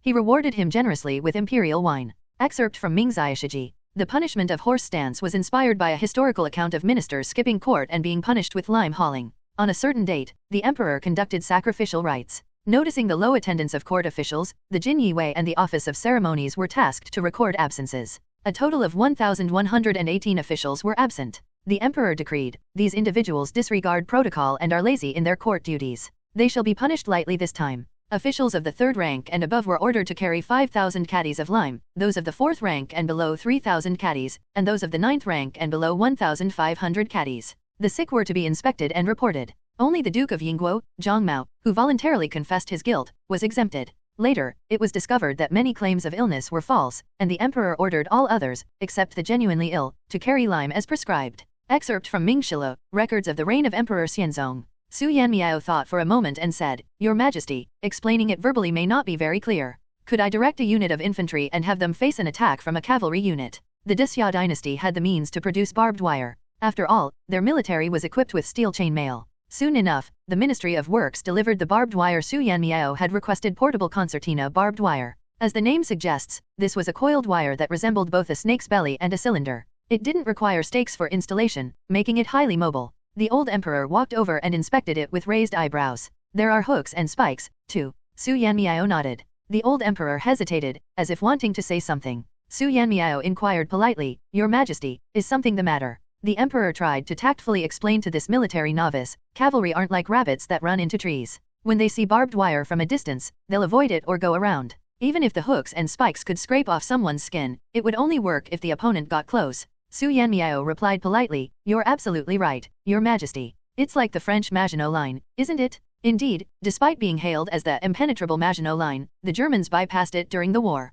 Ironically, it was the French who became complacent due to the line's extensive coverage, leaving them vulnerable. Fortunately, this is just barbed wire. It doesn't look like an impenetrable fortress. No army would become so dependent on it as to neglect their defenses entirely. The officials of Dixia. Wait, you already know it can be bypassed? This only piqued their curiosity further. If Su Yanmiao understood this, why did he still pin his hopes on the hooks and spikes of the barbed wire? Su Yanmiao suggested, Your Majesty, this area is too small for the cavalry to maneuver. How about we move to the outskirts? The emperor agreed, nodding. Very well. The Mongol delegation also came along, and the emperor tacitly allowed them to observe from the sidelines. When the cavalry began their charge, the leaves of nearby trees trembled slightly. From a distance, the sound of thunder grew louder and closer. Dixia's cavalry, a black torrent, surged forward like a raging flood. The Mongol delegation was struck with fear. Among them, the individual who had previously challenged the Ministry of Rights officials to archery and horsemanship contests was especially shaken. Feeling the vibrations in the ground and the wind and sand stirred up by the advancing cavalry, he became so overwhelmed with embarrassment that he didn't know how to react.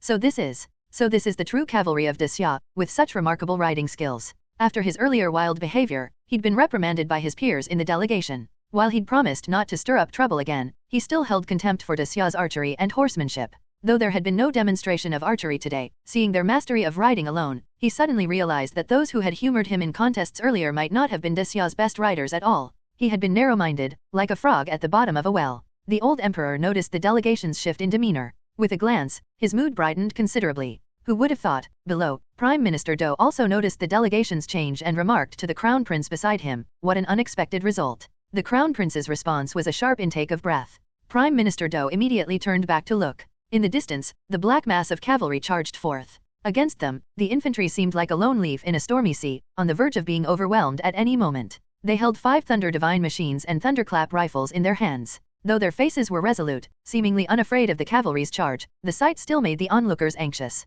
A military general asked in confusion, "Why haven't they deployed the barbed wire yet? The cavalry must be about to make their final sprint." Cavalry units typically don't rush in a single burst to attack and harass the enemy flank. Instead, they begin trotting at about 200 paces from the enemy and only make their final charge in the last 20 paces. For light cavalry, covering 200 paces takes merely a fleeting moment, about a minute. "No need to worry," Su Yanmiao reassured them. "Wait for my command." Su Yanmiao focused intently on the cavalry, gauging the distance before shouting, "Deploy." In an instant, the infantry tossed out their prepared concertina barbed wire around themselves with a coordinated motion. 3 layers of barbed wire were arranged in a pin shape, quickly blocking the path. Like a massive serpent, it sprawled out in front of the enemy cavalry. Hooves kicked up clouds of dust, obscuring the cavalry's vision. By the time they noticed the strange obstacles ahead, it was already too late. "Raise your rifles." Su Yanmiao calmly raised his signal flag. The infantry held their 5 Thunder Divine machines and thunderclap rifles. The former was regarded as the world's earliest revolver, while the latter was touted as the precursor to the Gatling gun.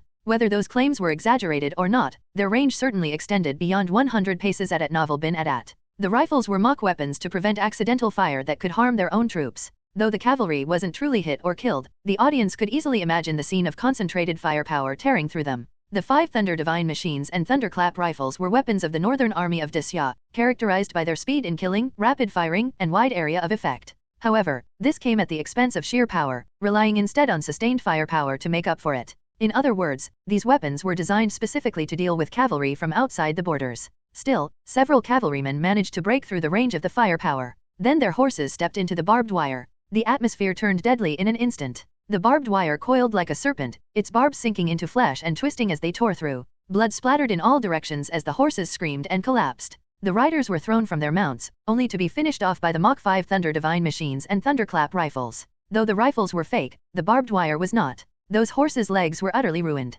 The Minister of Revenue winced at the sight, his face briefly showing distress. Meanwhile, the Mongol delegation was utterly terrified. They shot to their feet, staring at the barbed wire and the bloodied horse hooves. The air was thick with the stench of blood, and a chilling sense of danger gripped them. Someone served the old emperor a plate of pastries. He sat there, casually nibbling on small plum blossom cakes. After a few bites, he seemed overwhelmed by the sweetness, furrowing his brows briefly before instructing the eunuch to offer the pastries to the Mongol delegation. "Honored envoys," the old emperor said with a playful smile, "what's the matter? Why have you suddenly risen? Are you hungry? Here is a plate of plum blossom cakes, fragrant and sweet." The Mongol delegation couldn't have eaten a bite even if they wanted to. Their throats tightened, and a cold chill seemed to seep from their very bones. The expressions on their faces had shifted from awe to outright fear. Exchanging glances, the envoys collectively bowed their proud heads. One of them stepped forward, addressing the emperor with a formal salute. "Respected Dixia, son of heaven and Great Khan." The term Great Khan was a title given to the supreme leader of the barbarian tribes beyond the borders. Some of these tribes had pledged allegiance to Dixia, offering this title to the old emperor as a sign of their submission. "Great Khan, we Mongols humbly beseech you to render justice." Finally, they were beginning to reveal the purpose of their visit. The emperor's gaze flickered slightly. "Oh, and what justice do you seek from us?" Hearing this, the Mongol delegation looked utterly sorrowful. "Great Khan, the Jin barbarians have gone too far. They frequently launch attacks on the smaller tribes in our region. Whenever they start losing the fight, they immediately sue for peace. But as soon as our warriors leave to report the truce, they betray us and resume their aggression, swallowing up several of our tribes in the process. It was a tragic situation. Unless they could completely eliminate the Jin barbarians in one decisive move, they had no choice but to endure it. After all, would it be feasible to change policies and allow border generals the authority to independently decide whether to accept the surrender of enemy tribes? The old emperor was about to respond when Su Yanmiao's voice caught his attention, making him instinctively look up. That rascal is back? Jin barbarians? Aren't they the same group that hunted the old emperor near Shanhaiguan? But come to think of it, it was thanks to them that the old emperor had the chance to connect with the former dynasty's soldiers. The old emperor. Indeed, it was that rascal, returning only to twist the knife in his heart. Would he even want this connection if it were offered? But, so it was the Jin barbarians doing? The old emperor's face darkened as he recalled his bizarre experience of having to impersonate the former dynasty's emperor during that incident. What exactly do you expect us to do to help you? The Mongol delegation misunderstood the emperor's dark expression, becoming even more cautious. The bold ambitions they had before arriving plans to persuade Desya to cease trade with other border tribes and exclusively trade with the Mongols to control the barbarians were shoved deep into the recesses of their minds. Respected Son of Heaven and Great Khan of Desya, one of the envoys forced a smile, speaking in a careful tone to avoid seeming greedy. We humbly request if Desya could open trade with us Mongols earlier than planned. Most of the tea from previous trade agreements has been seized by the Jin barbarians. Many in our tribes can't even eat meat properly now. For the nomadic tribes, tea held a status equivalent to salt. Without tea, they would suffer from vitamin deficiencies, leading to muscle weakness. For a nomadic people, the inability to draw a bow or shoot arrows was a disastrous outcome. The old emperor scrutinized them. It wasn't impossible to agree. Supporting the Mongols, albeit verbally or through trade rather than material aid, could encourage them to fight the Jin barbarians. Let them weaken each other. Once both sides were exhausted, Desya could step in and subdue both tribes effortlessly. Seeing that the Son of Heaven had yet to respond, hope in the Mongol envoy's eyes gradually dimmed, their faces turning ashen. Desperation drove one of them to gamble. He suddenly dropped to his knees in front of Su Yanmiao, crying out, "Lord Official, please put in a good word for us." Startled, Su Yanmiao leapt aside. "Don't kneel to me. I'm just a low-ranking official. What can I possibly do to help you?" The kneeling Mongol, however, was resolute in his decision. To him, regardless of this young man's past status, anyone who could propose a strategic policy like using barbed wire to defend the nation was destined to rise in rank. Moreover, he had noticed earlier that the Great Khan of Desya occasionally glanced at this young man. This person must have an extraordinary identity. He could be a prince, or even the crown prince. It's worth asking for help just in case. Su Yanmiao glanced at the Minister of Personnel, who returned a helpless expression. He looked at Prime Minister Do, who offered a sympathetic look but deliberately avoided eye contact. He then turned to the Minister of War, whose unwashed, pitch-black face practically screamed, "Better you than me." Su Yanmiao studied the Minister of War's face. As he thought about how to describe it, he looked up again and... Why did it feel like the Minister of War's face had grown even darker? Su Yanmiao was perplexed. Strange, did I offend the Minister of War somehow? I don't think so. Why does his face look so dark? Su Yanmiao pondered for a moment. Could it be that the news about his son being abducted by a barbarian chieftain's wife and held for 7 days and nights has finally reached his ears? Wow, news travels fast. I only just found out about it myself. The Minister of War. I also just found out. He quickly went through his thoughts. His eldest son was in the capital, definitely not him. His second son was visiting his father-in-law and hadn't returned, couldn't be him either. That left his youngest son, fair-skinned, with striking features, and as delicate as jade. He had, indeed, gone to the borderlands for a trip and even sent back a couple of poems not long ago. Could it be? The Minister of War's pupils dilated in shock. Wouldn't this technically count as a political marriage? Su Yanmiao's hesitant inner voice floated by. After all, that chieftain's wife did publicly declare, "Spend a few days with me, and I'll form an alliance with Desya." Although the chieftain is still alive, it's the wife who actually manages the tribe. The Minister of War's hands were trembling. Count as a marriage? Absolutely not. Loyal. The old emperor slapped his thigh, his expression full of emotion. Loyalty? Pure, unadulterated loyalty? The old emperor's thoughts wandered. He couldn't help but wonder if any of his other ministers had good-looking sons or nephews. There were still 8 of the 18 barbarian tribes yet to submit. If, theoretically, it might not be a bad idea. Feeling the emperor's fiery gaze, the ministers were instantly gripped with terror. No, absolutely not. There are no handsome young men in our families.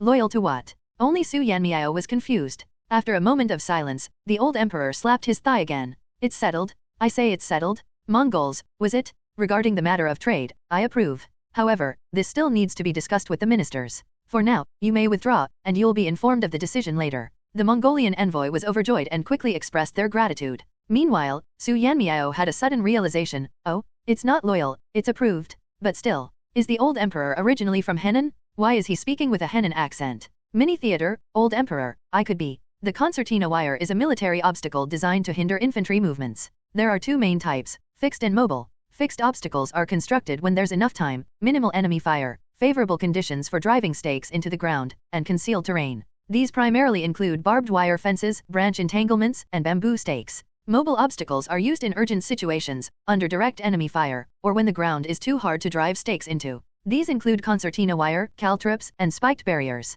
Concertina wire, shaped like a coiled snake, can be transported and deployed in various formations, single rows, double rows, triple rows, or in a pyramid configuration. Studies show that when set in a pyramid formation with 3 or more layers, it can entangle a tank's drive wheels, rendering it immobile. To enhance its effectiveness, concertina wire may include booby traps such as landmines or grenades. When triggered, these devices not only block enemy movements but also inflict casualties and instill psychological fear. Some setups include alarm systems that signal when the wire is disturbed, adding a layer of surveillance. Excerpt from Field Fortifications. Chainmail armor made from steel wire was historically crafted by the ancient Western Qiang people. The wire was shaped into large rings, roughly the size of a coin hole, interconnected like a woven chain. The final product resembled a tunic with a neckline for easy wear. This armor was highly resistant to arrows and spears. Excerpt from Military Strategies. To create needles, iron was hammered into thin strips, then passed through an iron gauge with small holes to draw the strips into fine wires. These wires were then cut to length and shaped into needles. Excerpt from The Exploitation of the Works of Nature. The annual iron tax quotas for various regions were recorded as follows. Total, 18,475,026 caddies. Huguang, 6,752,927 caddies. Guangdong, 1,896,641 caddies. Biping, 351,241 caddies. Jiangxi, 3,260,000 caddies. Shaanxi, 12,666 caddies. Shandong, 3,152,187 caddies. Sichuan, 468,089 caddies. Henan, 718,336 caddies. Zhejiang, 5,916,686 caddies. Shaanxi, 11,469,917 caddies. Fujian, 1,243,336 caddies. Excerpt from Minghui Dian. The Ministry of Works reported. In the past 3 years, various regions have resumed smelting operations. As of now, the Inner Treasury has accumulated 37,430,000 caddies of iron. The Emperor, observing the abundance of stored iron, decreed that regional smelting operations be suspended. Citizens were permitted to independently mine and smelt iron but were required to pay taxes, contributing 2/30 of their output annually. Excerpt from Ming Taizhishilo. In 3 years, 37,430,000 caddies were stored, averaging 12,476,667 caddies annually. This implies an annual iron consumption of approximately 5,998,359 caddies. Su Dong stated. A skilled commander always prepares for movement. Select 24 light and agile individuals, divide them into groups of 3 riders for each of the 8 directions. Space them 1 li apart. During the day, they use flags, at night, they use drums. In mountainous or densely forested terrain, drums are used even during the day to account for limited visibility. When the first scout spots the enemy, they raise their flag during the day. The second scout does the same, and the third rides back to deliver the report. At night, the drums serve the same purpose, though care must be taken as the sound may alert the enemy. Excerpt from Hu Qianjing. At the first bugle call, the front line, second line, and reserves begin advancing at a slow pace. At the second call, the pace doubles to a brisk walk. At the third call, the speed increases to a trot. When the cavalry is 150 to 200 steps from the enemy, the front line transitions to a canter. At 70 to 80 steps, the buglers signal with a sharp and rapid call. The front line then accelerates to a gallop while maintaining control of the reins. At around 20 steps, the reins are released entirely, and the cavalry charges full force. Excerpt from Cavalry Reviews. San Yan Chong, 3-barrel gun. Wu Lei Shenji, 5 Thunder God machine. Sun Lei Chong, Swift Thunder gun. Fo Lang Ji, Francoish gun. These weapons, used by the northern armies during the Ming Dynasty, prioritized rapid firing and wide coverage over sheer power. They were specifically designed to counter the Mongols. In the text, only Wu Lei Shenji and Sun Lei Chong are mentioned due to their suitable range for engagements near barbed wire defenses. San Yan Chong, 3-barrel gun. Effective range, 50 to 60 steps, capable of penetrating armor. Adat Novel bin Adat. Excerpt from Shen Qi Pu. Details. Optimal use, within 100 steps. Infantry range, 50 to 60 steps for armor penetration. Cavalry range, 20 to 30 steps for effective hits. Unique features, fires 3 shots in succession, with a loud and continuous sound. Particularly effective in cold and windy northern climates where other firearms like bird guns struggled. Excerpt from Binglu. Wu Lei Shenji, 5 Thunder God machine. Effective range, approximately 120 steps. Details. Barrel length, 1.5 feet. Weight, 5 caddies. Ammunition, 2 qian of gunpowder and 1 lead ball per barrel. Design, rotating barrels with a shared ignition port, allowing consecutive shots.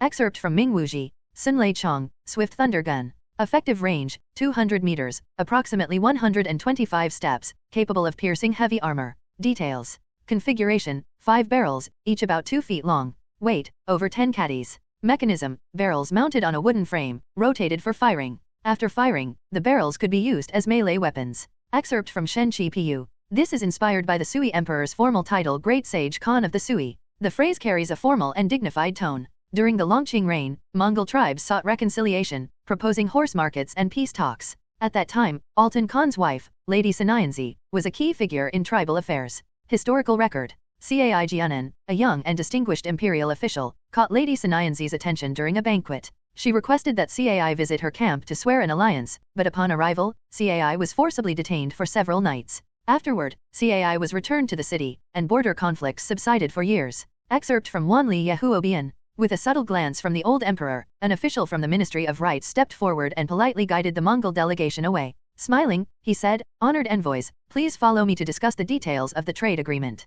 The Mongol envoys understood the message. The Emperor of Daxia had mentioned needing to consult with his ministers, but the true meaning was clear: their offered sincerity was insufficient. While trade could exchange steppe cattle and horses, expecting Daxia's support for such a modest gesture was overly optimistic. Moreover, it was they who sought Daxia's tea, not the other way around. The official from the Ministry of Rites walked slightly ahead, engaging the Mongol representatives in friendly conversation. Toward the back of the group, 2 higher-ranking Mongols whispered in their native language. "Zionkan, what should we do? It seems we may not be able to fulfill the Great Khan's orders." Zionkan, a title for general in Mongolian, frowned deeply. "I never imagined the strength of the Daxia court would be so formidable, let alone their possession of new weapons specifically designed against cavalry." The iron wire mesh came to mind, sending a chill down the Mongol general's spine. To the untrained eye, it seemed like a simple obstruction, but to an experienced soldier, it was an unparalleled threat, far more dangerous than spike traps or chevaux-de-frise. Its greatest advantage was its speed. Too fast, and so easy to transport. They had initially dismissed the contraption, equating it with typical traps like spike strips. However, after witnessing the Daxia officials' demonstration, they realized its unique and overwhelming superiority. Cheaper alternatives lacked its convenience. Sharper tools couldn't match its ability to block a cavalry charge. Infantry could simply lie behind the iron wire mesh and gun down the cavalry as if shooting fish in a barrel. Could spike traps achieve this? Alternatively, the other Mongol hesitated before continuing. "Following the Great Khan's orders, if negotiations fail and Daxia refuses to grant us exclusive trade rights, we could ally with the Jin Mongols. As for tea, if they won't open trade, we'll simply take it by force. Or, we could unite with other tribes and attack Daxia until they're forced to trade." "Absolutely not." The Mongol general raised his voice, then quickly lowered it when the official glanced back in confusion. His tone, however, carried a stern warning. "Did you not say the iron wire mesh? Do you think Daxia allowed us to witness their new weapon out of carelessness? Did they think the Emperor of Daxia was foolish, unaware of the importance of secrecy? No, it was a warning. If they dared to act rashly, this weapon would be used against them first." The Mongol general couldn't stop envisioning scenes of horses' hooves being torn apart by the mesh as they continued on their journey.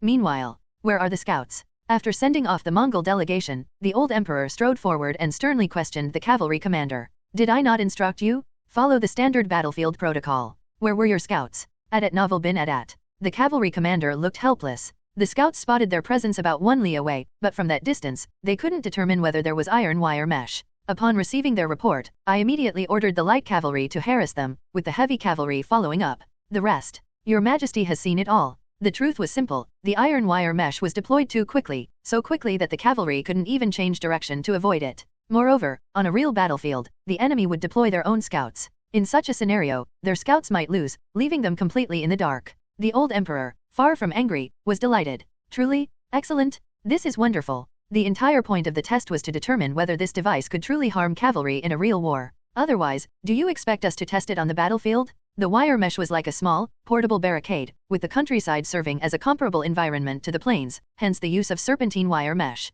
Then there's also the fence-style wire mesh. The Ministry of Works brought it forward. This type didn't require enemy demonstration. Su Yanmiao had the soldiers drive stakes into the ground and then drape the wire mesh around them to form something akin to a low wall. It's different from the serpentine wire mesh in its use. The old emperor nodded, acknowledging the distinction. It's not as flexible as the serpentine wire mesh. It was clear that these two types of wire mesh served different purposes. The fence-style wire mesh was set up in 3 or 4 layers, and Su Yanmiao also directed the Ministry of War to dig trenches behind the mesh. "Dig as many trenches as you wish, just keep them no further than 50 paces apart." The Minister of War was momentarily confused, but soon his eyes gleamed with excitement. I understand now. Not all officials were familiar with military strategy, so the chief of the imperial household asked with a smile, what has the minister understood? The Minister of War explained, look at these 3 to 4 layers of wire mesh. They're quite thick. It will take the enemy some time to dismantle it, right? The chief of the imperial household nodded hesitantly. The Minister of War continued, and these trenches, they're only 50 paces because there are over 100 paces left. Those will be used for firearms attacks. He turned to Su Yanmiao. But what do you think, Su Lang? Su Yanmiao glanced at the Minister of War and nodded without surprise. He had never underestimated the intelligence of ancient people. Some things they simply hadn't encountered before, but that didn't mean they couldn't learn and adapt. The Minister of War had grasped the essence of the fence-style wire mesh. In a battle, this kind of setup would generally be placed in several layers to be dismantled by the enemy. It would take time for the enemy to destroy it, giving your own machine guns enough time to fire from the trenches. Behind the machine guns would be a barrage of artillery, continuously bombarding the area in front of the wire mesh. Even if the enemy managed to break through the wire mesh, they would typically only create a small opening for one person to pass through. Then, the machine guns would open fire on that gap, and anyone trying to rush through would have to pay with their life. Of course, in many battles, it might never even get to that point, as artillery would cover the area, making it difficult for infantry to reach the wire mesh. Cavalry would also find it difficult who would sacrifice their cavalry to charge through a hail of bullets. Very good. After Su Yanmiao's second explanation, the old emperor stared at the fence-style wire mesh for a long while, his eyes filled with fiery excitement. This truly is the nemesis of cavalry. Even infantry would have to risk the fire of firearms to destroy the wire mesh. The key point was that the wire mesh had holes, offering a clear view of the surroundings without becoming an obstruction for the enemy. He turned to look at the ambassador from the ironworks. The ambassador, recognizing the emperor's unspoken intent, quickly approached and whispered, Your Majesty, the national iron production, including both official and private sectors, totals 18,475,026 pounds. Our annual iron consumption is approximately 6 million pounds. The remaining production was more than sufficient to create wire mesh. This material didn't need to be permanently installed on the borders, it could be deployed when necessary. There was also no concern about the enemy stealing iron. The old emperor nodded calmly. Then produce it. The Ministry of Personnel will first send officials to the northern regions to survey the terrain and identify suitable places to install the fence-style wire mesh. Afterward, we'll assess how much serpentine wire mesh should be produced first. Also, check if there are any derelict officials. Those responsible for border defense must not slack off. The Minister of Personnel received the order and began contemplating how to implement it, his eyes distant and unfocused, clearly distracted. Until he heard the Emperor's voice, laced with a hint of amusement, as he picked up a stack of documents from his desk. Let me see, Minister, what exactly does your clearly stated policy entail? The Minister of Personnel quickly raised his head, almost twisting his neck, and stammered, Your Majesty? Wait. The Emperor's smile vanished. The Emperor's hand, holding the documents, trembled slightly. The Emperor took a deep breath and called out, Yanmiao. The 5th-rank general of martial virtue immediately stepped forward and shouted, At your command, Your Majesty? I am here. The old emperor asked, Tell me, what does it mean when the bird gunner's close combat ability is too weak? Yanmiao answered with conviction, Your Majesty, it means their close combat ability is indeed too weak. If the enemy breaks through the ammunition blockade and gets close, they won't be able to use their bird guns to defend themselves. The old emperor's facial muscles twitched a few times. They are bird gunners. Bird guns are for long-range attacks. There's no need to worry about what to do if the enemy gets past the ammunition blockade. What they need to focus on is how to increase the ammunition blockade. Yanmiao, with full confidence, responded, Your Majesty, that is why I want to propose a solution. Your solution is to equip bird guns with short swords. When the ammunition runs out, you would take the short sword off and attach it to the front of the barrel to use as a spear. Yanmiao laughed loudly, There is no need for flattery, Your Majesty. This is just a small idea I had. The old emperor couldn't imagine how strong his willpower had to be to stop himself from throwing the document at Yanmiao's face. He picked up another document. Wang Bin, the 2nd-rank general of the cavalry, Wang Bin, spoke with a slightly trembling voice, Your Majesty, the old emperor, you said that the cost of producing ironclad landmines is too high, and your solution is to dig out a stone, fill it with explosives, and then attach a fuse. Wang Bin answered carefully, Is that not feasible? The old emperor spoke slowly, his tone unexpectedly kind and earnest, though it was laced with a hint of frustration. Of course, it's possible. Have you tried making one? No, Wang Bin swallowed nervously. He had just thought of it and wrote it down, feeling it might be workable. The old emperor, still calm and measured, said with clenched teeth, Then, when you've tested it and are sure it works, come back to me and propose mass production.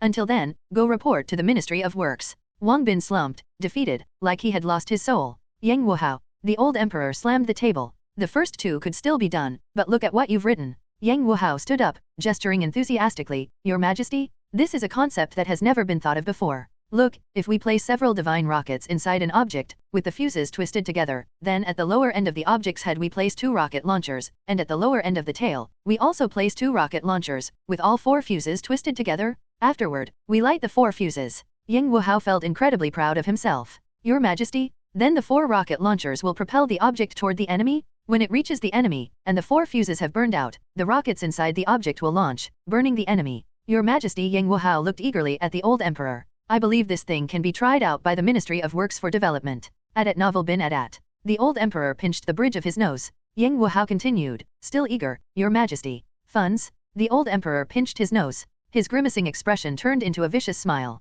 Come here, tie Yang Wuhao to a divine rocket and shoot him out. Small skit, old emperor, I'm tired, let it all end. The iron production amount was mentioned in the previous chapter. Regarding whether controlling T can control the nomadic peoples, reference from. The enemy breached the border, and the gates of the capital were not opened. The emperor sat in the western palace, deeply troubled, with no means of escape. When the enemy captured one of our important figures, they sent a letter demanding tribute, give us tribute and open trade, or we will destroy your city. At this time, Hua Tinggong, Su Ji, was in charge of the Grand Council, and he consulted with the ministers on how to handle the situation. The emperor issued an edict to the Grand Council, and together with civil and military officials, they deliberated on whether to give tribute or refuse. Ming Dynasty History, Memorial of the late General of the Imperial Guard, Senior Official at the Ministry of Rights, and Memorialist, Su Ji. The Mongol army captured a eunuch and sent a letter to the Ming court. The Ming court must open trade with the Mongols, or they would attack their cities. The entire Ming court felt humiliated, but ultimately, the Ming dynasty agreed to open trade.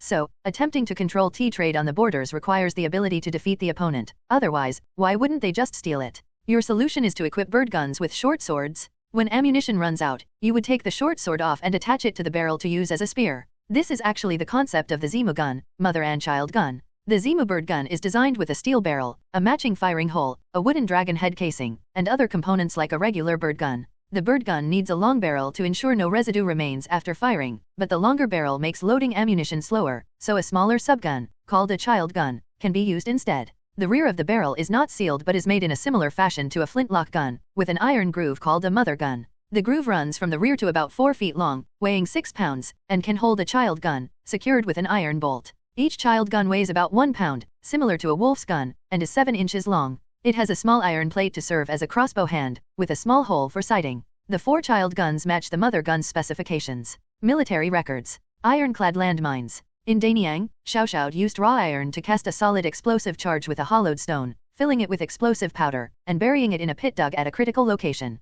The mine is connected to a small bamboo tube that runs through the dirt and can be activated without being noticed by the enemy. When triggered, the mine explodes with fire and shrapnel, killing or injuring any nearby soldiers. This secret weapon was designed by Zhuge Liang. The compilation of strategic plans. Stone cannons. This cannon was first developed by Lu Gong, the former governor and current military official. Stones of varying sizes are drilled with holes and filled with explosives, then covered with earth. A fuse is attached and placed near the top of the wall. When the enemy approaches, the fuse is ignited, causing the stone to explode, sending shrapnel in all directions. The enemy cannot predict the direction of the explosion, and everyone is at risk. The practice of military training. Fire dragon from the water. Use bamboo measuring 5 feet, stripping the joints and scraping it thin. Carve a dragon head and tail out of wood, ensuring the mouth faces upward. Inside the dragon's belly, insert several divine rockets with their fuses twisted together. 2 rocket launchers are placed at the dragon's head and tail. The 4 fuses are twisted together and lit. The device can be launched from the water, flying several miles toward the enemy. When the fuses burn out, the rockets inside will fire, igniting both the enemy and their ships. This weapon works both on land and water. The military compendium. Your Majesty? Spare me, Your Majesty. Several Jinyue were dragging the Marquis of Yanguyu outside, while a little eunuch nearby carried 4 Shenji rockets, conveniently enough for one to be tied to each limb. The Marquis of Yanguyu flailed his legs and twisted his neck desperately backward, shouting at the top of his lungs. But Your Majesty, if you give me funds, I promise results within 3 years. It was the perfect image of someone drawing a big, bold vision to scam research funding, a sight all too familiar in modern times. What the Marquis of Yanguyu mentioned is indeed flawed. It easily causes objects tied to the rockets to spin in place and might even veer off course. Primarily because the industrial foundation just isn't there yet. The old emperor glanced directly at the Marquis of Yanguyu with a rather smug expression. The Marquis instantly deflated, wilting like a plant that hadn't been watered in ages. Still, it might be worth experimenting with. Who knows, they might manage to create a rocket? By then, just a few quick whoosh whoosh whoosh, gunpowder could fly over and blow people up. The old emperor said nothing. The Marquis of Yanguio perked up again. Your Majesty? Please reconsider, Your Majesty? I've even named it already. It's called Fire Dragon emerges from water. With it, our Xia will surely be invincible? Even if we can't make this exact thing, we could create similar weapons? We can take it step by step. What a pity. The idea is great. But there's no money. Su Yanmiao's inner voice even accompanied this realization with a smack. A sound effect symbolizing a clean break. The old emperor, slightly smiling face. Thank you, but I can't even muster a laugh. Does he not understand that these fanciful ideas might have potential? But without funds, researching these things would take time and piles of money. And who knows when results might show up. 3 to 5 years would be fine, but what if it takes a lifetime? Besides, money isn't the only concern, there are other considerations. A musket paired with a short sword? Sounds like a great idea, but attaching a short sword isn't as simple as gluing it on. Does the musket need modifications? What length should the short sword be to ensure it doesn't interfere with the musket's firing before being detached? And the blade of the short sword has to be sharp enough, otherwise, what's the point of attaching it at all? Digging out stones to fill with gunpowder? What a good idea, but the size and thickness of the stones must be carefully chosen and tested to ensure they don't compromise the explosive's power. And should the gunpowder formula be adjusted too? All of this requires manpower for research, resources for support, and time for refinement. But if it's about money, who knows? Maybe the Marquis of Yongchang, while fighting in Waguo, might discover gold and silver mines over there. The Marquis of Yanguio, who had been silenced by the mere mention of no money, perked up at the mention of gold and silver mines. His heart skipped a beat as he struggled free of the Jinyue, looking pitifully at the old emperor. Your Majesty. Not to be outdone, General Weod and General Piaokai, who had also proposed weapon modifications, chimed in, Your Majesty. At that moment, the three shared the same thought. If only one weapon can be chosen for development, let it be mine first. The Minister of Revenue wasn't pleased. He immediately stepped up to defend the budget. Your Majesty, pursuing reckless militarism is unwise. Here we go, the classic rhetoric. To win the leader's favor, start by putting a label on the opposition. Su Yanmiao's previously distracted and scattered thoughts suddenly zeroed in on the Minister of Revenue, his eyes sparkling. Are we about to witness another heated court debate? Ever since his transmigration, Su Yanmiao had realized that the minister's disagreements on policies during court sessions could get extremely intense. They would even undermine each other, and draw fanciful visions to sway the emperor. The Minister of Revenue's expression was steady, but his eyes held a trace of smugness. For such trivial matters, why resort to a quarrel over budget allocation? Su Yanmiao is still too inexperienced. For over 30 years since the founding of the dynasty, we are in a crucial period for developing the people's livelihood. That iron should be used for agricultural tools. That money should go toward water conservancy. The Minister of Revenue spoke carefully. Su Yanmiao tugged on the sleeve of the Ministry of War official and whispered, I bet the Minister of Revenue is about to team up with the Minister of Public Works. And the Minister of Public Works will definitely agree. The Ministry of War official was puzzled. How do you know? Adat Novel bin Adat. Su Yanmiao feigned an air of mystery. You wouldn't understand. Up ahead, the Minister of Revenue, oblivious to their private exchange, had already turned to the Minister of Public Works. Right. Agriculture fell under the Revenue Ministry, while Water Conservancy required the Public Works Ministry. Although firearms manufacturing was also the responsibility of Public Works, in a nation where agriculture was the foundation, advocating for Water Conservancy held greater influence. The Minister of Public Works promptly took a side. Your Majesty, I believe that now is the time for recuperation and rebuilding.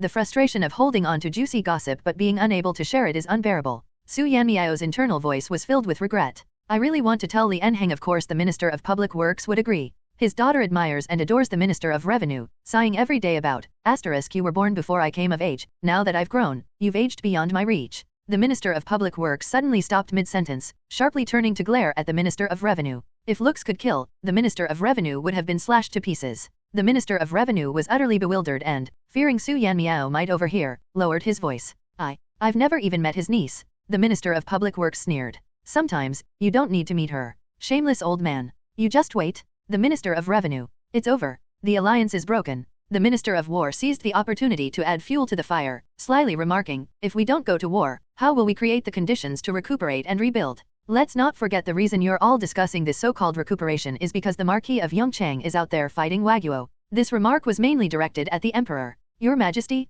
the only reason we can talk about how to spend the gold and silver mines is because they were seized through warfare. You can't just discard us when it's convenient, only to grovel when you need us. The old emperor was just about to ponder this when, my bad, I made a mistake. Even though no one could hear him, Su Yanmiao instinctively apologized. Suddenly, the emperor's attention was completely diverted. What mistake? Not the Minister of Revenue, it's the Minister of War. The Minister of War, what? Why am I involved now? The moment he spoke, his right eyelid began twitching furiously. Turning his head, he immediately saw the Minister of Public Works, a notorious doting father, glaring at him with murderous intent. If the man had a weapon in hand, blood would surely have been spilled today. The Minister of War started to feel uneasy and attempted to defuse the situation.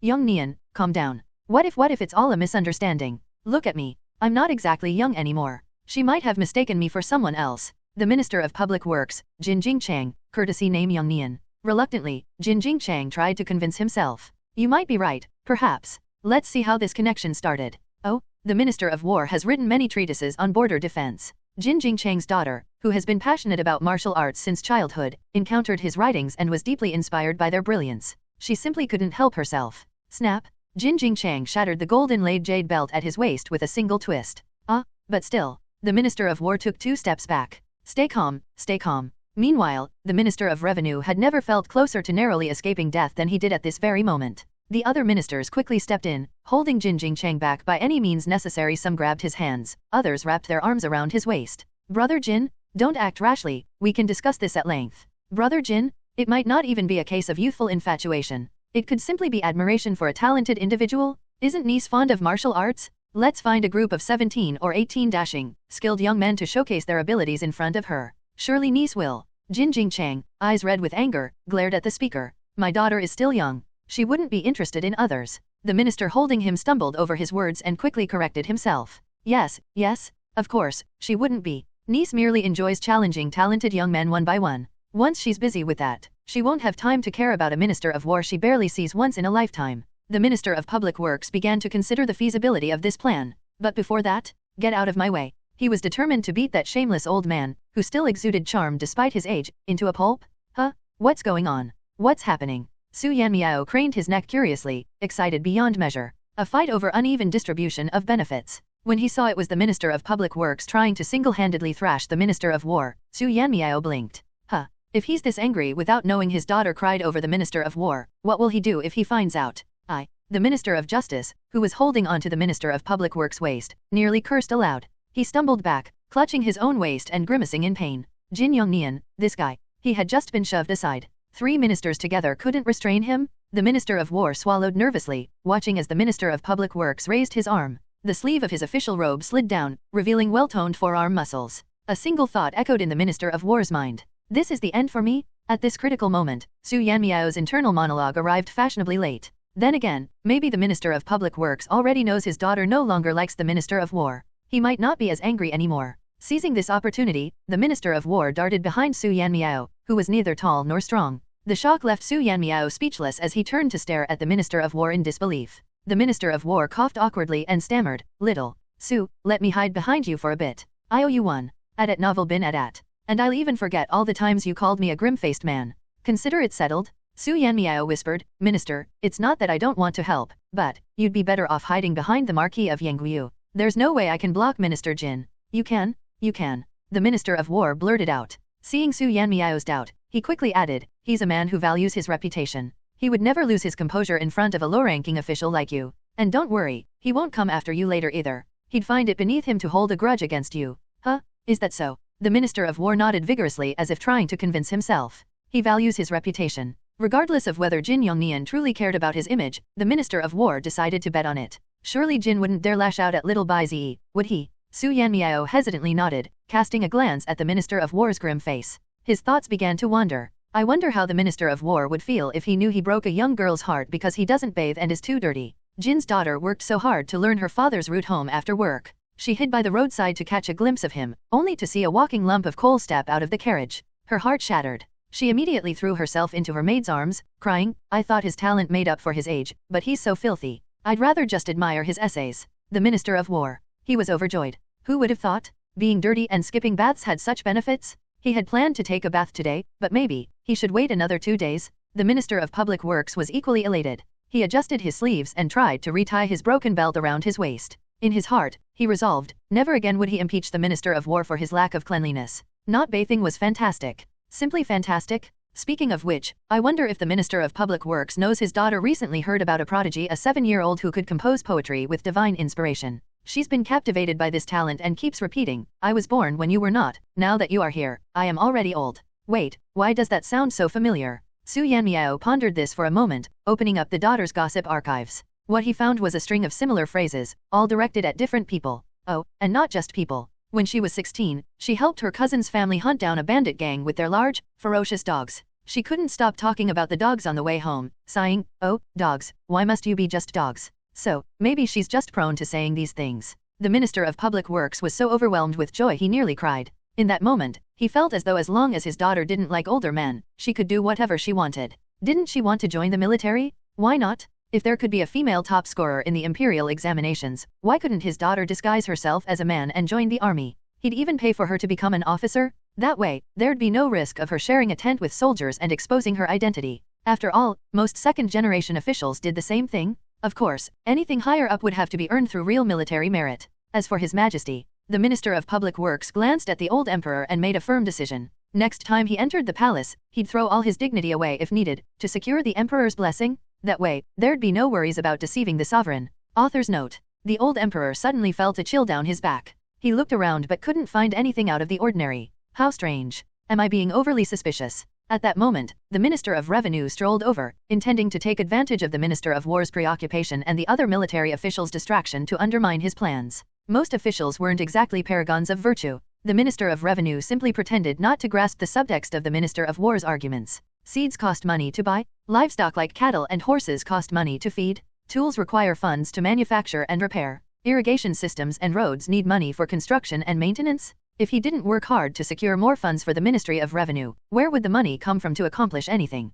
The Minister of Revenue murmured, "Your Majesty, the current stockpile of firearms is sufficient. Researching new weaponry can wait until we have more funds." Suddenly, another voice murmured from the side, "Your Majesty, there is more than one treasure island in this world. If we discover some bountiful land but lack sharp and effective firearms, it will be too late to start developing them then. Sharpening the axe does not delay the chopping of firewood, Your Majesty." The Minister of Revenue. He turned his head and saw the Minister of War whispering to the Emperor, shamelessly currying favor. Despicable, lowly, Your Majesty, the Minister of Revenue began. However, the old Emperor, having already tasted the rewards of treasure islands, potatoes, and sweet potatoes, had developed a keen interest in expanding territories and uncovering treasures. After hearing the Minister of War's analysis, he made a decisive call. "Very well. We must advance agriculture and water conservation, but we shall also continue firearm research." The Emperor's voice was loud enough for everyone to hear. The Minister of War and the military officials reacted swiftly. "Your Majesty is wise." The Minister of Revenue had no choice but to agree. "Your Majesty's insight is impeccable.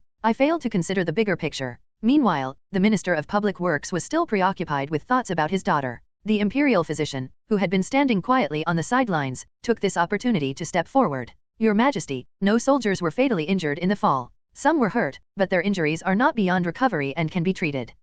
The old emperor mused, then said, "The soldiers have worked hard. Grant them wine and meat." He added, "As for the injured soldiers, reward them generously with money and silk." When news of these rewards reached the soldiers, a thunderous chorus of "Thank you for your Majesty's grace" resounded through the air. Over 100 soldiers turned their gaze to the first row of injured comrades, their eyes glowing with envy like searchlights. In the first row, some soldiers scratched their heads and grinned foolishly, others maintained calm expressions but couldn't hide the joy in their eyes, while a few fidgeted nervously, clutching their uniforms. Not one of them seemed upset about being injured. Instead, they boasted to their comrades, "Luckily, I fought my way to the front row. Just a fall, and I got paid for it." One of their comrades gave the boaster a playful punch on an uninjured part of his body and grumbled sourly, all right, say another word, and I'll start a fight." Though the injured soldiers fell silent, their smiles never faded. A guard reported the count of horses with broken legs to the Emperor. "Your Majesty, 10 horses have suffered leg injuries." The old Emperor wasn't surprised at novel bin at. Given the barbarian cavalry's formation, the first row typically consisted of 10 riders.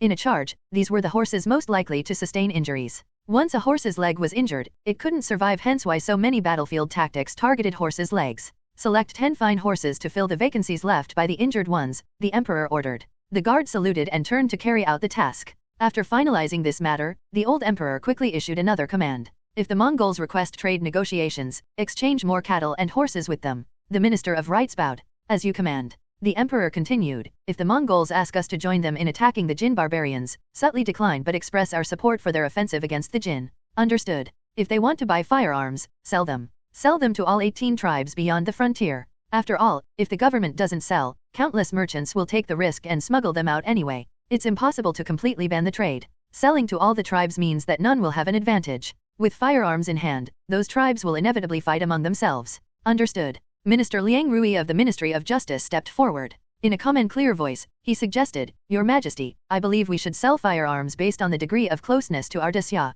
Tribes allied with us should always have the privilege of being the first to purchase our firearms. Other tribes can only purchase from the second or third batches and at higher prices. Should any tribe show disrespect to Daxia, we can refuse to trade with them altogether. This way, the 18 tribes beyond the frontier would end up in constant internal strife. As long as no great leader unites them, they will never pose a significant threat. And if such a leader does emerge, well, it would be up to fate. The current generation cannot shelter the next forever. If future generations are capable, they'll use the chaos beyond the frontier to strengthen and elevate the nation to a point where even if the tribes unify someday, they wouldn't dare rebel. Liang Rui, with his sharp and austere demeanor, had never been a gentle character. Now, with such a ruthless proposal, he was like a figure who could silence crying children at night. Yet the old emperor couldn't help but smile. One strategy to deal with the Waka, another to handle the barbarians. Minister Liang, you are truly brimming with wisdom and a pillar of this nation. Liang Rui bowed. Thank you, Your Majesty. I am merely... The old emperor, sensing Liang was about to humbly deflect the praise, waved his hand impatiently and interrupted. His gaze shifted to the barbed wire fence and reminded him that Su Yanmiao likely harbored more ingenious ideas. Unable to resist, he reached out. Su Yanmiao, do you have any more clever ideas? Su Yanmiao, huh? The old emperor's thoughts wandered. We've dealt with cavalry, so why not have something for infantry? Not too much to ask, right? A multi-year strategy tailored to the barbarians' terrain? Fair enough, right? We've addressed land issues, why not touch on naval warfare? Perhaps suggest improvements to ships, or pinpoint areas where treasure islands might exist. Surely that's reasonable. Damn it, if I'd known this would happen, I'd have kept my mouth shut. The emperor's smile froze. Wait, no, don't stop now. In a hasty attempt to salvage the situation, he blurted, It's fine if you don't have anything, I was just asking casually. Of course, they'll ask me for ideas. Who has the time to think about these things amid all the eating, drinking, and relaxing? Wait, I've got it. The emperor immediately fell silent, saying no more about his casual inquiry. The other ministers, especially the military officials, breathed a collective sigh of relief. As long as there's an idea, they weren't picky. But, isn't this too cruel? The emperor and his ministers inwardly chimed in, Not cruel. War is all about deception and strategy. If it works, we're fine with it. We wouldn't. What if we wrap dung water in explosives? Once the skin breaks, infection is highly likely, and survival chances are slim. The collective inner dialogue of Daxia's emperor and ministers froze, and they all stared at Su Yanmiao. You looking all clean and proper. Huh? What's wrong? Why are they all staring at me? Thinking they were waiting for him to speak, Su Yanmiao tentatively said, Well, I do have an idea. It's inspired by the concept of golden liquid. Golden liquid refers to a common defensive weapon used in siege battles, scalding hot fecal slurry. When poured, it severely burns anyone it touches, leaving their skin raw and exposed. The bacteria from the feces then infect the wounds, and once infected, survival is a slim chance. Su Yanmiao elaborated on his idea, though he referred to the explosive package as a fire brick, a contemporary invention similar to a dynamite stick. Shaped like a brick, it was packed with gunpowder and ignited before being thrown. He added with a slightly sheepish smile, These are just small tricks of mine, nothing compared to the grand strategies of Master Liang. No, this method is excellent, better than mine. Liang Rui immediately countered. Master Su's idea could determine the victory of a war. He then turned to the emperor, bowing deeply, Your Majesty, I urge you to dispatch someone to inform the Marquis of Yongchang immediately. These fire bricks will be invaluable on the battlefield against the Waka. With them, we could hasten the campaign's progress and avoid a prolonged blockade and attritional warfare. The old emperor, whose mind had been overexcited by the barbed wire idea, suddenly had an epiphany. Overcome with excitement, he exclaimed, Indeed, this could be used in the war against the Waka. Blockade the islands, prevent them from moving, and then toss the fire. Manure bricks, right. The word slipped out, manure bricks. The emperor froze. Liang Rui froze. Su Yanmiao, however, felt validated. Oh, even the emperor thinks this name fits better. Great minds think alike. Nothing of the sort. The emperor, annoyed, said, This name is too vulgar, isn't it? It cannot be called that. But fire brick doesn't feel quite right either. Liang Rui quickly intervened, fearing Su Yanmiao might suggest another unrefined name. How about golden brick? A brick of golden liquid. Good, we'll call it the golden brick. The emperor made a swift decision and then announced, Court adjourned. Ministers, return home and rest. He seemed as though he were fleeing from something terrifying. The emperor paused, then turned back. Su Yanmiao. Su Yanmiao assumed a listening posture. The emperor revealed a peculiar smile. When you return home, you'll find a surprise waiting for you. Su Yanmiao's eyes widened slightly in curiosity. What surprise? Su Yanmiao walked into his residential ward, puzzled. Looking around, he noticed nothing out of the ordinary except for the unusually warm greetings from at least 7 or 8 neighbors along the way. The ward remained as lively as ever. Adults sat on stools under the trees, chatting, while the aroma of meals wafted through the air. Children chased each other in playful games. Daddy, do a trick. All right. A sturdy man, likely a farmer, performed a series of somersaults with a cheerful grin. A young girl clapped enthusiastically and, upon noticing Su Yanmiao watching, blushed and hid behind her father's leg, peeking out shyly to smile at him. Su Yanmiao couldn't help but smile back. Home sweet home. The young man stretched lazily, walked to his front door, and took out his key. But before unlocking it, he noticed a box covered with red silk sitting at the entrance. Startled, Su Yanmiao picked it up and gently lifted the silk. Inside was a piece of paper. Just as he was about to comment on the local honesty that allowed such an unlocked box to be left unattended, he read the paper and froze. A deed. It was the land deed to his small courtyard. In the ownership section, his name was boldly written. Author's note at novel bin at. Regarding secondary mounts. The Teja once asked his commanders, if we kill the secondary mounts, would it be enough for 3 days of rations? Book of Wei. Regarding whether war horses always die on the battlefield. In previous northern campaigns, though the army did not achieve victory, they suffered no significant losses. At the time, the military maintained 300,000 horses, and the number lost to exhaustion during marches was fewer than 8,000. Book of Wei. Note, horses often die not from carrying supplies, which is handled by pack horses, but from the strain of long, urgent marches without adequate rest, food, or water. War horses, driven by a strong competitive instinct, will keep pushing themselves to match the pace of others, even when exhausted. Prolonged driving or whipping can lead to sudden collapse. On fire bricks. The fire brick, roughly 3 to 4 inches wide, burns on contact. Jiangjian City Siege Records. To use fire bricks, cannons, or fireballs, the fuse must be lit just before throwing. Otherwise, the fuse may go out, or worse, the enemy could throw it back at you at the most critical moment, turning the weapon against you. New Book of Military Efficiency. Speculated to be made of a paperboard or thin wooden shell filled with gunpowder, with a fuse that is lit before being thrown into the enemy ranks. By the way, it's said that Mongols used fecal projectiles. They also dipped arrowheads in cow dung and let them dry, so the arrows carried fecal matter. House. I have a house now. The old emperor is so generous. Just for providing 2 ways to use barbed wire, he gifted me a house in the capital. Su Yanmiao took a deep breath, staring at the land deed in his hands, checking and rechecking it. Once he confirmed it was genuine, especially with the emperor's note in the box explicitly stating it was a gift, his face visibly flushed with excitement. The next day, Su Yanmiao woke up at the usual time, 3 a.m., to attend court. But this time, he felt no inclination to complain. Full of energy, he headed to the court lounge, carrying his customary flatbread. Today, however, he had also splurged on a cup of hot soy milk. No more rent to pay? Life is good? Su Yanmiao. A voice called from behind, startling Su Yanmiao. He instinctively took a step forward before turning around, his mouth still full of flatbread, cheeks puffed out at novel bin at. Quickly swallowing the food, he cautiously asked, Master Liang, is there something you need? He worked in the Ministry of Personnel, so there didn't seem to be much reason for the Ministry of Justice official to seek him out. The official, surnamed Liang with the given name Rui, hesitated briefly before saying, before court sessions, it's best to avoid consuming liquids. With that, he cupped his hands in farewell and walked off. Su Yanmiao looked down at his cup of soy milk, still confused, but reflexively raised his voice to call out, thank you. Then, while munching on his flatbread, he opened the system interface. And then, hiss, he nearly spat out the flatbread. Engrossed in the system, Su Yanmiao didn't notice the subtle reactions of the surrounding officials. Startled by his gasp, several quietly edged closer, ears perked up. The officials who were still eating breakfast promptly stopped. Forget food? Gossip is far more important? Good thing, good thing. Good thing I didn't drink too much. Turns out, in the previous dynasty, someone couldn't hold it in during court and urinated themselves. They were immediately demoted from a central position to a remote local post. They had painstakingly climbed to the role of senior clerk for criminal affairs, a proper 7th rank official, but they were demoted straight to a county registrar, not even a county magistrate. In the lounge, several officials who had recently consumed soup or water abruptly stood up.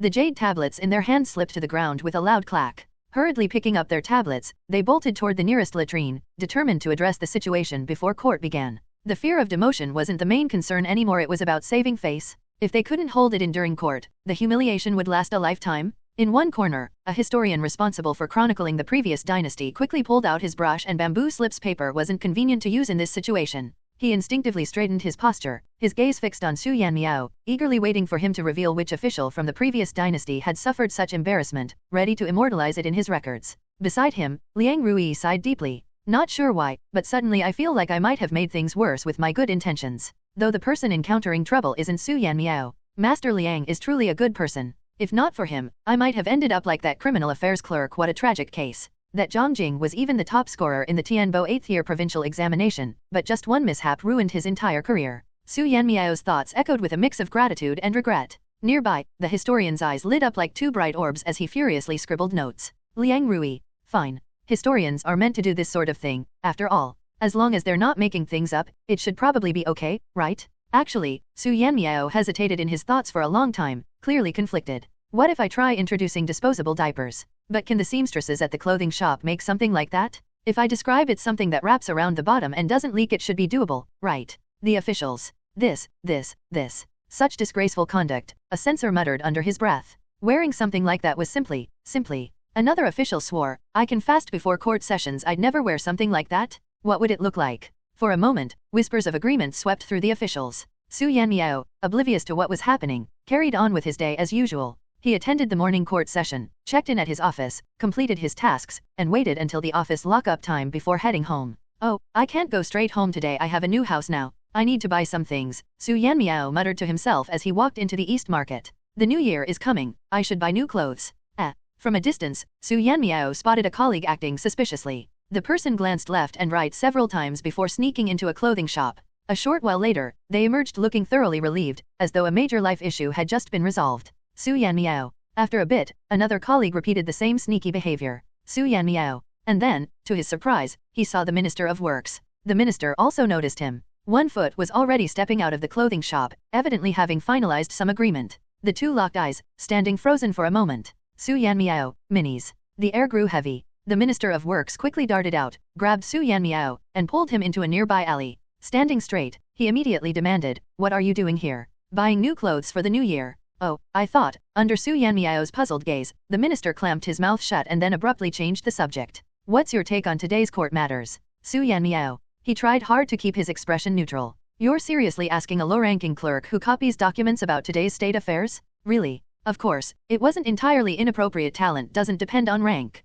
But Su Yanmiao thought about it and realized he hadn't done anything remarkable to show talent, except for the barbed wire, but that had nothing to do with court affairs. The Minister of Works suddenly realized he'd asked a pointless question and quickly changed his tone. Master Su, would you accompany me for a walk? He sighed heavily, clearly burdened with some concern. Su Yanmiao thought for a moment. Since there was still plenty of time before the East Market closed, he nodded and kindly asked, does the minister have a difficult matter to resolve? Of course. Could it be that he's upset about his daughter catching feelings for a man a few days ago, leaving a father's heart heavy with nowhere to vent? Minister of Works. He simply wanted to divert attention. If someone casually asked the seamstress about the Minister of Works secretly commissioning undergarments designed for catching urine, it wouldn't take until tomorrow. By tonight, all the officials in the southern 36 districts would be gossiping about it. But now, the Minister of Works nearly ground his teeth to dust. Of course. My daughter, she's been stolen away by some scoundrel. So that's what it is. Su Yanmiao realized. It seems those two are currently strolling along the Luo River, exchanging sweet nothings and flowers, happy as butterflies.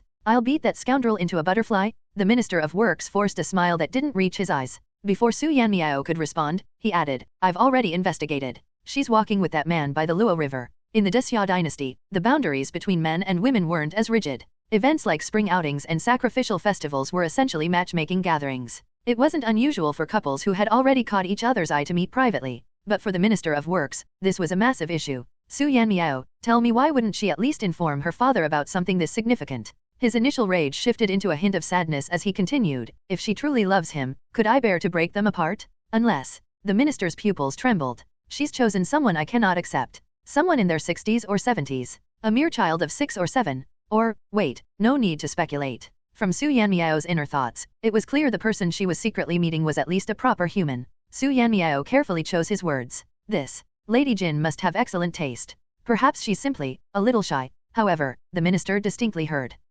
Probably. After all, you rarely pay attention to her, just give her money. The minister's eyes widened further in shock. Giving money isn't enough to show care? Should I give her land too? Well, her current 500 acres do seem a bit meager. Could it be that when setting up her estate, I used purple sandalwood furniture she didn't like? Perhaps she prefers a different wood? Come to think of it, I don't even know what kind of wood she likes. I just chose the most expensive. What a failure of a father. Busy with government affairs and unable to bond with his daughter as casually as he did with his son, he'd opted instead to provide her with more maids, servants, and jewelry, but still, he had neglected her. She rarely had companionship. The big house was often just her and the maids. The Minister of Works was deeply ashamed. Indeed, he'd been preoccupied with court matters, his wife engrossed in business, albeit under the guise of a distant relative, as officials' families were prohibited from trading, and his son sent off to govern elsewhere. Only his beloved daughter remained, often alone. So, when a young scholar cooked her a simple bowl of porridge himself, she was so touched that she gifted him a mansion with a hot spring and a rare fox fur cloak. While the family wasn't short on money, and such gifts didn't hurt the minister's coffers, the underlying sentiment made his blood boil. Where did this brat come from? A mere bowl of porridge, and he had my daughter worrying about whether he had a roof over his head or warm clothes to wear? Su Yanmiao, come with me to the Luo River. The minister grabbed a thick wooden stick lying by the wall. Today, I'll make sure he understands how hard it is to marry the daughter of a minister of works. Su Yanmiao followed along, mentally remarking, didn't you just say you wouldn't break them apart? That's quite the quick change of heart. Is this what they mean by the inscrutable mind of a man? By the Luo River, a young woman and a scholar walked side by side. The scholar's eyes were faintly shadowed, and his frame was thin, but his gaze was filled with deep affection as he looked at the woman. Lady Jin, I will never let you down. Once I pass the imperial exams, I will come to your family to propose. The woman gazed at him just as affectionately, her lips parting lightly. If you live, I live. Live my foot. A furious shout rang out. The two turned in surprise to see a strong, imposing man marching toward them, a thick wooden staff in hand. The woman hurried to him, taking a few steps before reaching his side. Father, what are you doing here? The minister of works stood tall and fierce. Separate? You must separate. I absolutely forbid you from being together, or I will. Before he could finish, Lady Jin interrupted. Fine. I'll cut off your allowance. What? The minister froze in disbelief. Lady Jin calmly repeated. Fine. Father, you want me to separate from him, don't you? The minister of works looked suspicious. Are you serious? This isn't some trick to protect that boy, is it? Lady Jin nodded. Of course, I'm serious. The scholar stood stunned. Lady Jin? Why? She turned to him, looking confused. My family doesn't allow it, so of course, I must listen to them. The scholar was speechless. But we love each other. Once I pass the imperial exams, I'll come to marry you. Can't you wait for just a few more years? Su Yanmiao couldn't help but mutter inwardly. Who knows when you'll pass the exams? At 30, you're an old scholar. At 50, you're a barely passed candidate. Though there's no more Mingjing exams now. The minister of works nodded vigorously in agreement. If you can't pass by 50 or 60, should my daughter wait for you until then? At novel bin at. The scholar raised his head slightly, a trace of pride in his expression. That's not the case. With my talent, how could I waste so many years? Su Yanmiao thought, so confident? Oh, he must be planning to charm little Jin and have old Jin pull some strings for him. The minister of works frowned, his face darkening. You're a fool. There are countless scholars in the world, and how dare you claim you're superior to all of them?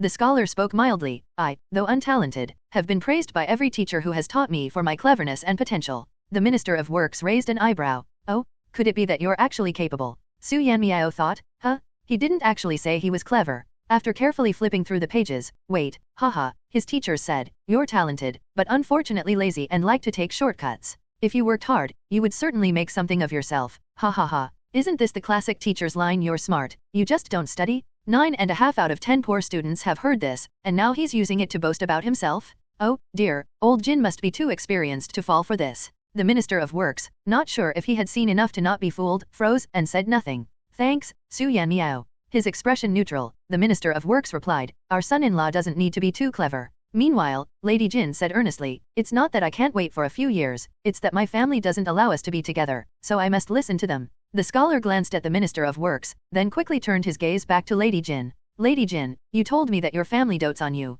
Su Yanmiao couldn't help but mutter, is this it? You can't even handle your own family, and you expect to change her mind and have her go against her family for you? That's pretty irresponsible. The minister of works almost clapped in agreement. Exactly. Thankfully, his daughter wasn't foolish. After hearing his daughter's defense, his doubt turned into relief. He wanted to tell her not to talk to this man anymore and to go straight home. If he dared to persist, he'd break his legs. Lady Jin, still facing the scholar, continued with clarity, yes, my family did dote on me before, but as you heard, if I stay with you, my father will cut off my allowance. This is the first time? It shows how angry my father is. This is serious. The scholar's face was filled with disappointment. Just money. Lady Jin looked confused. The house you received is from my family, the fox fur you wear is from my family, and all of that is nothing compared to the wealth in my family. If you can't even resist the house and clothes, why should I suffer with you? The scholar was stunned, speechless, his face flushed. He tried again, but, why? Lady Jin thought for a moment. That day it rained heavily, you invited me into your house and cooked me congee. That really moved me. I just thought to be with you for a while. Before she could finish, Lady Jin saw Su Yanmiao's face and paused for a moment. The scholar, still waiting for her response, watched as the woman who had been so affectionate with him suddenly turned and quickly walked over to a young man, gazing at him deeply. If you live. Smack. The minister of works swiftly covered his daughter's mouth. Author's note. Regarding holding back during the morning court, former criminal department official Zhang Xian was appointed as the chief clerk of Lianzhong County, Fujian. During the morning court, he accidentally relieved himself on the imperial steps, and the law office decided he should be punished but allowed to retain his position. The emperor specially instructed the Ministry of Personnel to demote him. Mingxilu, Emperor Yingzong's Annals. At 30, an old student of the Mingjing, at 50, a young Jinshi. Proverb. The Minister of Works was startled by his daughter's actions, his face filled with alarm. No, this simply won't do. Ahem. Little Su. The minister forced a smile. You should head back for now. You've worked hard lately. Oh, I heard that His Majesty purchased the house you were renting and gifted it to you. Do you have any plans for furnishing it? Just let me know. I've got plenty of timber and craftsmen here. Don't hold back. If it weren't for you accompanying me today, I wouldn't have been able to tackle this head-on and might still be drowning in worry. If you insist on being modest, I'll have no choice but to give you silver as a token of thanks. Su Yanmiao couldn't refuse, so he cupped his hands and expressed his gratitude. Then, he quickly excused himself. This humble official will take his leave now. Hurry. If the Minister of Works suddenly changes his mind and decides to make me his son-in-law, I'm done for. I'm not ready to settle down and start a family yet. I still want to enjoy life. The Minister of Works also breathed a sigh of relief. As long as Su Yanmiao didn't have such thoughts, it was fine. Leaving aside the fact that Bai Ziyi was involved, something absolutely forbidden to harbor privately, or the emperor would never stop scrutinizing their family. There was the issue of familial bonds. If they became family, and little Bai Ziyi attended court and absent-mindedly thought about home matters, he'd unintentionally expose every secret of the household. Who could endure that? After Su Yanmiao left, the Minister of Works released his grip on his daughter's mouth and spoke with rare seriousness. My dear girl, remember this. Anyone else is fine, even if you wish to enter the palace. Although I would oppose it, if you were to threaten me with your life, I'd have no choice but to compromise and beg His Majesty on your behalf. Miss Jin blinked in confusion. Am I that unreasonable? But Su Yanmiao, for once, the minister looked genuinely conflicted as he gazed at his beloved daughter. After a pause, his expression turned grave. He is absolutely out of the question. Only he is forbidden. Unless he takes the initiative to pursue you, you must never try to involve yourself with him. Otherwise, it will bring ruin to our family. Miss Jin clutched her chest, nearly frightened out of her wits. Seeing her father's serious demeanor, she realized the gravity of the situation and quickly nodded. Don't worry, father. From now on, I'll turn the other way whenever I see him. That's unnecessary. There's no need to act deliberately. Just interact with him normally. The minister patted her on the head and smiled. Also, I have a surprise for you. I went to His Majesty and secured you a position. Miss Jin's eyes lit up, and her breathing quickened. A position. Was it what she thought it was? You've come at the right time. In the past, even if your father performed meritorious deeds, it would have been impossible to achieve this. The Minister of Works spoke with a sigh of emotion. Looking at it this way, they really owed Su Yanmiao a debt of gratitude. Let's go home. I'll tell you all about it in detail. It will require your martial skills. Got it. What porridge? What scholar? Miss Jin had already forgotten everything as she followed her father and left. However, while she had moved on, the Minister of Works had not. Taking advantage of his daughter's distraction, he gave the scholar a deep, scrutinizing look. His family indeed wasn't short on money, but to scheme against his daughter, walk away with a house, and enjoy the fox fur leisurely? Dream on? In the capital, a story circulated about a scholar who had lost his house and was shivering in thin clothing on the street during the cold winter. However, his plight was even less significant than a pebble in a stream. Compared to him, there were many more unfortunate people awaiting the court's attention. This year was anything but peaceful. On the 15th day of the first lunar month, heavy snow blanketed Nanchinj County, leaving 80 people frozen or starved to death. On the 9th day of the 6th lunar month, frost descended like falling stars, destroying all the summer crops in Yanshan County. By late September, floods ravaged Taiping, Ningguo, and Anqing, drowning over 20,000 people. Meanwhile, in Fujian, while floods plagued other regions, it endured a severe drought. From summer to the current winter, Fujian had seen no rain for 3 consecutive seasons. Wells and ponds had dried up entirely. This wasn't divine punishment. Every dynasty had its share of natural disasters. With a land as vast as the 9 provinces, there would always be 1 or 2 regions struck by calamity. The grand official of the Ministry of Revenue in Daxia was so frugal partly because he had to reserve funds for disaster relief. Your Majesty, are you seriously sending Huachan for disaster relief this time? Empress Dou was taken aback. She could hardly believe that her husband, who constantly referenced the admonitions for women, would assign the task of disaster relief to Princess Wanxiao. And he wasn't cutting any corners. He treated her just like he would any male official. He appointed her as the right vice-censor-in-chief, sent her to the disaster-stricken areas, and even arranged for personnel to ensure her safety at Novel bin Adat. The old emperor, however, spoke nonchalantly. Didn't I plan to strip her of her position right after the new year? But then I got busy touring the 9 provinces and didn't have time. Now that it's year-end, she's proven to be quite useful. This disaster relief mission will test her abilities. If she can prove herself, I'll let her remain in her post at the Ministry of Revenue. Once she's accumulated enough experience and merits, she can be promoted as usual. As he spoke, the emperor grew indignant. You have no idea, Empress. Everyone else has their own agendas. Only our family truly has our interests at heart. With Wanxiao managing finances at the Ministry of Revenue,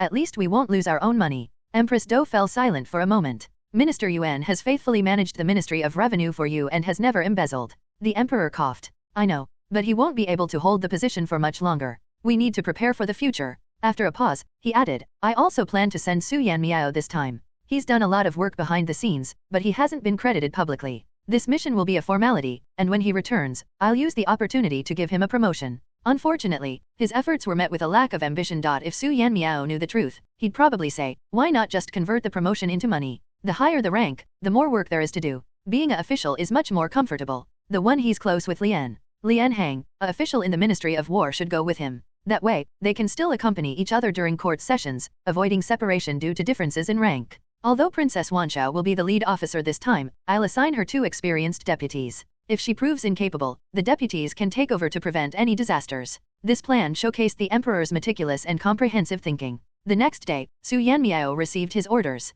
The disaster relief mission to Fujian would be led by Princess Wanshao, supported by Shen Gifang, Minister of Justice, and Liang Rui, an assistant minister in the Ministry of Justice. Additionally, Su Yanmiao from the Ministry of Personnel and Lian Hang from the Ministry of War would accompany them. The relief team was further supplemented by a contingent of imperial guards, with martial-skilled women specifically assigned to protect Princess Wanshao. Among them was none other than Miss Jin. The journey from the capital to Fujian covered nearly 3,000 li, approximately 1,500 kilometers. Given the need to transport supplies, the team would require at least a month to reach their destination. For the first 3 to 4 days, Princess Wanshao managed to remain patient. However, by the 7th or 8th day, she grew anxious and asked the 2 experienced officials, with travel taking so long, won't the local disaster victims suffer even more? There was nothing they could do. Flying wasn't an option at Novel bin at. The Minister of Justice, his brows furrowed with worry throughout the journey, patiently explained when asked, Your Highness, disaster relief has always been like this. If the afflicted area is close to the capital, a sensor can ride swiftly to the scene.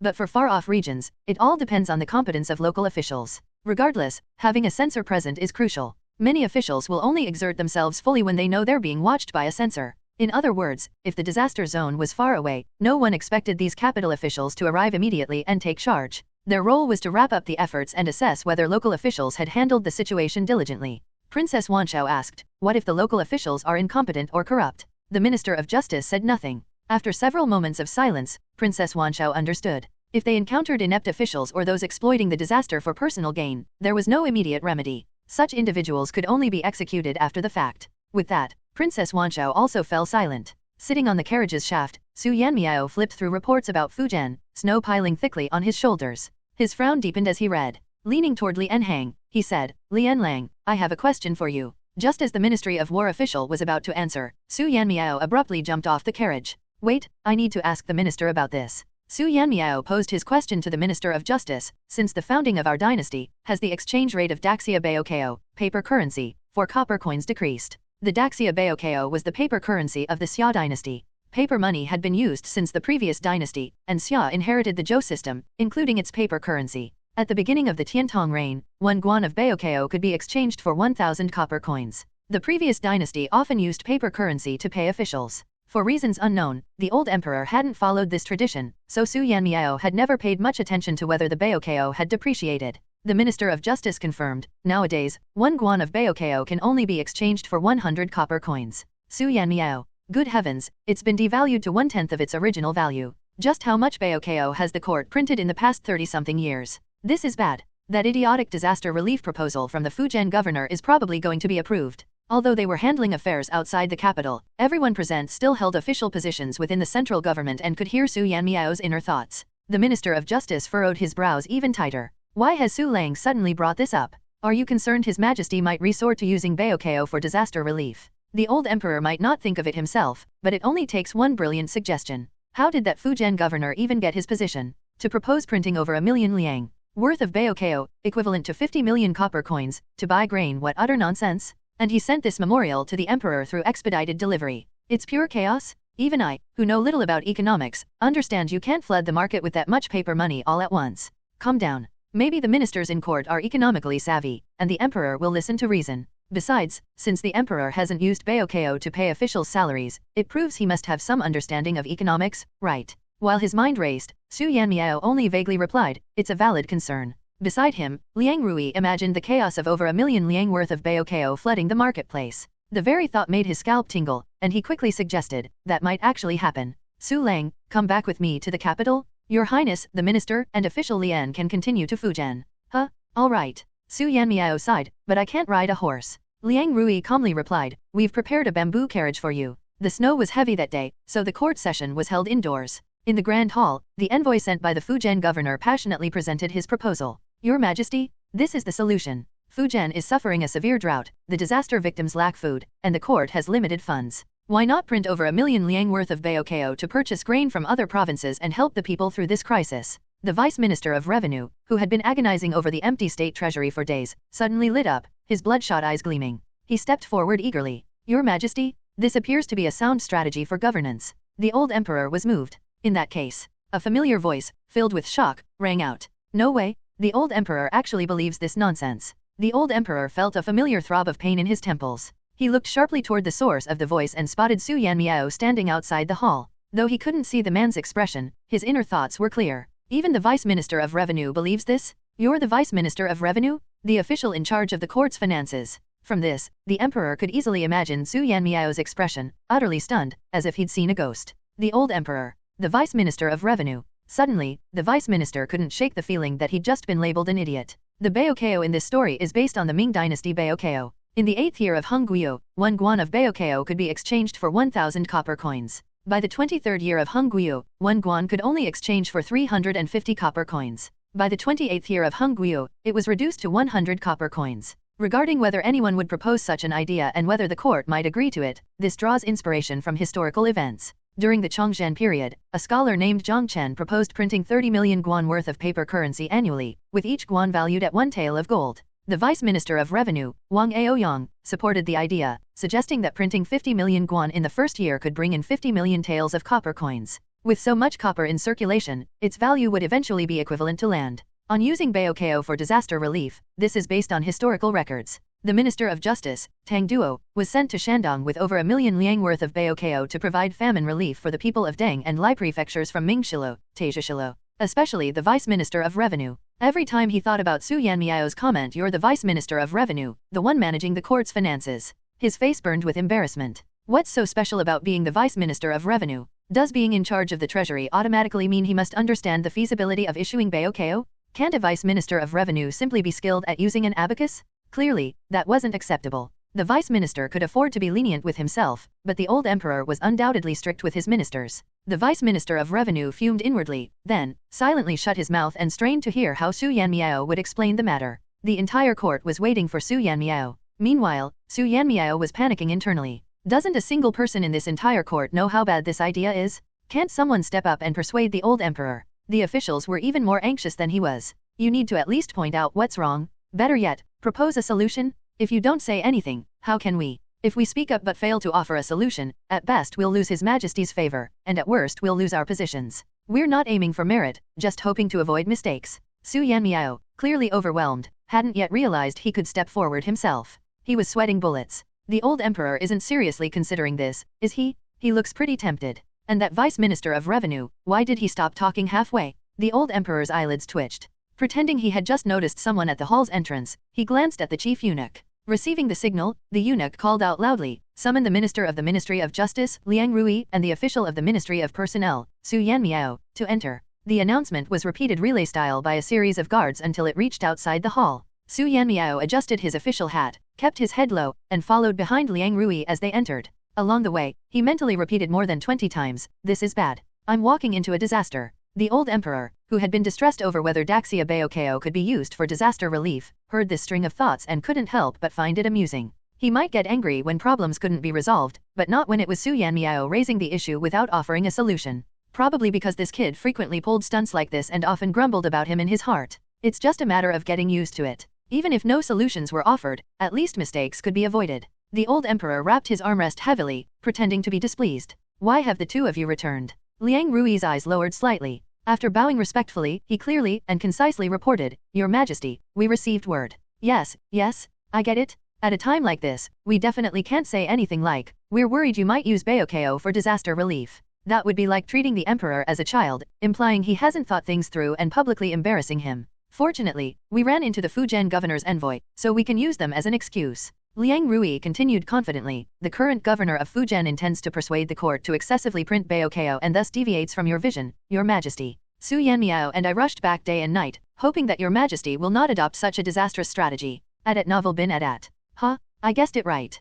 Liang Rui is quick on his feet? No one would have known he didn't know about the Fujian governor's plan before this, right? The old emperor feigned confusion. Why is that? Liang Rui bowed again and explained, anything in excess loses its value, including money. Since the first year of Tiantong, a single Baokao that could originally be exchanged for 1,000 copper coins can now only be exchanged for 100. This is because Baokao has been overissued, and the goods available for purchase in Daxia are far too few. Once everything is bought, the excess Baokao becomes waste paper, naturally losing its value. The Vice Minister of Revenue immediately sensed an opportunity. This might be his chance to prove his usefulness and restore his image in the emperor's eyes. He spoke up directly, what nonsense is this, Liang Rui? How can goods ever run out? If the stores on East Street run out, there's still West Street, and after West Street, there are the small vendors in the alleys. Some officials in the court, following the Vice Minister's logic, couldn't help but nod. These were the types who either couldn't grasp the concept or simply lacked the mental flexibility to do so. With the Vice Minister asking, Liang Rui was more than happy to clarify.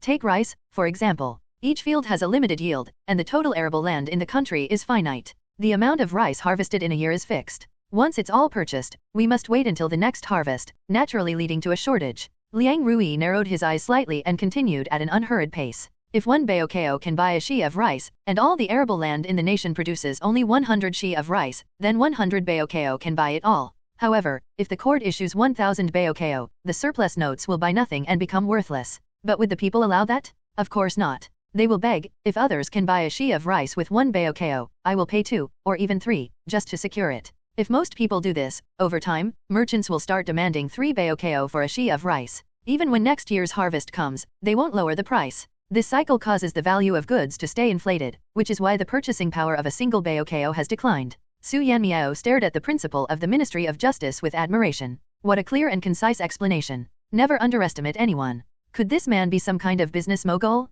If so, he might know how to resolve the issues with Baokao. Liang Rui might have been moved by Su Yanmiao's faith in him, but at this moment, all he could do was keep silent. Fixing the devaluation of Baokao was beyond him. The most he could do was point out why overprinting was unwise. Beside him, the Fujian governor's envoy began to stir. The old emperor glanced at him and called out, "Do you have something to say?" The envoy from Fujian stepped forward and said, "Your Majesty, this man is fearmongering. If rice runs out, there's still wheat. If wheat runs out, there's silk. And even if silk is gone, there will always be oil, salt, soy sauce, and vinegar. The world has an abundance of goods." Liang Rui frowned in disdain and interrupted sharply, "But there's even more Baokao because it's just paper. You can produce as much as you want. The result of unchecked printing is a market with no goods and waste paper flying in the wind. What are your intentions in harming Daxia like this?" The envoy froze, his face turning red. "How dare you slander me without evidence?" Stubbornly, he continued, "Furthermore, even if what you say is true, when has my lord ever suggested unrestrained printing? He merely instructed me to suggest printing enough to get through this crisis." Su Yanmiao grew increasingly alarmed as he listened, his anxiety mounting. Oh no, how did this Fujian governor ever get his position? Doesn't he understand the concept of drinking poison to quench thirst? Huh? So he didn't actually come up through the formal imperial examination system? Wait a second, this, wow, so that's all it takes to become a high-ranking official. Yikes. Many officials, especially those from the Ministry of Revenue, suddenly brightened. Say more? They desperately wanted to avoid the emperor's gaze, the one that seemed to ask, "If you can't even solve this problem, what use are you?" This issue, they truly didn't know how to handle it. Historically, officials with business acumen were as rare as phoenix feathers, and those who could attend court debates were even scarcer. The imperial examinations never tested this, and once in office, we're prohibited from engaging in commerce. What are we supposed to do? Su Yanmiao, say a bit more. Divert the emperor's attention, and as for the Fujian governor's fate, well, it doesn't matter. Sacrifice him to benefit the entire court? Besides, this problem is his doing in the first place. Would it have killed him to request grain for disaster relief honestly? Unsurprisingly, many court officials were already harboring resentment toward this unseen Fujian governor. Some others, however, were fidgeting, as though sitting on pins and needles. Scholars across the land must be cursing their parents. Why didn't they give them a better name? Look at this one, his name alone turned him from a student of the Imperial Academy into the governor of Fujian. Other students have to intern in various ministries first, but he went whoosh straight to a second-rank governor position in Fujian, a wealthy coastal province with bustling maritime trade. Beyond those directly involved, most of the court officials and ministers of Daxia were now utterly hooked, their curiosity burning. What kind of name could do this? To leap from having no official position to a second rank, this was more than a meteoric rise. Those of us risking our necks on the battlefield or clawing our way up step by step, how can we compete with that? Uai, huh? Wasn't there a loyal minister from the previous dynasty named Wang Uai who sacrificed his life for the nation? Same name, different fate. They even come from the same region and share a similar accent. Wait. The Marquis of Yanguo recommended him for this position the moment he saw him. Could it be? Feeling the emperor's meaningful gaze, the Marquis of Yanguo instinctively hunched his shoulders, trying to shrink into the background. It's not. Oh no, I knew it. I thought it was just because his name sounded nice, but no, men's words are lies. Clearly, it's because his name and accent resemble that loyal minister from the previous dynasty. I never expected this. The Marquis of Yanguo tried to recruit that minister 3 times without success, and now his obsession runs this deep. Tisk tisk. Who can say this isn't some kind of surrogate narrative? Although most had never heard of surrogate narratives, the context was enough for them to piece it together. Mocking glances now drifted toward the Marquis of Yanguo. At this moment, unaware that he would soon earn the honorary title of surrogate Marquis, the Marquis was on the verge of tears. He forced out his words one by one. Your Majesty, the governor of Fujian is unworthy of his position. When I recommended him, it was a moment of foolishness, and I am deeply at fault. Please, Your Majesty, punish me. What surrogate narrative? I did not. I simply wanted that loyal minister to serve Daxia as a colleague, to stop devoting himself to that rotting court. Later, when I saw someone named Uai, it reminded me of him, and I indulged my selfishness for a moment. This person happened to have talent, just not in commerce. That's why I recommended him. If he had been an uneducated scoundrel, I wouldn't have given him a second glance. The Marquis of Yanguo felt utterly wronged but had no way to explain himself now. Gritting his teeth, he said, I implore your majesty to demote this man from the governorship. His foolishness renders him unfit for such a weighty role. Furthermore, I ask your majesty to strip me of my own position to serve as a warning to others. The old emperor pondered for a moment, his lips twitching. The surrogate is still just a surrogate. When trouble arises, he's the first to be discarded. The Marquis of Yanguo ground his teeth. I already said there's no such thing. Yu's abilities were passable, but that prime minister of the previous dynasty was extraordinary. Under the rule of such a tyrannical and brutal emperor, he managed to protect himself while also helping the Zhou dynasty, at the height of its prosperity, withstand the assault of 18 rebel armies for 4 extra years. How could they be compared? How could this be similar? Substitute? What substitute? Nonsense. The old emperor barely held back a laugh, stifling it with immense effort so Su Yanmiao wouldn't notice anything unusual. Then, stealthily pinching his thigh, he suppressed his mirth before speaking again. You exaggerate. While you misjudged this individual, no grave error has occurred. Hence, your fief shall only be reduced by 200 households. As for the Fujian governor, for offering ill-advised proposals and nearly causing great harm, he shall be dismissed from office. The Marquis of Yanguo, terrified that Su Yanmiao might say something even more shocking, quickly replied, Thank you, your majesty, for your mercy. The old emperor continued, As for the issue of treasure notes, we will not print more for now. However, the crisis surrounding them still looms. Does anyone have a solution? Silence. Well, not entirely. We do. Just ask someone who knows business. Isn't the Minister of Work's wife a skilled businesswoman? And she's particularly adept at it. At novel bin at. But in any dynasty, officials and their families were strictly forbidden from engaging in commerce. The Minister of Work's face turned green in an instant. The peculiar titles referenced here are inspired by historical anecdotes. The birdwashing censor. Wan Venkang, a prominent official, reportedly regained his vitality using a secret remedy from a subordinate. This remedy involved washing his bird, a euphemism for genitals, earning him the nickname. Source, Wanli Yehoabayan. The urine refining minister. Gu Kexu, an official, specialized in refining urine into an elixir believed to extend life. This gained him rapid promotions. Source, Wanli Yehoabayan. Gaining office through absurd means. Han Tuas, who was amused by Zhao Xiai barking like a dog to please him, leading to Zhao's appointment as the Minister of Works. Source, Song History. Tang Xianzong promoted Yuan Qinyao quickly because his appearance and speech resembled another official he admired. Source, Liu's Old Anecdotes. He Ding was rewarded with a noble title after presenting hunting dogs to Sun Hao to supply his kitchen with rabbits.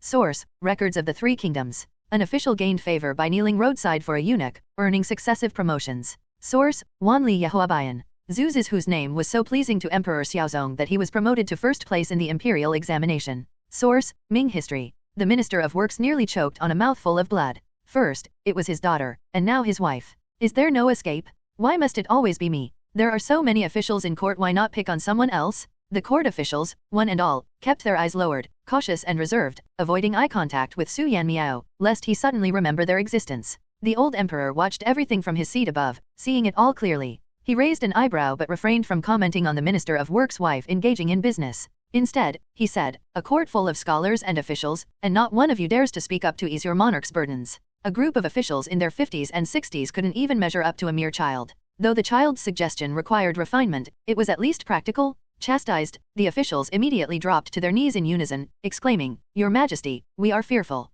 We are guilty." The emperor clenched his fist, knocking it lightly on the armrest as he let out a cold snort. "Fearful? I see no trace of fear in you. You all seem rather bold." Did they think he couldn't see how many were just prioritizing self-preservation? The officials hung their heads in shame, apologizing repeatedly. Yet not one of them uttered the words the emperor wanted to hear. When they remained silent, the emperor declared, "If you lack understanding, then leave it to those who do. Matters involving finances, there are merchants aplenty across the land, surely some are knowledgeable. Today, I decree that merchants shall be allowed to take the imperial examinations." At these words, the officials became even more guilty, apologizing profusely with remarkable efficiency. However, when it came to the subject of merchants taking the imperial exams, they were unanimous in their objections. "Your Majesty, this must not happen. Your Majesty, please reconsider. Your Majesty, merchants are unprincipled and conniving. Allowing them to become officials could destabilize the court. Merchants are parasites on the state. With their wealth, they would become impossible to uproot. We do not deny the existence of virtuous merchants, but the majority are deceitful, hoarding goods and manipulating markets.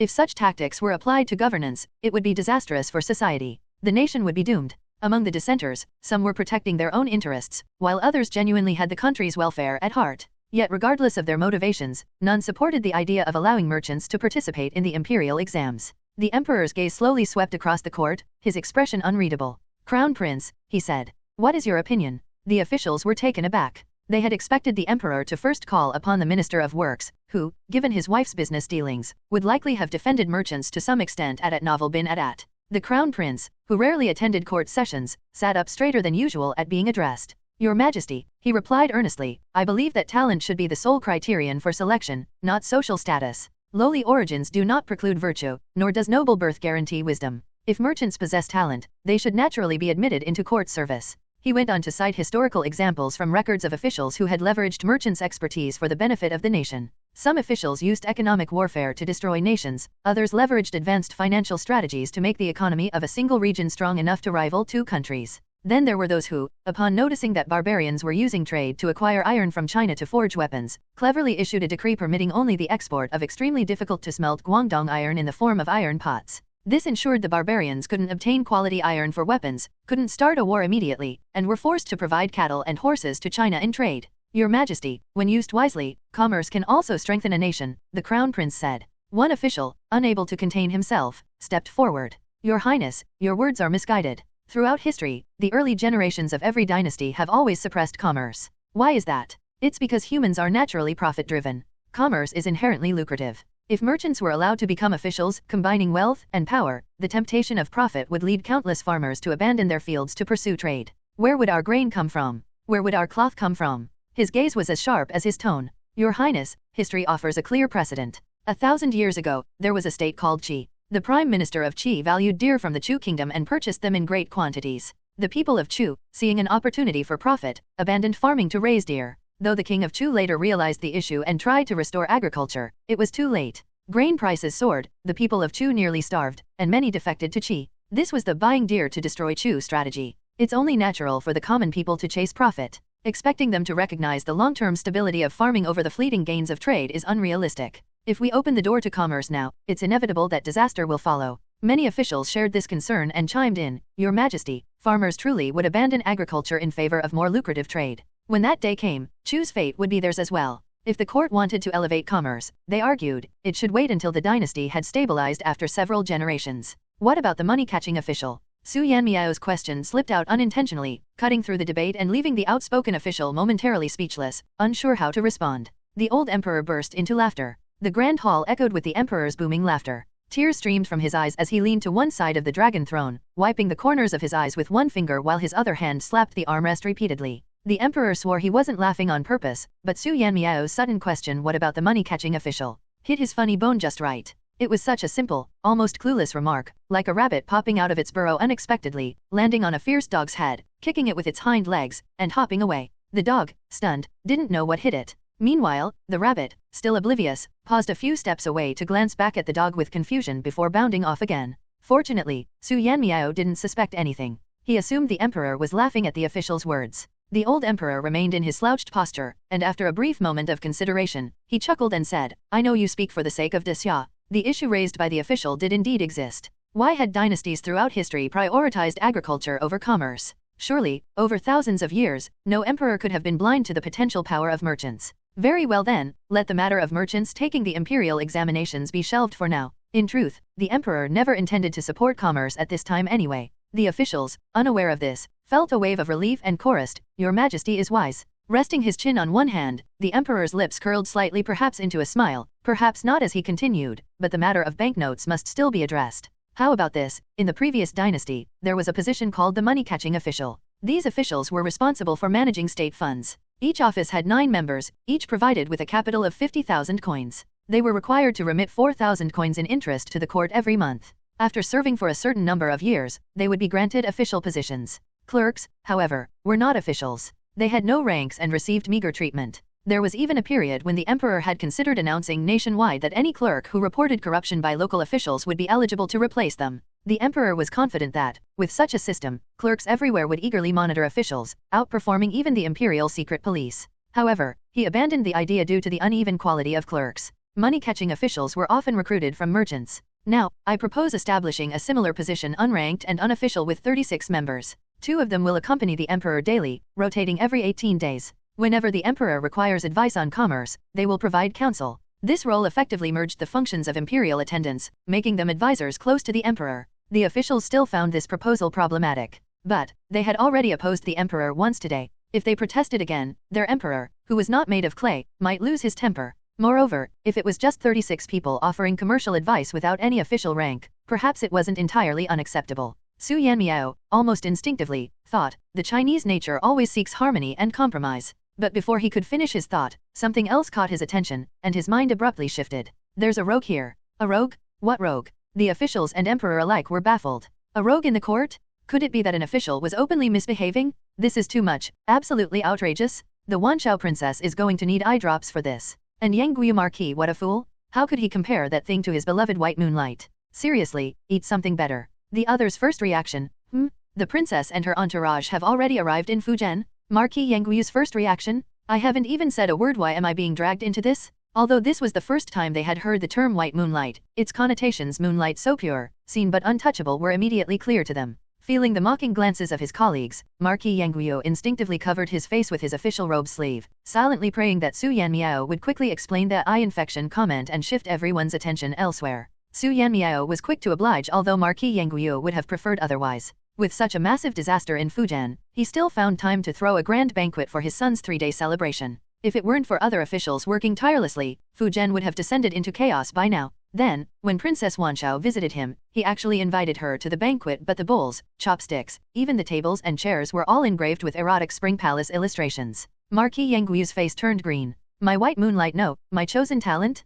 You AI, you scoundrel? With such a name, how could you fail to act with propriety? The old emperor's face also turned green. The one who had been exposed to those vulgar Spring Palace illustrations was his own daughter? The Minister of Public Works' face turned even greener. His daughter was there too. At that moment, the 3 men's gazes met, and they reached an unspoken agreement. This kind of person, merely stripping him of his official position is too lenient. Furthermore, he's an idle wastrel. His crimes deserve execution. The old emperor abruptly asked, Su Yanmiao, have you ever killed anyone? Startled, Su Yanmiao stammered, Your Majesty, well. The old emperor nodded. No matter. Su Yanmiao, step forward and accept this decree. He then announced the imperial edict he had long prepared in his heart. With the disaster in Fujian being so dire, this matter is of great importance. I hereby bestow upon you the imperial sword, granting you the authority to act first and report later. During this relief mission, if you encounter any injustices, you may handle them directly without waiting for approval. Afterward, he reassured him, even if you don't know how to kill, it doesn't matter. Liang Rui does. You just need to tell him who to deal with. Liang Rui bowed respectfully to the emperor. Su Yanmiao quickly accepted the decree and expressed his gratitude. His face remained calm and composed, though his inner thoughts betrayed his confusion.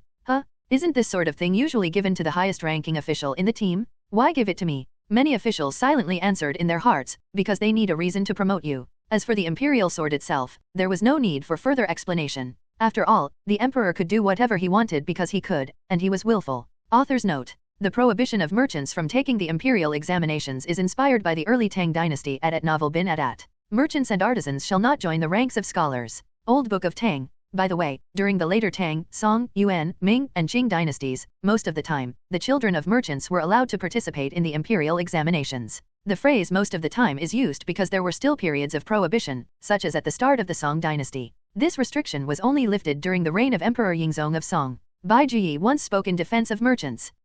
Seek only the virtuous, what is there to despise in lowly origins? Among the outstanding scholars, how can one abandon them simply because of their lineage? For example, the local examinations might sometimes include those registered as merchants. If they are not of our social class, we may suspect they mix weeds with orchids. But how can one forsake the exceptional among them? It is true that some may be flawed, but one cannot disregard their talents because of this. Just as one picks gold from gravel, should one reject it simply because of its unrefined origin? Just as one selects wood from mountain pines, should one abandon it merely because of its lowly growth? The fear should only be in selecting the unworthy. One cannot discard people due to their background. Especially since there are precedents, some of the brightest minds of the age have emerged from humble origins, such as cattle doctors or merchant families. Their wisdom and accomplishments prove that these restrictions are unnecessary. To set limits on such people in the common examination process is inappropriate. Collected writings of Tang Dynasty. The buying deer to destroy Chu anecdote refers to the story of Guanzhong, the prime minister of the state of Qi, regarding the money-collecting officials. In the early Tang dynasty, merchants primarily entered officialdom through donations of wealth, being granted sealed titles, serving as money-collecting officials, or receiving recommendations and support from others. The Chinese disposition tends to favor compromise and balance. Lu Sun. The anecdote about public behavior comes from at the time, Li Banjian, a subordinate prime minister known for ingratiating himself, would often perform as an entertainer at banquets, mixing market jokes and humor to amuse the audience. He was mockingly referred to as the profligate prime minister. One day, at a banquet, he had dragons painted onto raw silk clinging to his body. As he prepared to display his artistry, he removed his clothing, revealing his tattoos, and cracked crude jokes. The emperor raised a staff to strike him, but he climbed up a tree to avoid punishment. When the empress observed this from inside, she issued an order, saying, "You may come down now." Li Banjian replied, "The golden aureole is peeking at me, so I dare not descend." The anecdotes of the Sunhe era of the Great Song Dynasty. Translation: during a banquet, Prime Minister Li Banjian appeared naked to showcase his tattoos and cracked vulgar jokes. The emperor, enraged, tried to strike him, but Li climbed a tree and refused to come down. Even after the empress intervened, he continued his antics. This is a hybrid work blending historical records and fictional anecdotes. It references many historical texts and poetry from the Songjin confrontation era, primarily in a chronological style. However, many of the historical materials are directly copied with little embellishment. About bowls with erotic illustrations. As a child, I visited the homes of some powerful and wealthy families and saw wine cups and tea bowls from the Longqing Kill. All of them were painted with depictions of men and women engaged in intimate acts. It is said that Emperor Muzong of the Ming dynasty had a fondness for indulgence, which led to the imperial command to produce such items. Miscellaneous records of the Wanli era. Su Yanmiao had barely left the capital with the imperial sword when, shortly after, the Minister of Works found himself subjected to a scathing reprimand from the emperor. Those who receive official salaries should not compete with the commoners for their livelihood?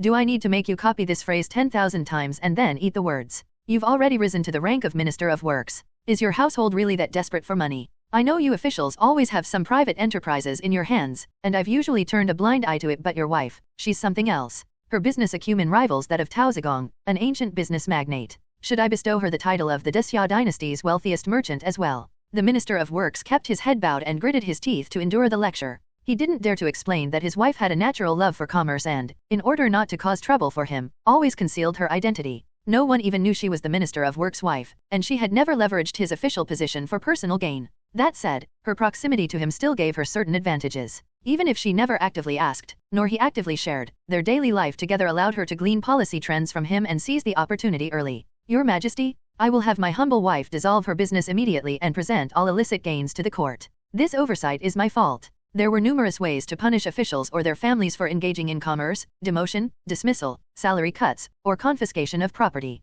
The exact punishment was entirely up to the discretion of the ruling power. The Minister of Works, not daring to hope for leniency, added, "I failed to manage my household and request to have my official hat removed and returned to civilian status to atone for my sins." Enough. That won't be necessary, the emperor said casually, still holding his brush as he reviewed documents. 3 months of public shaming while wearing a kang, plus 100 lashes, to set an example for others. That will suffice. The Minister of Works reacted as quickly as lightning. The moment the emperor finished speaking, he dropped to his knees to express his gratitude. This was far better than the dismissal he had anticipated. Your Majesty is merciful, but I must not take this lightly. Please allow me to use my family's private wealth to atone for my crime. If your majesty channels it for the benefit of the people, it might slightly reduce my guilt. The emperor gave him a sidelong glance, understanding that if he didn't accept the offer, the entire family would remain uneasy. He nodded and added, if any of your wife's dowry businesses are involved, they do not need to be handed over. Adat Novel bin Adat. While officials and their families were not allowed to engage in commerce, the dowry businesses of their wives were exempt from this rule.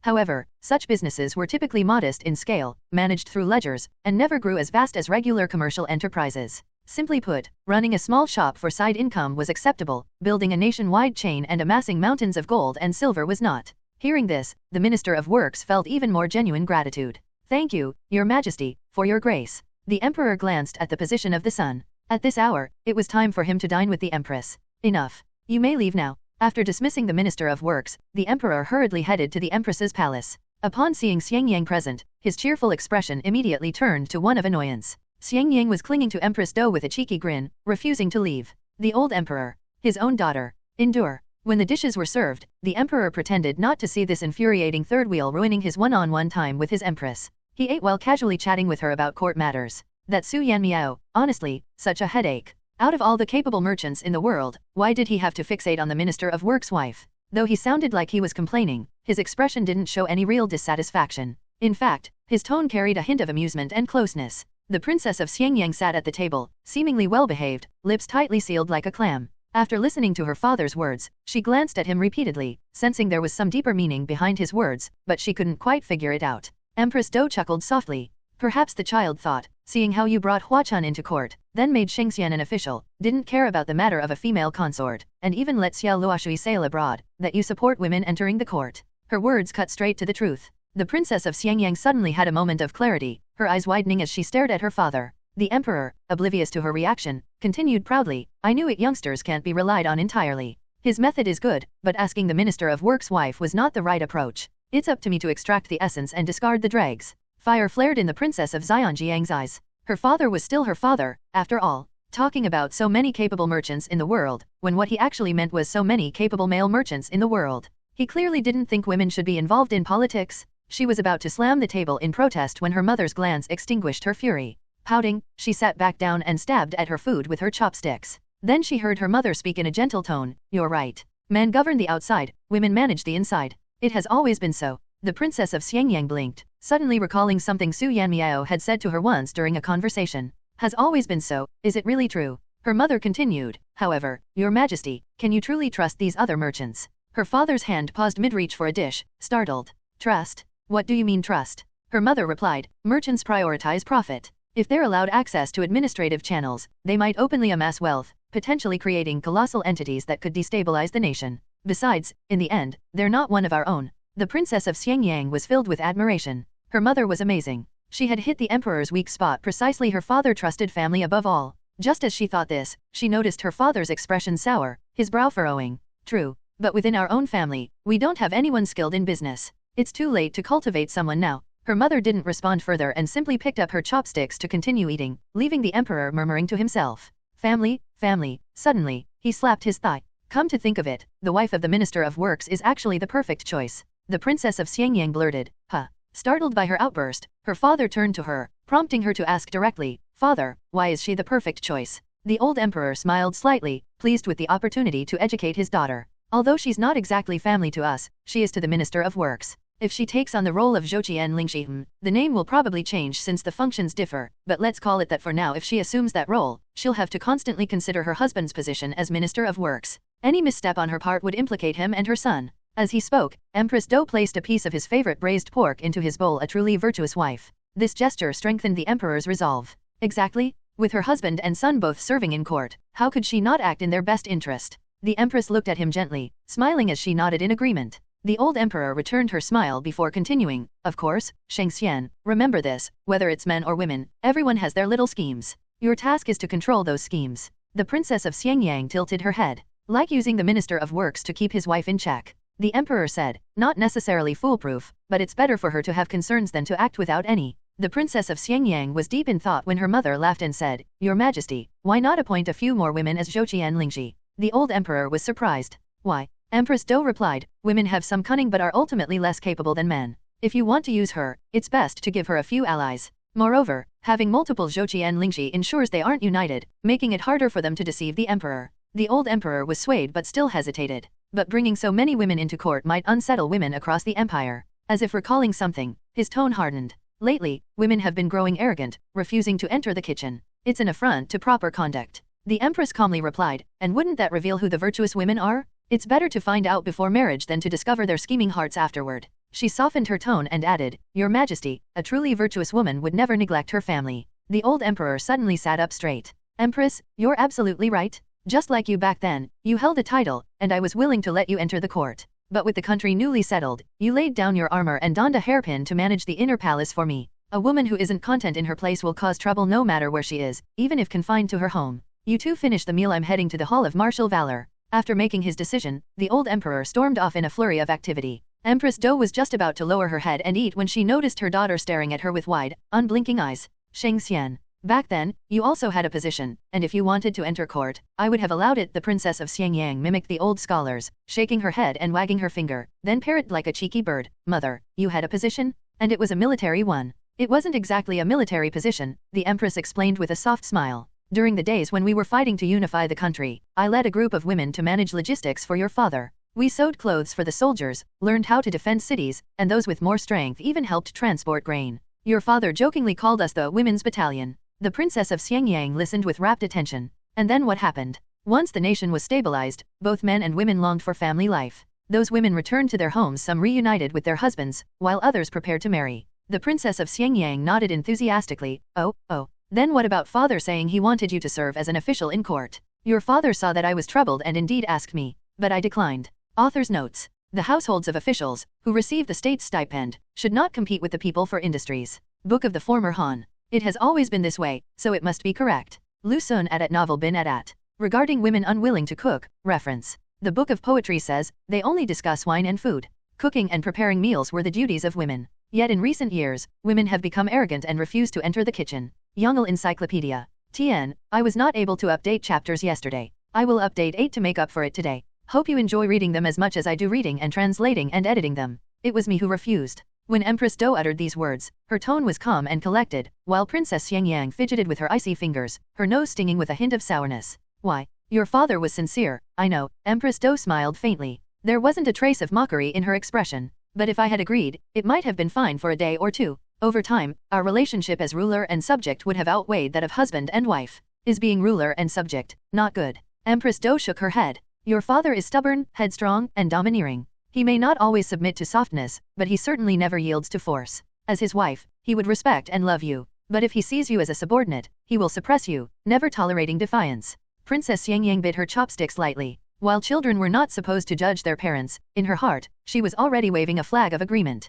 Empress Dou explained to her daughter, that's why, at that time, returning to the inner palace was the best choice for me. In the 33 years that followed, Dou she often wondered what would have happened if she had chosen to step into the court. Soon after, she would overturn that thought herself. At that time, entering the court would not have been her own achievement but rather a result of her husband's fleeting pity, the emperor's temporary passion. The ministers would not have respected her for herself but for the title of empress. They might not have actively sabotaged her, but neither would they have regarded her official robes as a symbol of capability. To them, her position would have been nothing more than a whimsical indulgence by the emperor after seizing power to please his empress. Retreating to the inner palace to act as the final lock and shield between the emperor and the ministers, or stepping into the court only to slowly become a figurehead stripped of real power. In truth, she had no other path to choose. And her experiences over the years validated her initial prediction. Advice from a wife and remonstration from a subordinate carried entirely different weights in the eyes of an emperor. Empress Dou saw it all very clearly. This world has never needed two sharp swords clashing head-on. What is overly rigid is prone to breaking. What it needs is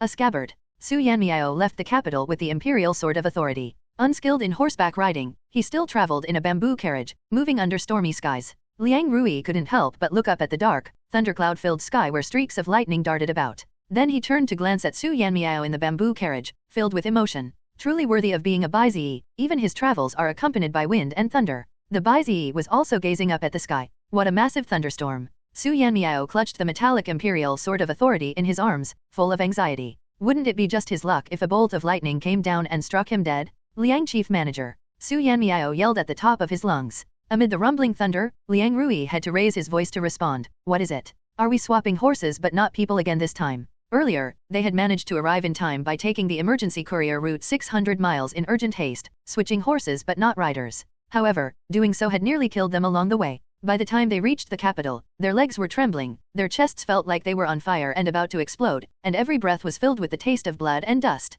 If they were to repeat the journey, Su Yanmiao wasn't sure Liang Rui's body could endure it again. Fortunately, Liang Rui pondered for a moment and said, "Let's act within our means. This time, we'll ride fast horses but without the urgency." Before we left, the princess was already close to Fujian. She should arrive within the next couple of days. Fast horses involved using just one horse rather than running them to exhaustion and switching mounts as in the urgent courier method. It was significantly slower but still faster than traveling by carriage. In just 20 days, Su Yanmiao and Liang Rui arrived in Fujian. By now, it had been roughly 2 months since the disaster was reported. While it couldn't be said that the people had fully returned to their normal lives, the two of them observed that while the villagers still showed signs of malnourishment, they were at least intact. No one had resorted to hacking off limbs due to famine. Su Yanmiao let out a sigh of relief. Previously, when I saw that even withered foxtail grass was gone from the wilderness, I thought. Liang Rui's expression softened as well. It seems the princess and the minister have managed to stabilize the situation. If it had been left to that provincial governor, who knew what kind of hell Fujian would have turned into? That said, if the court had implemented the strategy of printing paper currency to fund disaster relief, the current peace would likely have been impossible. Liang Rui glanced at Su Yanmiao, who also thought of the paper currency. His feelings grew complicated. Since transmigrating here, he had always been cautious, living one day at a time. Now, could it be that he had truly contributed something to this era? Lord Liang? Young Master Su. The voice of Princess Wanshao called out. Su Yanmiao looked up to see the princess approaching, her face marked with fatigue. It was clear she hadn't spared herself any effort over the past few days. Yet her expression was far more resolute than before, and even her soft voice carried a commanding tone. What of the paper currency issue? What did His Majesty say? Su Yanmiao recounted the events from his perspective and added his thoughts. Thankfully, we arrived in time, and His Majesty's open-mindedness helped to put a stop to it. Princess Wanshao let out a small sigh of relief. That's good to hear. Liang Rui noticed an official with one blind eye standing beside the princess. And this is... The official saluted politely, speaking in a soft tone. "I am the prefect of Xinghua, Gao Wanhe," styled Changsheng. Xinghua Prefecture was under the jurisdiction of Fujian. Su Yanmiao instinctively remarked upon hearing the name, "What an auspicious name. I feel like if the old emperor heard this, he'd like it enough to promote him." At Novel bin Adat. In the capital. Achoo. The old emperor sneezed violently. Empress Do looked surprised. "Have you caught a cold?" She quickly called for a court physician. The emperor waved his hand. "It's nothing, just an itch in my nose." He calculated the time and said, "That brat should have arrived in Fujian by now. I wonder what he's doing. He's never handled disaster relief before, so he must be running around like a headless chicken." Empress Do couldn't help but laugh. What kind of emperor delights in his subjects' misfortune? Princess Wanshao thought Su Yanmiao was excellent in every way, except that he always seemed to say what he really thought about others. He wasn't aware that his innermost thoughts could be overheard. Princess Wanshao's smile grew slightly awkward, but she couldn't immediately walk away. Otherwise, it would appear as if she were giving the two of them a cold shoulder. Liang Rui cleared his throat. "So, you are Prefect Gao." He introduced himself and Su Yanmiao in turn. When the prefect of Xinghua heard that Liang Rui was a principal officer of the Ministry of Justice, his smile faded somewhat.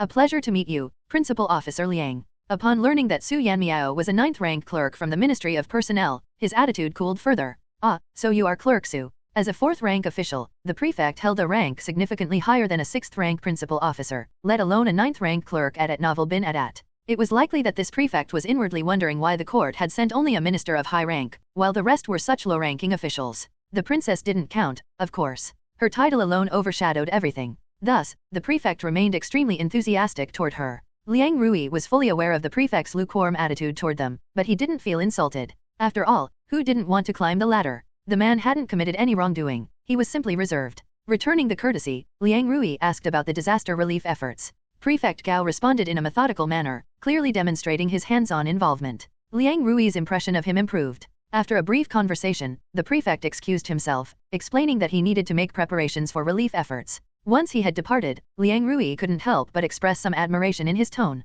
There are still people willing to do real work these days. Princess Wanshao nodded. "Indeed. Do you know how this prefect Gao lost his eye?" Liang Rui's interest was piqued. "How?" The princess sighed, seemingly moved. "He was once an assistant minister. Years ago, during a drought, the emperor banned alcohol production in the affected area. A certain prefect then began to harass the locals, even finding brewing equipment in one household and attempting to impose harsh penalties, including the death sentence, to make an example of them. Prefect Gao argued with the prefect, insisting that simply possessing brewing tools didn't prove guilt. The prefect, losing the argument, invoked the emperor's authority and asked, "Are you defying the imperial will? And who will guarantee that this family never intended to brew alcohol?" "Wait, what? Is this even true? Let me check." Liang Rui's eyebrows twitched. And then, Princess Wanshao spoke with admiration. Our prefect Gao suddenly gouged out one of his own eyes, declaring, "I offer this eye as a guarantee for them." Later, an investigation revealed that the equipment had been stored in the cellar for over 3 years, the lock covered in dust. They hadn't brewed alcohol for ages but had simply neglected to clear out the cellar.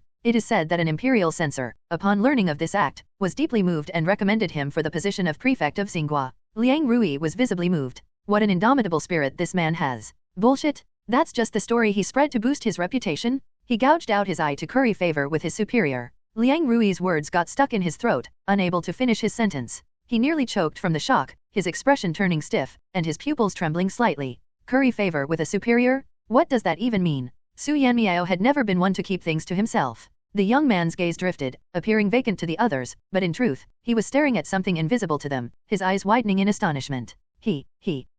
Because his superior had an injured eye, and he was known for his exceptionally sharp eyesight, nicknamed Eagle Eye, he gouged out his own eye to make medicinal wine and gifted it to his superior on the latter's 60th birthday. What kind of madness is this? And that superior actually accepted it with gratitude and was deeply moved. Princess Wanshao's hand, hidden within her sleeve, trembled slightly. She desperately wanted to ask, what on earth is going on in Fujian? One provincial governor carves erotic images onto his household dishes, and another gouges out his own eye for a promotion? And that superior whoever they are, shouldn't their first reaction to being gifted a human eyeball be sheer horror? Su Yanmiao isn't wrong. You're all insane, aren't you? Liang Rui. Thank you. I have nothing left to say. Suddenly, a voice broke the silence, Your Highness. Princess Wanshao instinctively turned her head, spotting the prefect of Xinghua returning. Her body jolted, and she reflexively took half a step back. She knew this man had only harmed himself and had not hurt anyone else. At worst, he was just overly ambitious and willing to go to extreme lengths for a promotion. But still, Princess Wanshao quietly shuffled back another small step. The prefect of Xinghua felt deeply unsettled. What's happening? I worked so hard to leave a good impression on Her Highness. She even thought I was devoted to the people and regarded me with favor. So why is she retreating at the sight of me now? Princess Wanshao steadied herself, forcing a polite smile. Prefect Gao, what brings you to seek out this official? This official? Her Highness, who had always treated others with warmth, had never referred to herself so formally before. The prefect of Xinghua was beside himself with regret. If only he hadn't left them for a moment earlier? Could it be that these two officials had said something to the princess? The prefect of Xinghua swept his gaze over Su Yanmiao and Liang Rui, his eyes lingering on Su Yanmiao for less than a moment. It can't be this one, he looks so simple and harmless, like someone who wouldn't survive long in the bureaucracy. His gaze finally settled on Liang Rui, his eyes deep with suspicion. Had he somehow offended this man before? Author's note. The idea of self-mutilation to curry favor with the powerful is inspired by Spring, 1st month, Gyu Day. The ruler of Shu ascended the Xing'ai pavilion. A monk gouged out one of his eyes and offered it to the ruler. The ruler of Shu, deeply moved, decreed that 10,000 monks be feasted in gratitude. The Hanlin scholar Zhang Ji advised, a person who mutilates himself without cause has already been fortunate to escape punishment. It is improper to reward him further and thereby corrupt social customs. The ruler of Shu then rescinded the reward. Zizi Tongjian. Translation, a monk offered one of his own eyes to the emperor of former Shu, who had ascended the throne 2 years prior. The emperor was touched and ordered a feast for 10,000 monks. A Hanlin scholar, Zhang Ji, advised against it, saying it would set a bad precedent. The emperor then cancelled the reward. Disabled individuals could also serve as officials in ancient times. There are several historical examples. Sun Bin, who famously strategized despite his disability. Shi Ke, who was blind in one eye, served as a chief minister in the Jin state. Ji Sun Xingfu, a bald minister from the state of Lu. Sun Liangfu, a lame minister of the state of Wei. Gong Zishao, a hunchbacked nobleman. The last individual, being a noble and not an official, is excluded from the list of disabled individuals serving as officials. Ji Sun Xingfu was bald, Shi Ke was blind in one eye, Sun Liangfu was lame, and Gong Zishao was hunchbacked. Giliang Zuan. In the 10th year of Qinyu in the Song dynasty, the top scholar, Zhuang Yuan, Fang Menkui from Yan state, had a lame right foot and was blind in his left eye. He, along with other scholars from his generation Fang Deng and Fang Ji, were descendants of the Tang poet Fang Gan, who had a cleft lip. The Chuanjian Luoji further states that the 4th-ranking scholar of that year, Yang Chao from Sichuan, was also blind in one eye, as was the provincial champion, Chen Yinglei from Quanzhou. Songren Yishi Huibian. Translation, Fang Menkui, a top scholar in the Song dynasty, was lame in one foot and blind in one eye. It is also recorded. Chen Zuren, blind in one eye, short, skinny, and unattractive, had a clear voice and spoke with remarkable insight and wisdom. Yuding Yuan Jianlihan. Translation, the Yuan dynasty's top scholar, Chen Zuren, was short, blind in one eye, and of unattractive appearance.